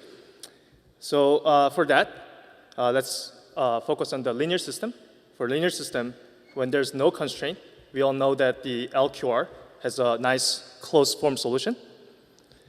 But when it comes to constraint system, let's say there's a state constraint and also input constraint, then the LQR problem no longer has the closed form solution. That's where the MPC idea comes in. Instead of considering the infinite horizon problem, we consider this finite n horizon problem. So this is a convex optimization, so you can solve it. So we'll get the n inputs as a result of the solution. Do we use all of them? The idea of MPC is we don't use all of them because this is the solution of the finite horizon problem. Instead of using all of them, we use the first one and then use it and then replan. So just quickly illustrate this with some figure. So let's say there's a horizon, chosen horizon, for example, this case, it's 10. We solve this optimization problem, get the inputs and use the first one and propagate the dynamics. So there's a open loop solution, plan dynamics, and then you only use the first input and then replan. And do this over and over again. So that's the MPC idea. This is very nice because it results in this optimization-based feedback controller, which leads to some robustness or inherent robustness. As we all know, MPC is very powerful. Being an optimization-based controller, it can handle constraints very well. It can successfully stabilize a system. And it has inherent robustness property because of this replanning and being a feedback controller. So there has been a lot of applications for MPC, including chemical plants or like robotics and so on. And it generally works out very well in practice. But there's a challenge related to MPC, which is that being optimization-based, you have to solve this optimization problem online, which could be feasible in some applications, but if let's say the system gets becomes high-dimensional, then this optimization problem becomes more hard to solve. So the question we ask here is, can we bypass this issue? And there's one popular approach related to this, which is called explicit MPC, which basically does is, so consider this feedback policy, writing it as a pi MPC. Explicit MPC amounts to just explicitly pre-computing this pi MPC as a function of initial state x before you deploy this controller. So benefit is you don't need to solve this MPC optimization problem online because you already solved this beforehand. But then limitation is that you have to store this solution somewhere so that you can look it up in the deployment stage. But the challenge here is that actually turns out this pi MPC function under the presence of control constraint or state constraint is quite complicated. So for example, for linear dynamical system with input and state constraints, it is a piecewise affine function with exponentially many pieces. Let me just briefly illustrate. For this very simple benign 2D double integrated problem, it turns out the explicit MPC solution looks like this with more than 400 pieces. So let me just briefly summarize. MPC is very powerful, being a feedback controller. It's robust, very practical. But in order to speed up, people have come up with this explicit MPC approach where they pre-compute this function pi MPC beforehand. But I told you that this could be a very complicated function. So another term in the title, imitation learning. For those who are not familiar, it's a nice idea from reinforcement learning. So basically, like the goal in a nutshell is to learn an expert controller, let's call it pi star, given demonstrations. And by experts, I mean controller that's something hard to compute. It could be human demonstrations or solutions to complicated optimization problems. And by demonstration, I mean state and input pairs, like x, pi star x. So the key is where you collect the expert demonstrations from. And the most vanilla version of imitation learning is something called behavior cloning, where you collect the demonstrations along the expert trajectories.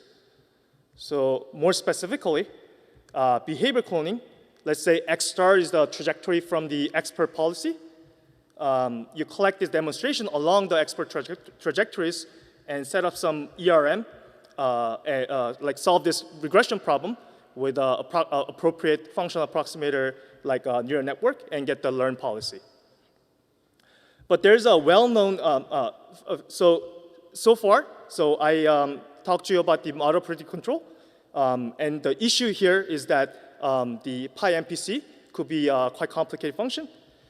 And in the imitation learning, the goal is to learn complicated policy based on its demonstrations. And one of the key ideas in this work is to try to make the connection between these two and to use imitation learning to learn MPC. In fact, it appeared in the literature as a name of data-driven MPC, done by this nice works. But we're going to demonstrate that behavior cloning is not enough, and we need to be a bit careful. So the well-known issue with the behavior cloning is something called distribution shift. And without going into details, I'll illustrate this issue with the actual system. So for a five-dimensional linear dynamical system, when you do a MPC policy, the closed-loop trajectory looks like this. So the starting point, from the starting point, MPC stabilizes the system to the 0. But when you actually, so when you learn the behavior cloning on this system and try to use the learn policy, you'll see like this, you could see this kind of the divergence behavior. This is mostly attributed to the fact that when you learn the controller, because it's only like the approximation of the original controller, there could be approximation error, which could pile up and drive the system to the state which it hasn't visited. So it could diverge from there. So this issue is well known in the literature as in the name of distribution shift. So in this work, we want to handle this distribution shift. And for that, we're going to use this nice algorithm from the literature by Ross and Bagnall called forward training algorithm. So the key idea is to have a time-varying controller so that you can train your learn policy on its own distribution. So let me be more specific about this. So given the initial states, bunch of initial states, x zeros, you first learn zero-step controller pi 0, and then use pi 0 to roll out the trajectory up to obtain x 1s, and then learn pi 1 on top of that. So pi 1 will be first-step controller, and use pi 0 and pi 1 to obtain x 2s, and learn pi 2, second-step controller, on those points, and so on. So you, for t steps, you will obtain pi 0 up to pi t minus 1. So the key point is that by allowing the learn controller to be time-varying, you can actually learn your controller on its own trajectory. So there's no distribution shift for this algorithm. But there's a limitation to this. Because it's a time-varying controller, the number of stages or steps grows with the deployment step t. So the output learn controller is a time-varying controller with t different controllers, which could be impractical. So the question is, can we modify forward training algorithm to have less number of stages? In this work, we do that by relying on some nice property of MPC. So by nice property, it turns out MPC has this nice property that there's a set called a positive invariant region near the origin, for which the MPC controller matches the LQR controller, which we know how to compute. So basically, there's a region around the origin where you don't need to further learn the controller. This makes the learning theoretical question much easier. And because of the exponential stability, we know that MPC stabilizes the system to this positive invariant region within finite number of steps. So we exploit this property to design a very efficient learning algorithm for MPC. So the main idea is as we progress with the forward training algorithm, we can estimate this number of steps to reach the positive invariant set. So the proposed algorithm like this, in a nutshell, in each stage, you see whether sample trajectory lies in the positive invariant set. If yes, then we just terminate there. And if no, then we just progress proceed with the forward training algorithm. So that way, you will only have tau different. Tau is the number of steps to reach the positive invariant set. Tau different controllers, which is just a constant number of controllers, as opposed to a forward training algorithm, which has a number of controllers growing with the deployment step. Another contribution of this paper is we have a very nice end-to-end theoretical guarantee for this training algorithms. So our theorem says with big O of 1 over epsilon demonstrations, you can learn a controller which satisfies nice properties with high probability. So the learn controller stabilizes the system, also does not violate the constraints, and suboptimality in the control cost to go, is only O of epsilon suboptimal. So let me just briefly demonstrate its ability. In the simulated dynamical systems, we just randomly sample this open loop unstable dynamical system in 5 dimensions. And so this was the picture that I showed earlier to illustrate the limitation of the behavior cloning, the vanilla imitation learning algorithm. And if you run for training algorithm on this, you'll get this nice tracking of the actual NPC trajectory. And the benefit of forward algorithm, you can see from also the suboptimality in the cost. So here, lower cost means better. And you can see that on the left-hand side plot, the forward training algorithm gives you a lower cost to go. And on the right-hand side, you can see that it achieves better constraint in practice. This is a demonstration of the idea of like switching from the forward training algorithm to LQR that I presented earlier. And you can see that it also works pretty well in this system. So let me conclude this talk with some summary. I told you about these like 2 different problems: explicit model predictive control and imitation learning. And there's a nice connection between these 2. That was a main crux in this work. And then we developed an on-policy imitation learning algorithm called forward switch, which is sample efficient and also achieves a good theoretical guarantee. It handles this distribution shift issue nicely. And remarkably, this provides the first sample complexity guarantee for data-driven MPC, which has been pretty popular in this MPC literature. Yeah, so this is the end of the presentation, and thank you for listening.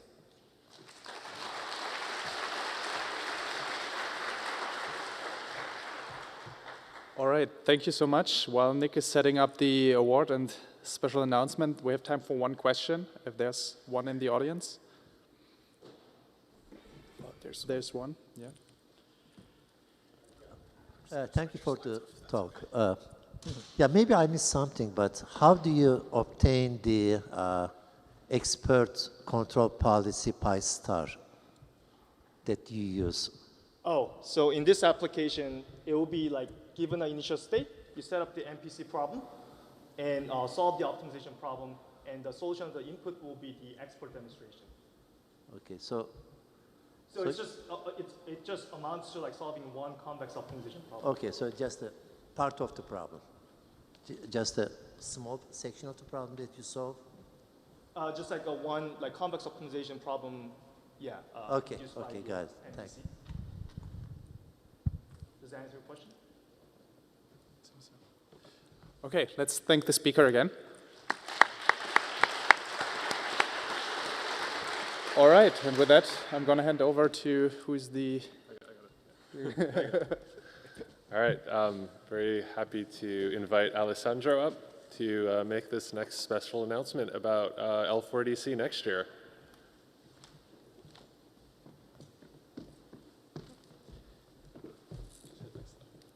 Thank you very much. I'm Alessandro Abate from the Department of Computer Science at Oxford, and I'd like, on behalf of the other 2 future conference co-chairs, Antonis Papakrissodoulou and Kostas Margalos, invite you to L4DC 2024, which will be hosted in Oxford, UK, from July 15 to the 17th, so about 13 months away from today. Oxford is a small and bucolic town about an hour away, northwest of London, easily reachable, whether you fly in or train into London from Europe, or fly in from everywhere in one of its 6 airports, I think. And not only it is conveniently located, but it will be temporally well placed you should know that ICML will happen a couple of days later in Vienna, not too far away, a couple of hours flight away from Oxford, so you might consider joining both events next year. Any questions, please, there's a website up, or feel free to intercept me and speak to me during these days. Thank you very much.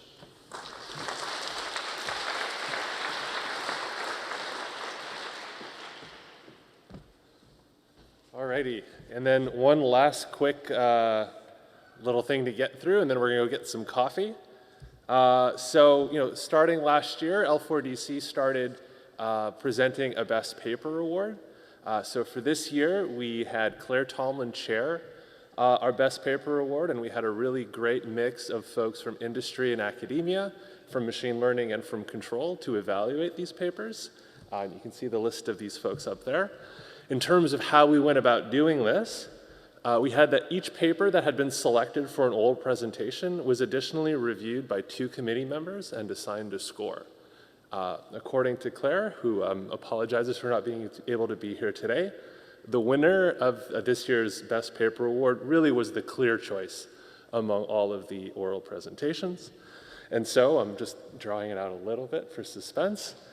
Without further ado, the winners are Fernando Castañeda, Haruki Nishimura, Rowan Thomas McAllister, Kushal Srinath, and Adrian Gaydon for their paper on in-distribution barrier functions, self-supervised policy filters that avoid out-of-distribution states. Are any of the authors here? Yes, come on up.